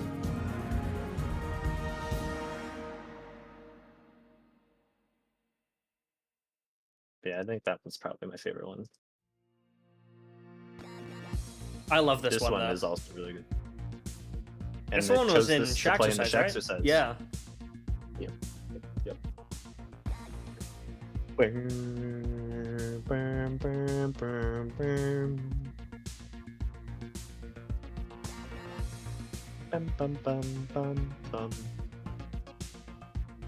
I love the Rise of Iron melody. You can kind of hear the synths doing there.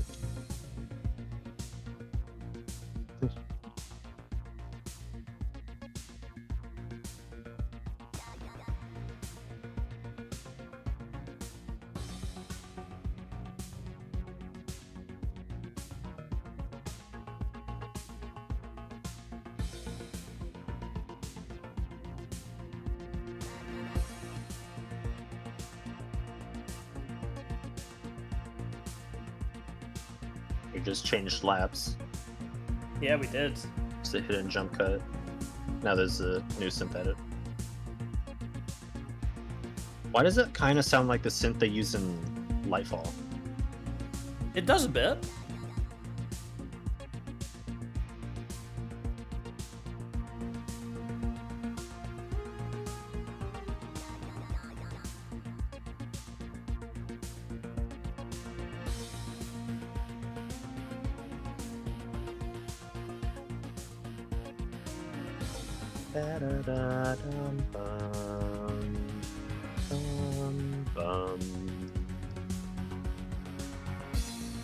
I returned. Welcome back. This is Sparrow Racing League from Destiny 1 win. This is SRL.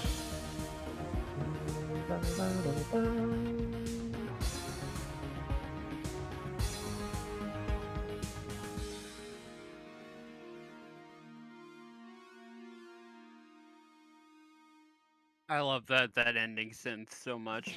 Yeah. I forgot We're about ready to this go one. surfing. This apparently is their favorite one because they use this in like every jukebox thing after. Yeah. I like this one, though. It's good. I think the more specific reason is that this is the one that sounds the least specifically like SRL, which lets Yeah, them exactly. do that.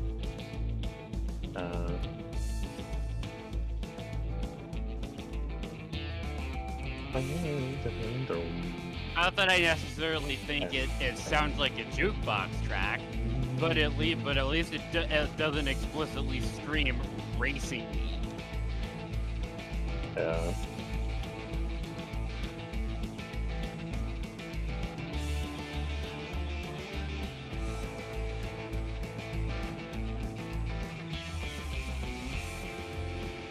Yeah, this one could play in the Tangle Trolla sector as well, right? Yep. Yeah. And it could play in the Elixni Quarter. In the Elixni Quarter jukebox, yeah.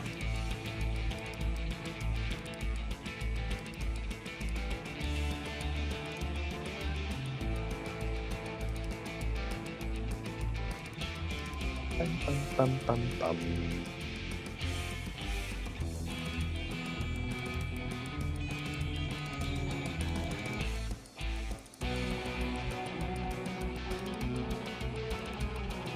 That Guardian is so good. Right.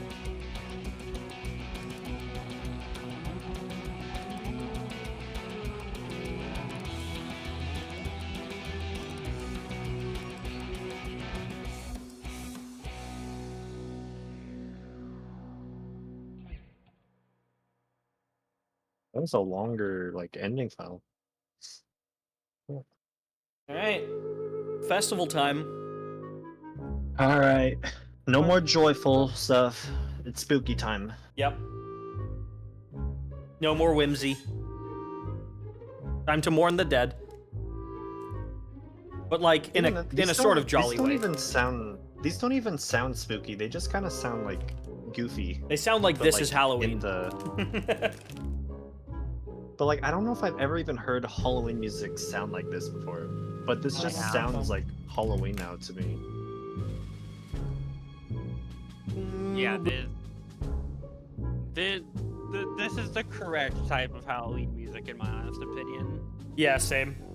Like this whimsicalness really matches the spirit of Halloween better than just outright horror. Yeah. Well, perfectly fits Destiny. I'm glad they picked this. Yeah, for sure. Oh, it's already over. Okay. Wow, that was way that shorter than I one's remember. really Holy short. crap. That one's only a minute long. I mean, all the festival ones are really short. Like, Yeah. it's a miracle if they even make it to 70 seconds. Except for these ones. Except for the ambient ones. Actually, Owen, all of them are about 121 or 122 seconds, so they did actually make it to 70.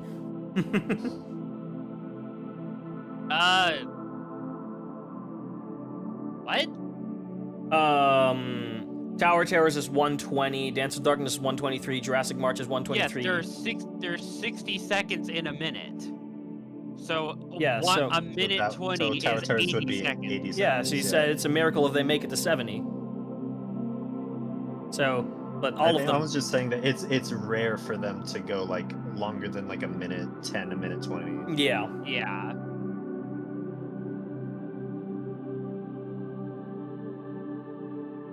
I don't really want to know what VST library that clarinet comes from. Yeah.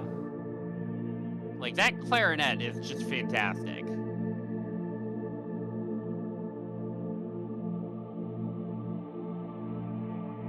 If it's not Contact Factory, then I do not know. Could be Albion. I have the first 3 Albions, and I know Sky used those for D1 and D2 early. Actually, they still use Albion for Woodwinds. Neat.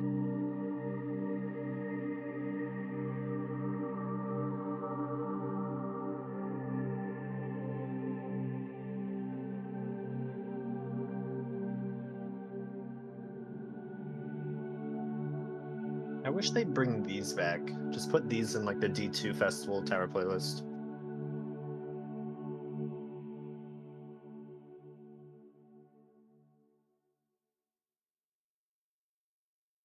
As the other ambient one, yeah. Mm-hmm. This one I could see them maybe not wanting to put in because House of Wolves melody, but Yeah. I feel like that would be a weird reason to not have it. Holy It sounds spooky. Darth Maul, thank you for the 100 euro donation. My God. Okay. Not even a message, huh? Just the dono? Not even a message? I mean, thank you. Well, what do you have to say for yourself? Yeah, what do you have to say for yourself? Just yep. Just, yep, got it. Cool. Sick, man. Thank you so much, Darth Maul. Darth Maul. He's actually a pretty nice guy when he's not killing Mace Windu. Well, No, but really though, thank you, Darth Maul. yeah, thank you. Well, I have to do a Destiny music tier list now of every single Destiny track. That stream is gonna take like 8 hours. Oh my god, Stream is that's awful. I'm not gonna listen to all of them. I'm gonna listen to like 5 seconds of each and then rank it, but even then, we'd still be there for hours. Right? Alright, Let's go, another 15-hour stream. Oh my god. Save me. What's the next Donathon goal? Live music production stream for 600. Got it. Alright.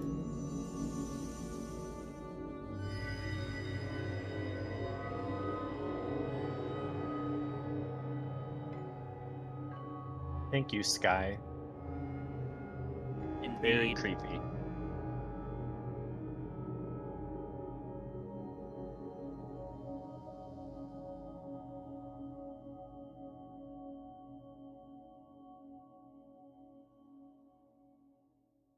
Haunted Holiday. We stand, Mr. Lewin. Oh yeah. The Rise of Iron Festival lost had music. I love this one. I also love this one. I remember when I thought this was new to D2, this wasn't a D1 thing. But no, Damn. it was a D1 thing. I remember us both thinking that. Love your stream, especially the music reactions. I figured I could put my money to good use thanking you for that. Dude, I really appreciate it. Thank you genuinely so much. I was genuinely stressing a little bit about my move to a different country, because financially I was gonna essentially have nothing for a little bit, and this event has gone better than I thought it ever would.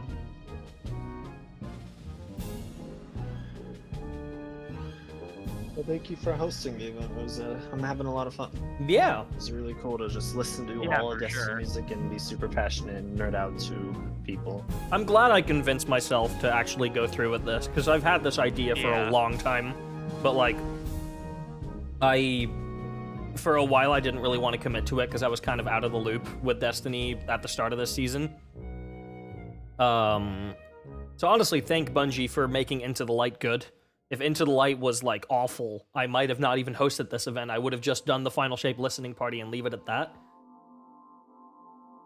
But I'm glad I pushed through with actually doing it, because this has been really, really fun. All right, this is the longest track on the list.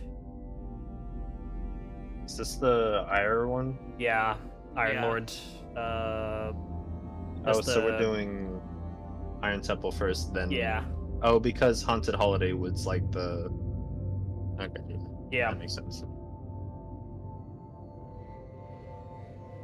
I never would have thought that they made new Dawning or festival tracks for the other destinations. I kind of miss getting new social spaces with releases. Yeah. Like, I understand why they don't really do it, because it's a lot of effort for a space that you only fly to pick stuff up, and then that's it.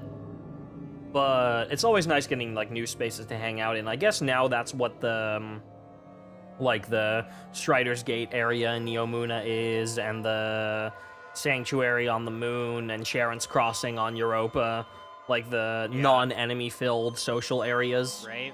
I guess that's what those are now, but I kind of miss getting something like Iron Temple or the Vestian Outpost.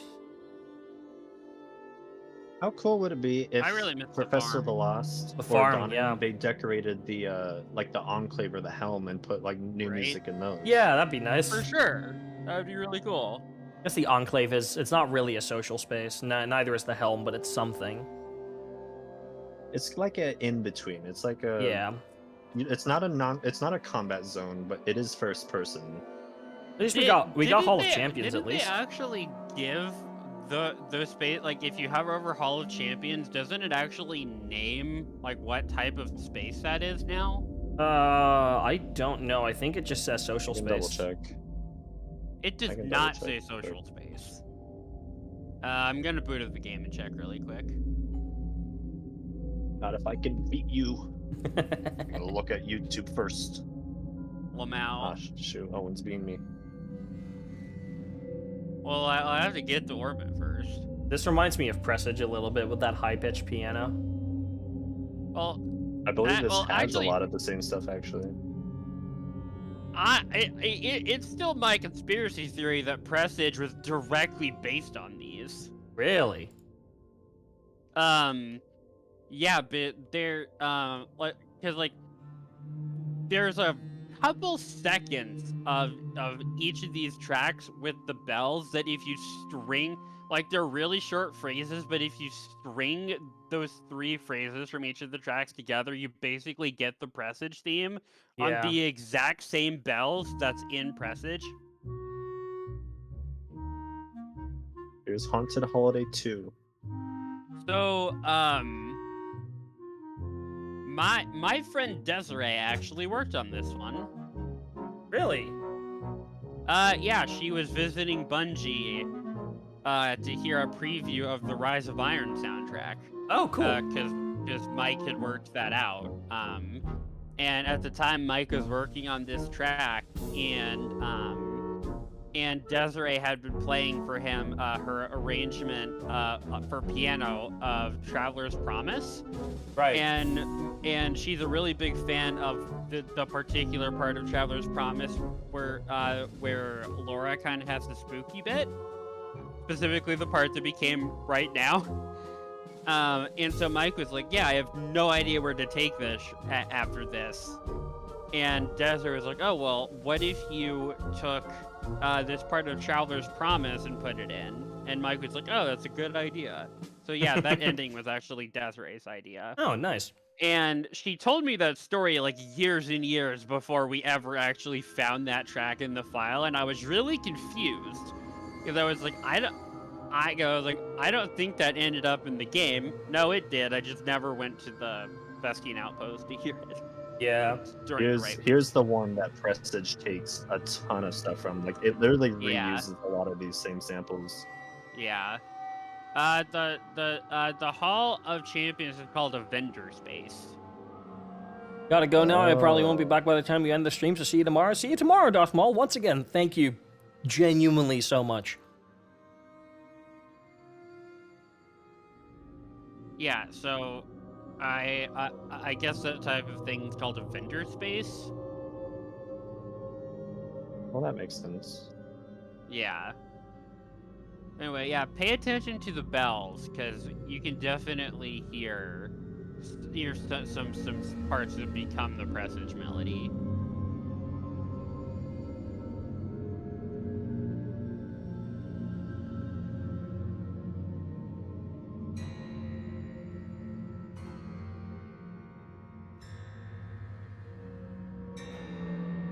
I love this Jaborix.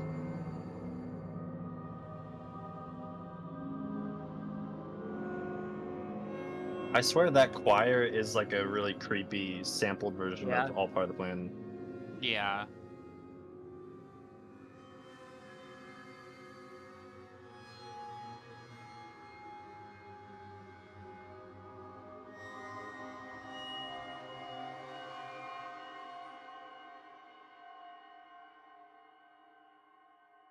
Oh, did that one not have bells?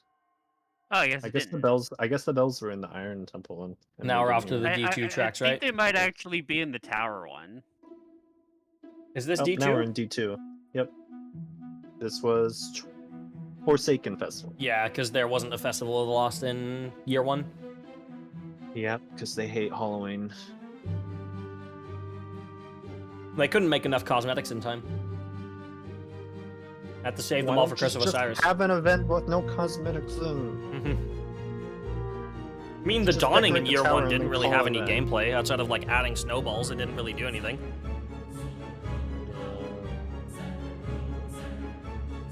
The first event that had actual gameplay was Solstice, because you had the like repeatable story missions with the extra modifiers. Yeah. I guess I don't understand why we couldn't just have Crimson Days running on autopilot. Just like every X week of February or at the end of January if an expansion is about to release, just have the event run exactly as it did in 2020. Yeah. Like, just so we can actually get stuff like the Vow with not sunset perks, and be able to get like the chocolate ghost shell, the like 5 sparrows. Yeah. Because otherwise that stuff is just unobtainium. Oh, I don't remember what we called this one. Fest of the Skies. That's right. Yeah, Landon named most of these.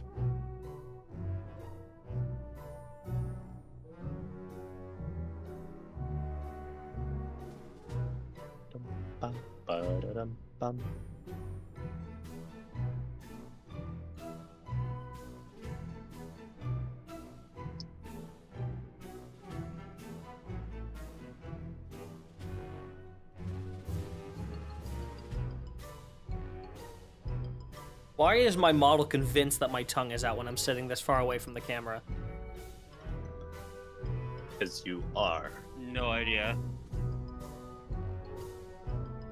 Guardian. Oh yeah, I guess the festival tracks before this didn't have Guardian. Or Haunted Holiday did. Yeah. The best one. Dance with Darkness is really, really good. Yeah, So this was written by Michael Hardigan, who is an orchestrator for Bungie. I think he started with Rise of Iron. He might have orchestrated some stuff for The Taken King. And at one point, he and Mike were just talking about some various performances that they'd had, and Michael Hardigan had written a much longer version of this piece, like twice as long. And he was like, yeah, no, I didn't get a very good recording of this, or it was just super out of tune. But Mike was like, this is a fantastic piece. And then later, when they went to make the festival track for that year, Mike was like, okay, but what if we use this piece that Michael Hardigan did? And Sky was like, no, but it's too long. And Mike's like, okay, no, but hear me out. We could, I have an and Mike like had Mike had an edit in mind that like just immediately, and he made up a little mock-up of it, and then he convinced everyone, and Michael Hardigan came in and rewrote the piece with Mike, and Michael Hardigan got to orchestrate it, and they recorded it. That's cool. Yeah, just Michael Hardigan, super cool guy. He also, the one piece I know for sure that he orchestrated is Shadow of the Walker. In The One Piece? The One Piece. It's real. It is real.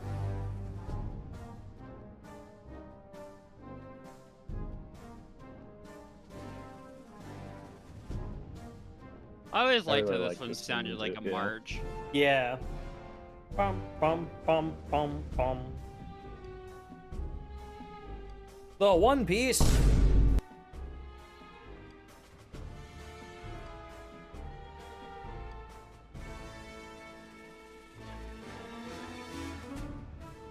Bum, bum, bum, bum, bum, bum, bum. Bum, bum, bum. There's Guardian. Indeed. Thank you, Mike.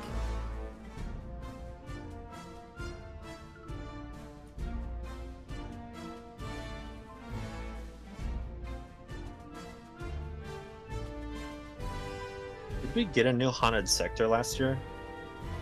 Yes, I think we did. We got one on Nessus, didn't we? No, that was already one. Nessus, Moon, and Europa were the first three, and then the year after the they... EDZ Oh, one. no, you're right.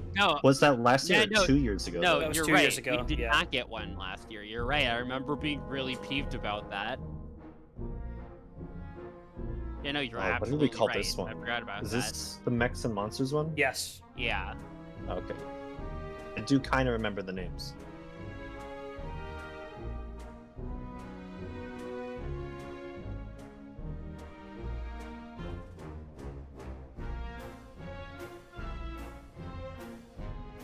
I don't think I've ever heard this one in like the last year.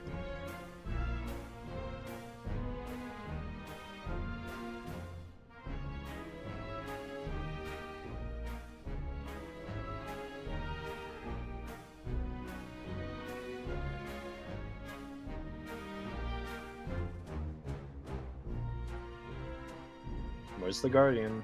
I know you're in there somewhere.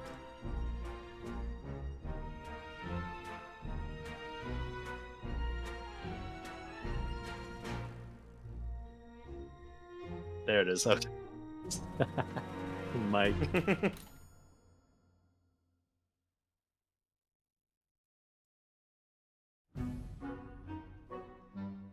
Alright, and then this was the most recent one. Yeah. Arachnophobia?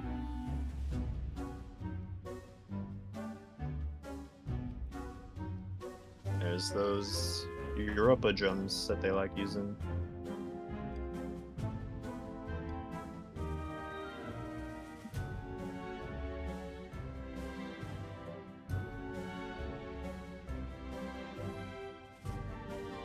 Bum, bum, bum, bum, bum, bum, bum.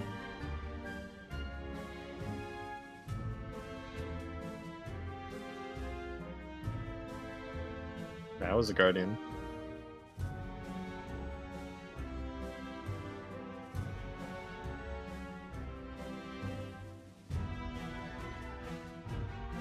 And a Be Brave.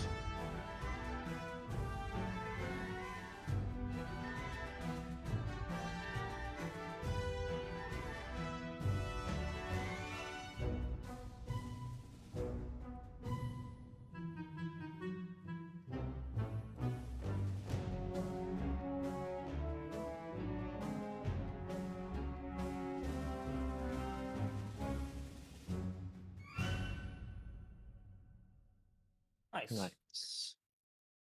Crimson Days time. Everybody cry. Indeed. We were I robbed. miss you, Crimson Days.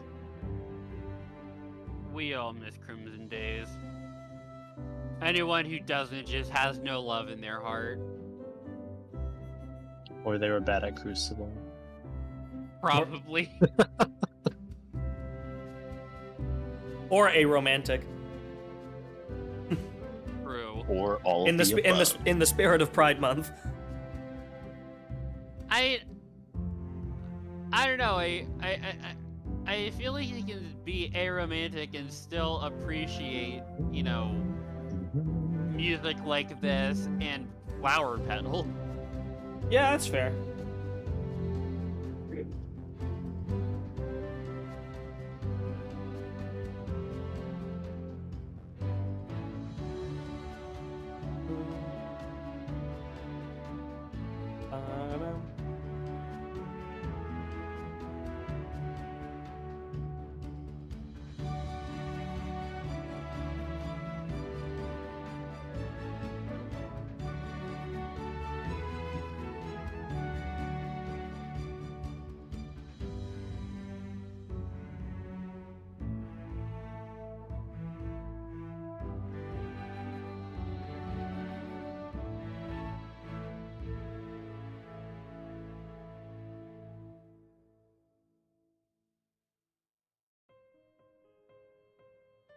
We have Yay. hit peak.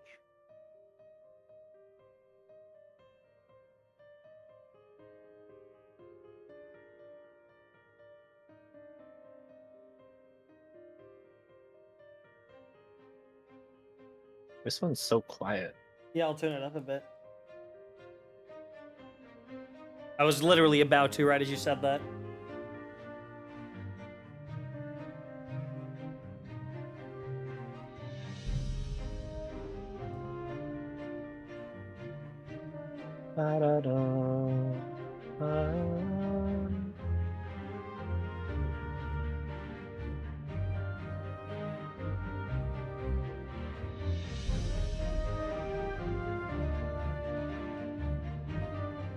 I like this one because I can tell Sky wrote it around the same time he did Athanasia. Yeah. Yeah. Because you can hear right here. Da, da, da, da, da, da, da, da, Oh, right, that isn't security and then that breach. would go into Yeah. Be Brave. Yeah. But he doesn't do it here. He doesn't do the Be Brave there. Cringe! It's like he's Hella telling you, no, you gotta wait until the expansion next year, and then you'll hear me finish it. Lamau.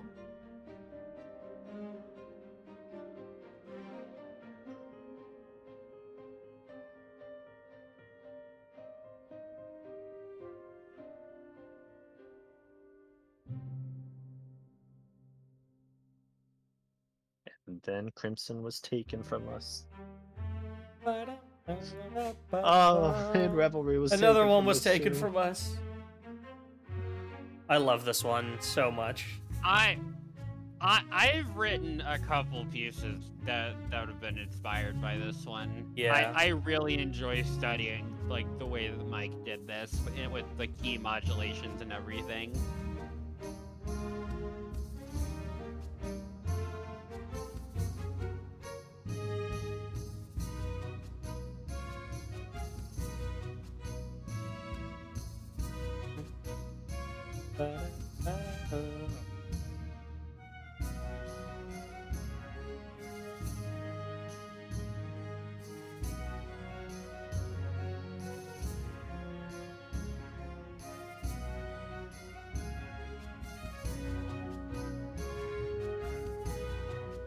Guardian.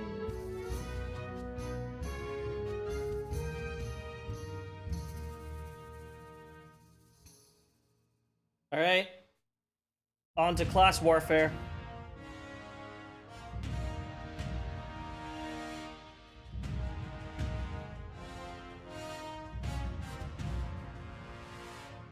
I do like Guardian games for kind of having like the most bombastic sounding event tracks.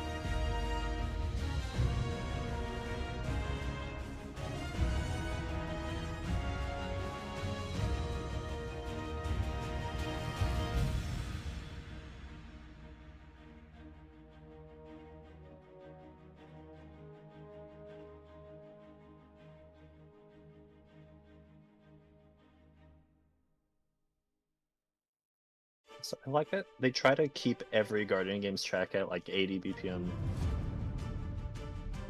Which Dreaming City percussion is this again? Miss the Memory. Miss a Memory, yeah. It's because this one was either 3/4 or 6/8. It's 6/8. 6/4 or something.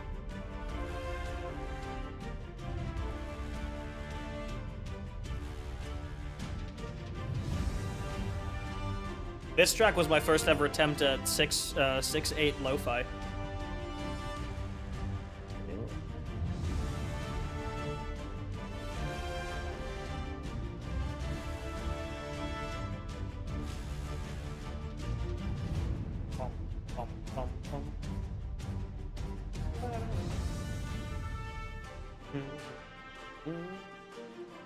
Guns blazing.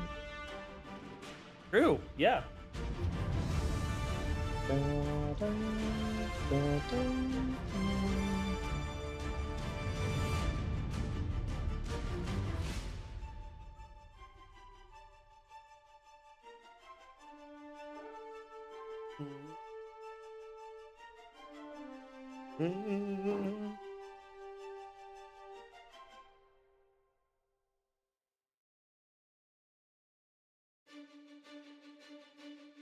Hey, revive and reload. Remember when I made this joke during the listening party and then I turned out to be f***ing correct? I'm never gonna forget that. No, that's... I had a vision. It was too perfect. I had a vision that when we were listening to Revive and Reload, I was just like, no, this just sounds way too much like Guardian games. Right?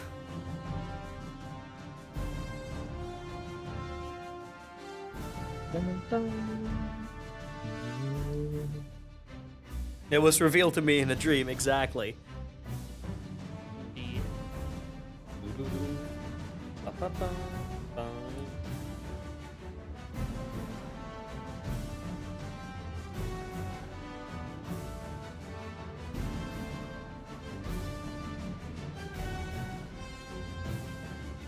We asked for the score for Revive and Reload. I wonder if this would be part of that. I don't know.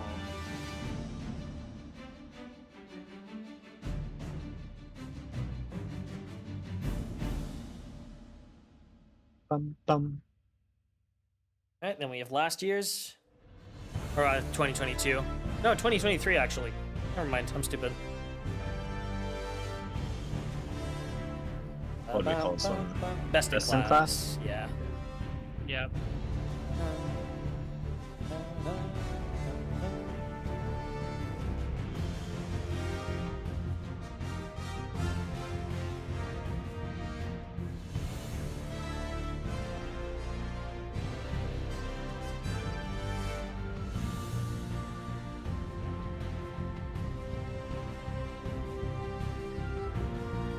Guardian.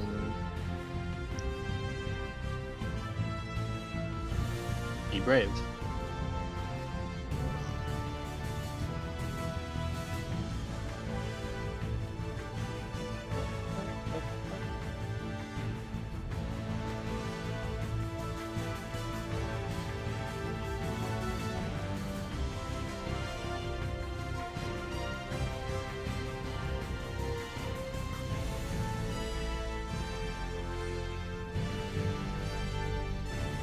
And now we get the hybrid.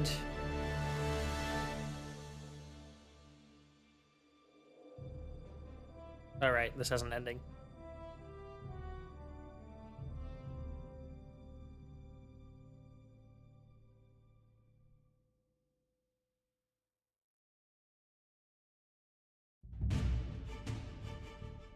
I love how they changed this to 4-4.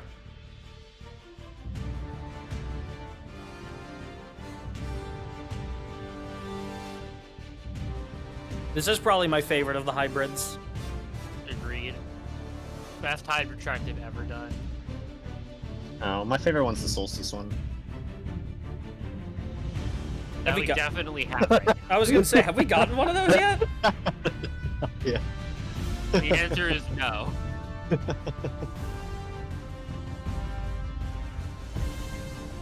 It's okay, we're gonna get it on Tuesday. Maybe. I don't know.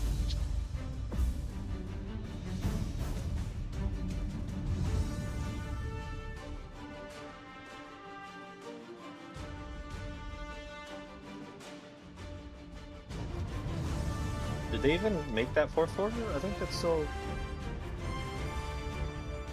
No, this is 6-8 now. That's so... It's the intro that's made into 4-4.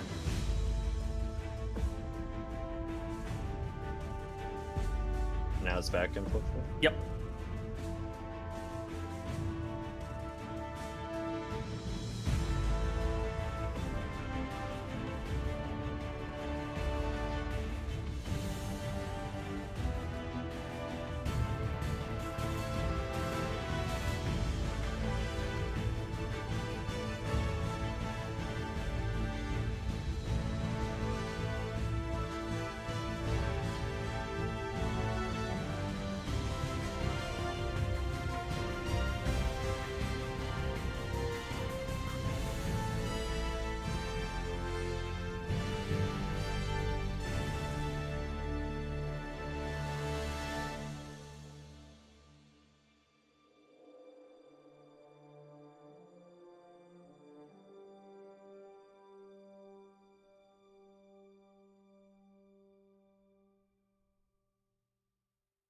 Yeah, that one's cool. That one's alright. Solstice! Hooray! This was 2018 Solstice, right? Right before Forsaken?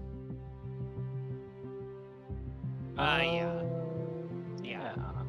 That is correct.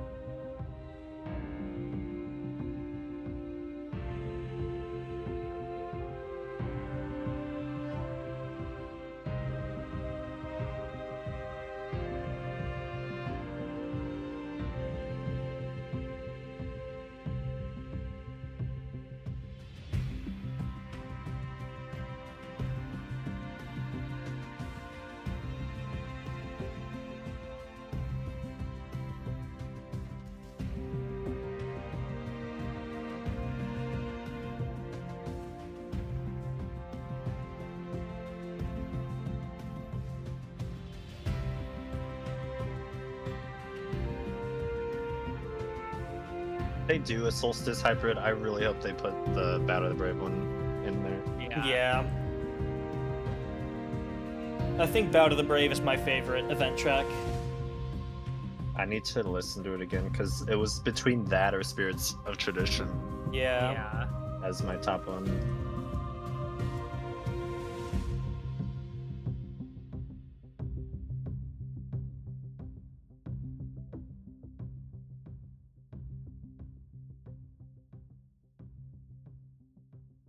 Long ass ending. Hey, the one they released. Mm-hmm.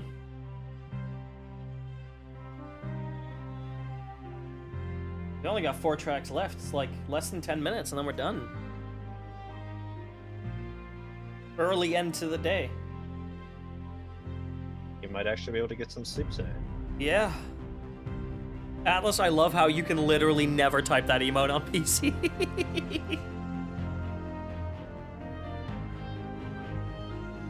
Holy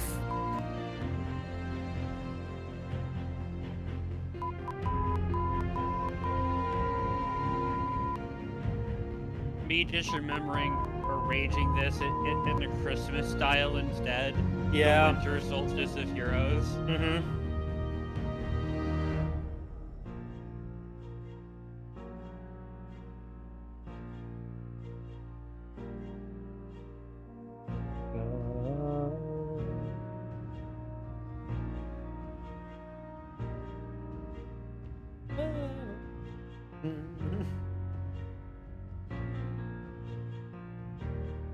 I've had the tab open for more than an hour. It refuses to emote, but... Oh? If I refresh it, won't let me access chat for 5 minutes. Yeah, YouTube is wild. Hey, Darth Maul, welcome back. You made it just in time for the last few tracks.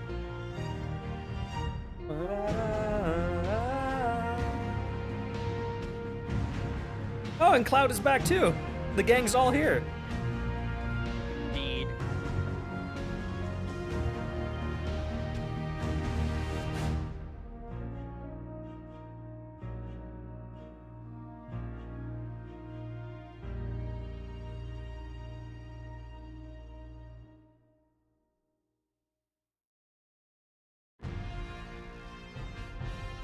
Ba, ba, ba, ba.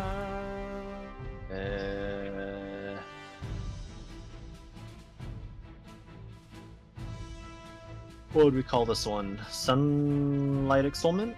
Sunlight Yep. Exaltment. Okay. Yeah. I'm really testing my memory trying to remember these. I Oh, don't I want to don't- cheat and look at this. I don't remember them.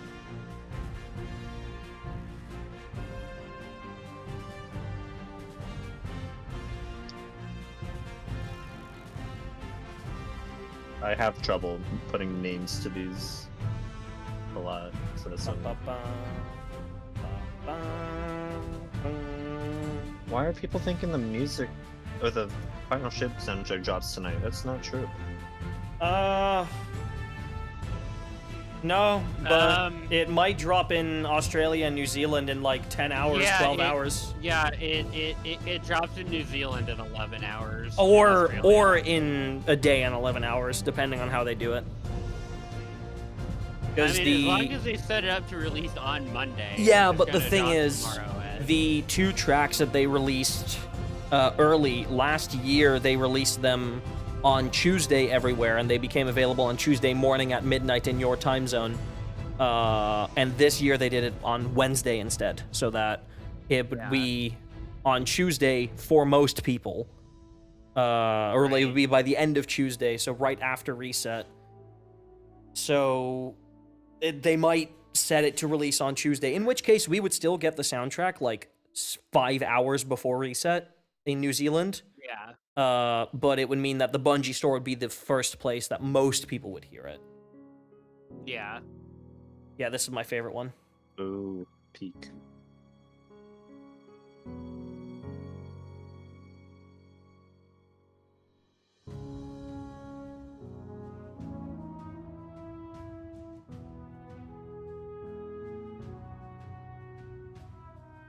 Yeah, obviously, if the soundtrack does release at midnight in New Zealand time in like 12-ish hours or however long that is, then obviously none of us will listen to it.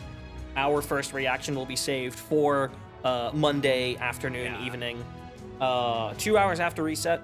But obviously, if you want to go and listen to it, feel free. Just don't spoil us on it. If you want please to... don't spoil us. Yeah, like, I totally understand if you want to listen to it by yourself first before you watch our reaction, because I will obviously be screaming over every single track, as I do. So if you want to get your first listen on your own, then that's obviously the best place to do it.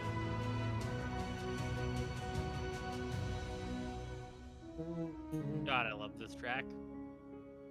I still love how they played it on the stream countdown that one time. Yeah.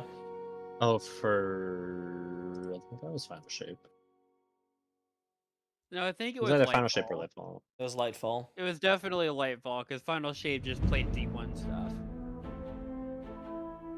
And this is the one from 2023 from last year. This is our last track now. Yeah, this is our last track. And then we're done. Yeah, this is a good track to end on for sure. Yeah, this is a very good track.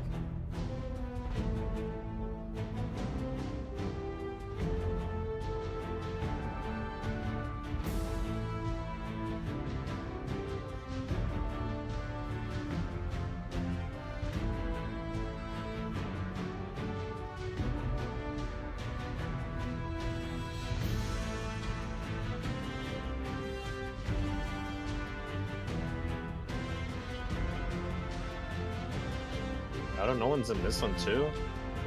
Yeah.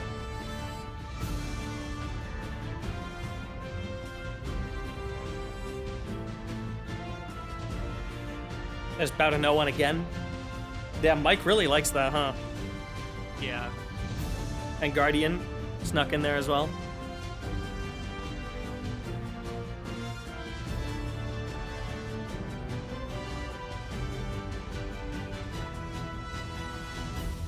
Well, dang, apparently I never heard this one because I don't recognize almost any of them. Lamau. All of them will be on the archive by the end of the week.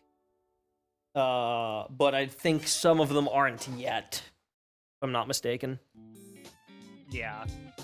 Well. Oh, the holiday tracks? Yeah, I'm still working on it. Yeah. Well, chat, wasn't that another eventful day, huh? Very nice. So, we just got one more day of old music left before we move on to the final shape, and that day is tomorrow, where we will be listening to The Witch Queen and all of its seasons, and then Lightfall and all of its seasons. It's over already. What do you mean already? Cloud, please, let me go to bed. Please. Early freedom. It's still 3 in the morning. Like, it's not exactly like it's early. Yeah. Like, it's I not was like... shocked at the fact that we were wrapping up so early, because an hour ago it was still light outside. Yeah. Ah, well, at least Probably still light outside for Bresci. At least it's not light outside here yet. So yeah, tomorrow, Witch Queen and Lightfall, and then obviously Monday is Final Shape. For now, that's going to be it from all of us. Once again, I appreciate everybody coming out and supporting the stream and chatting with us and having fun. And I hope we can do that all again tomorrow for the last 2 expansions. So I'm going to send you all, if you're on YouTube, you'll be sent directly to the waiting room of tomorrow's stream, so you can hit that notification bell. Make sure to do that so you're notified 30 minutes before and exactly when we start. I hope all of you have a lovely rest of your morning, afternoon, evening, night. If it is late at night for you, I hope that you sleep well. And then I will see you all again tomorrow. All right? Bye-bye, everybody.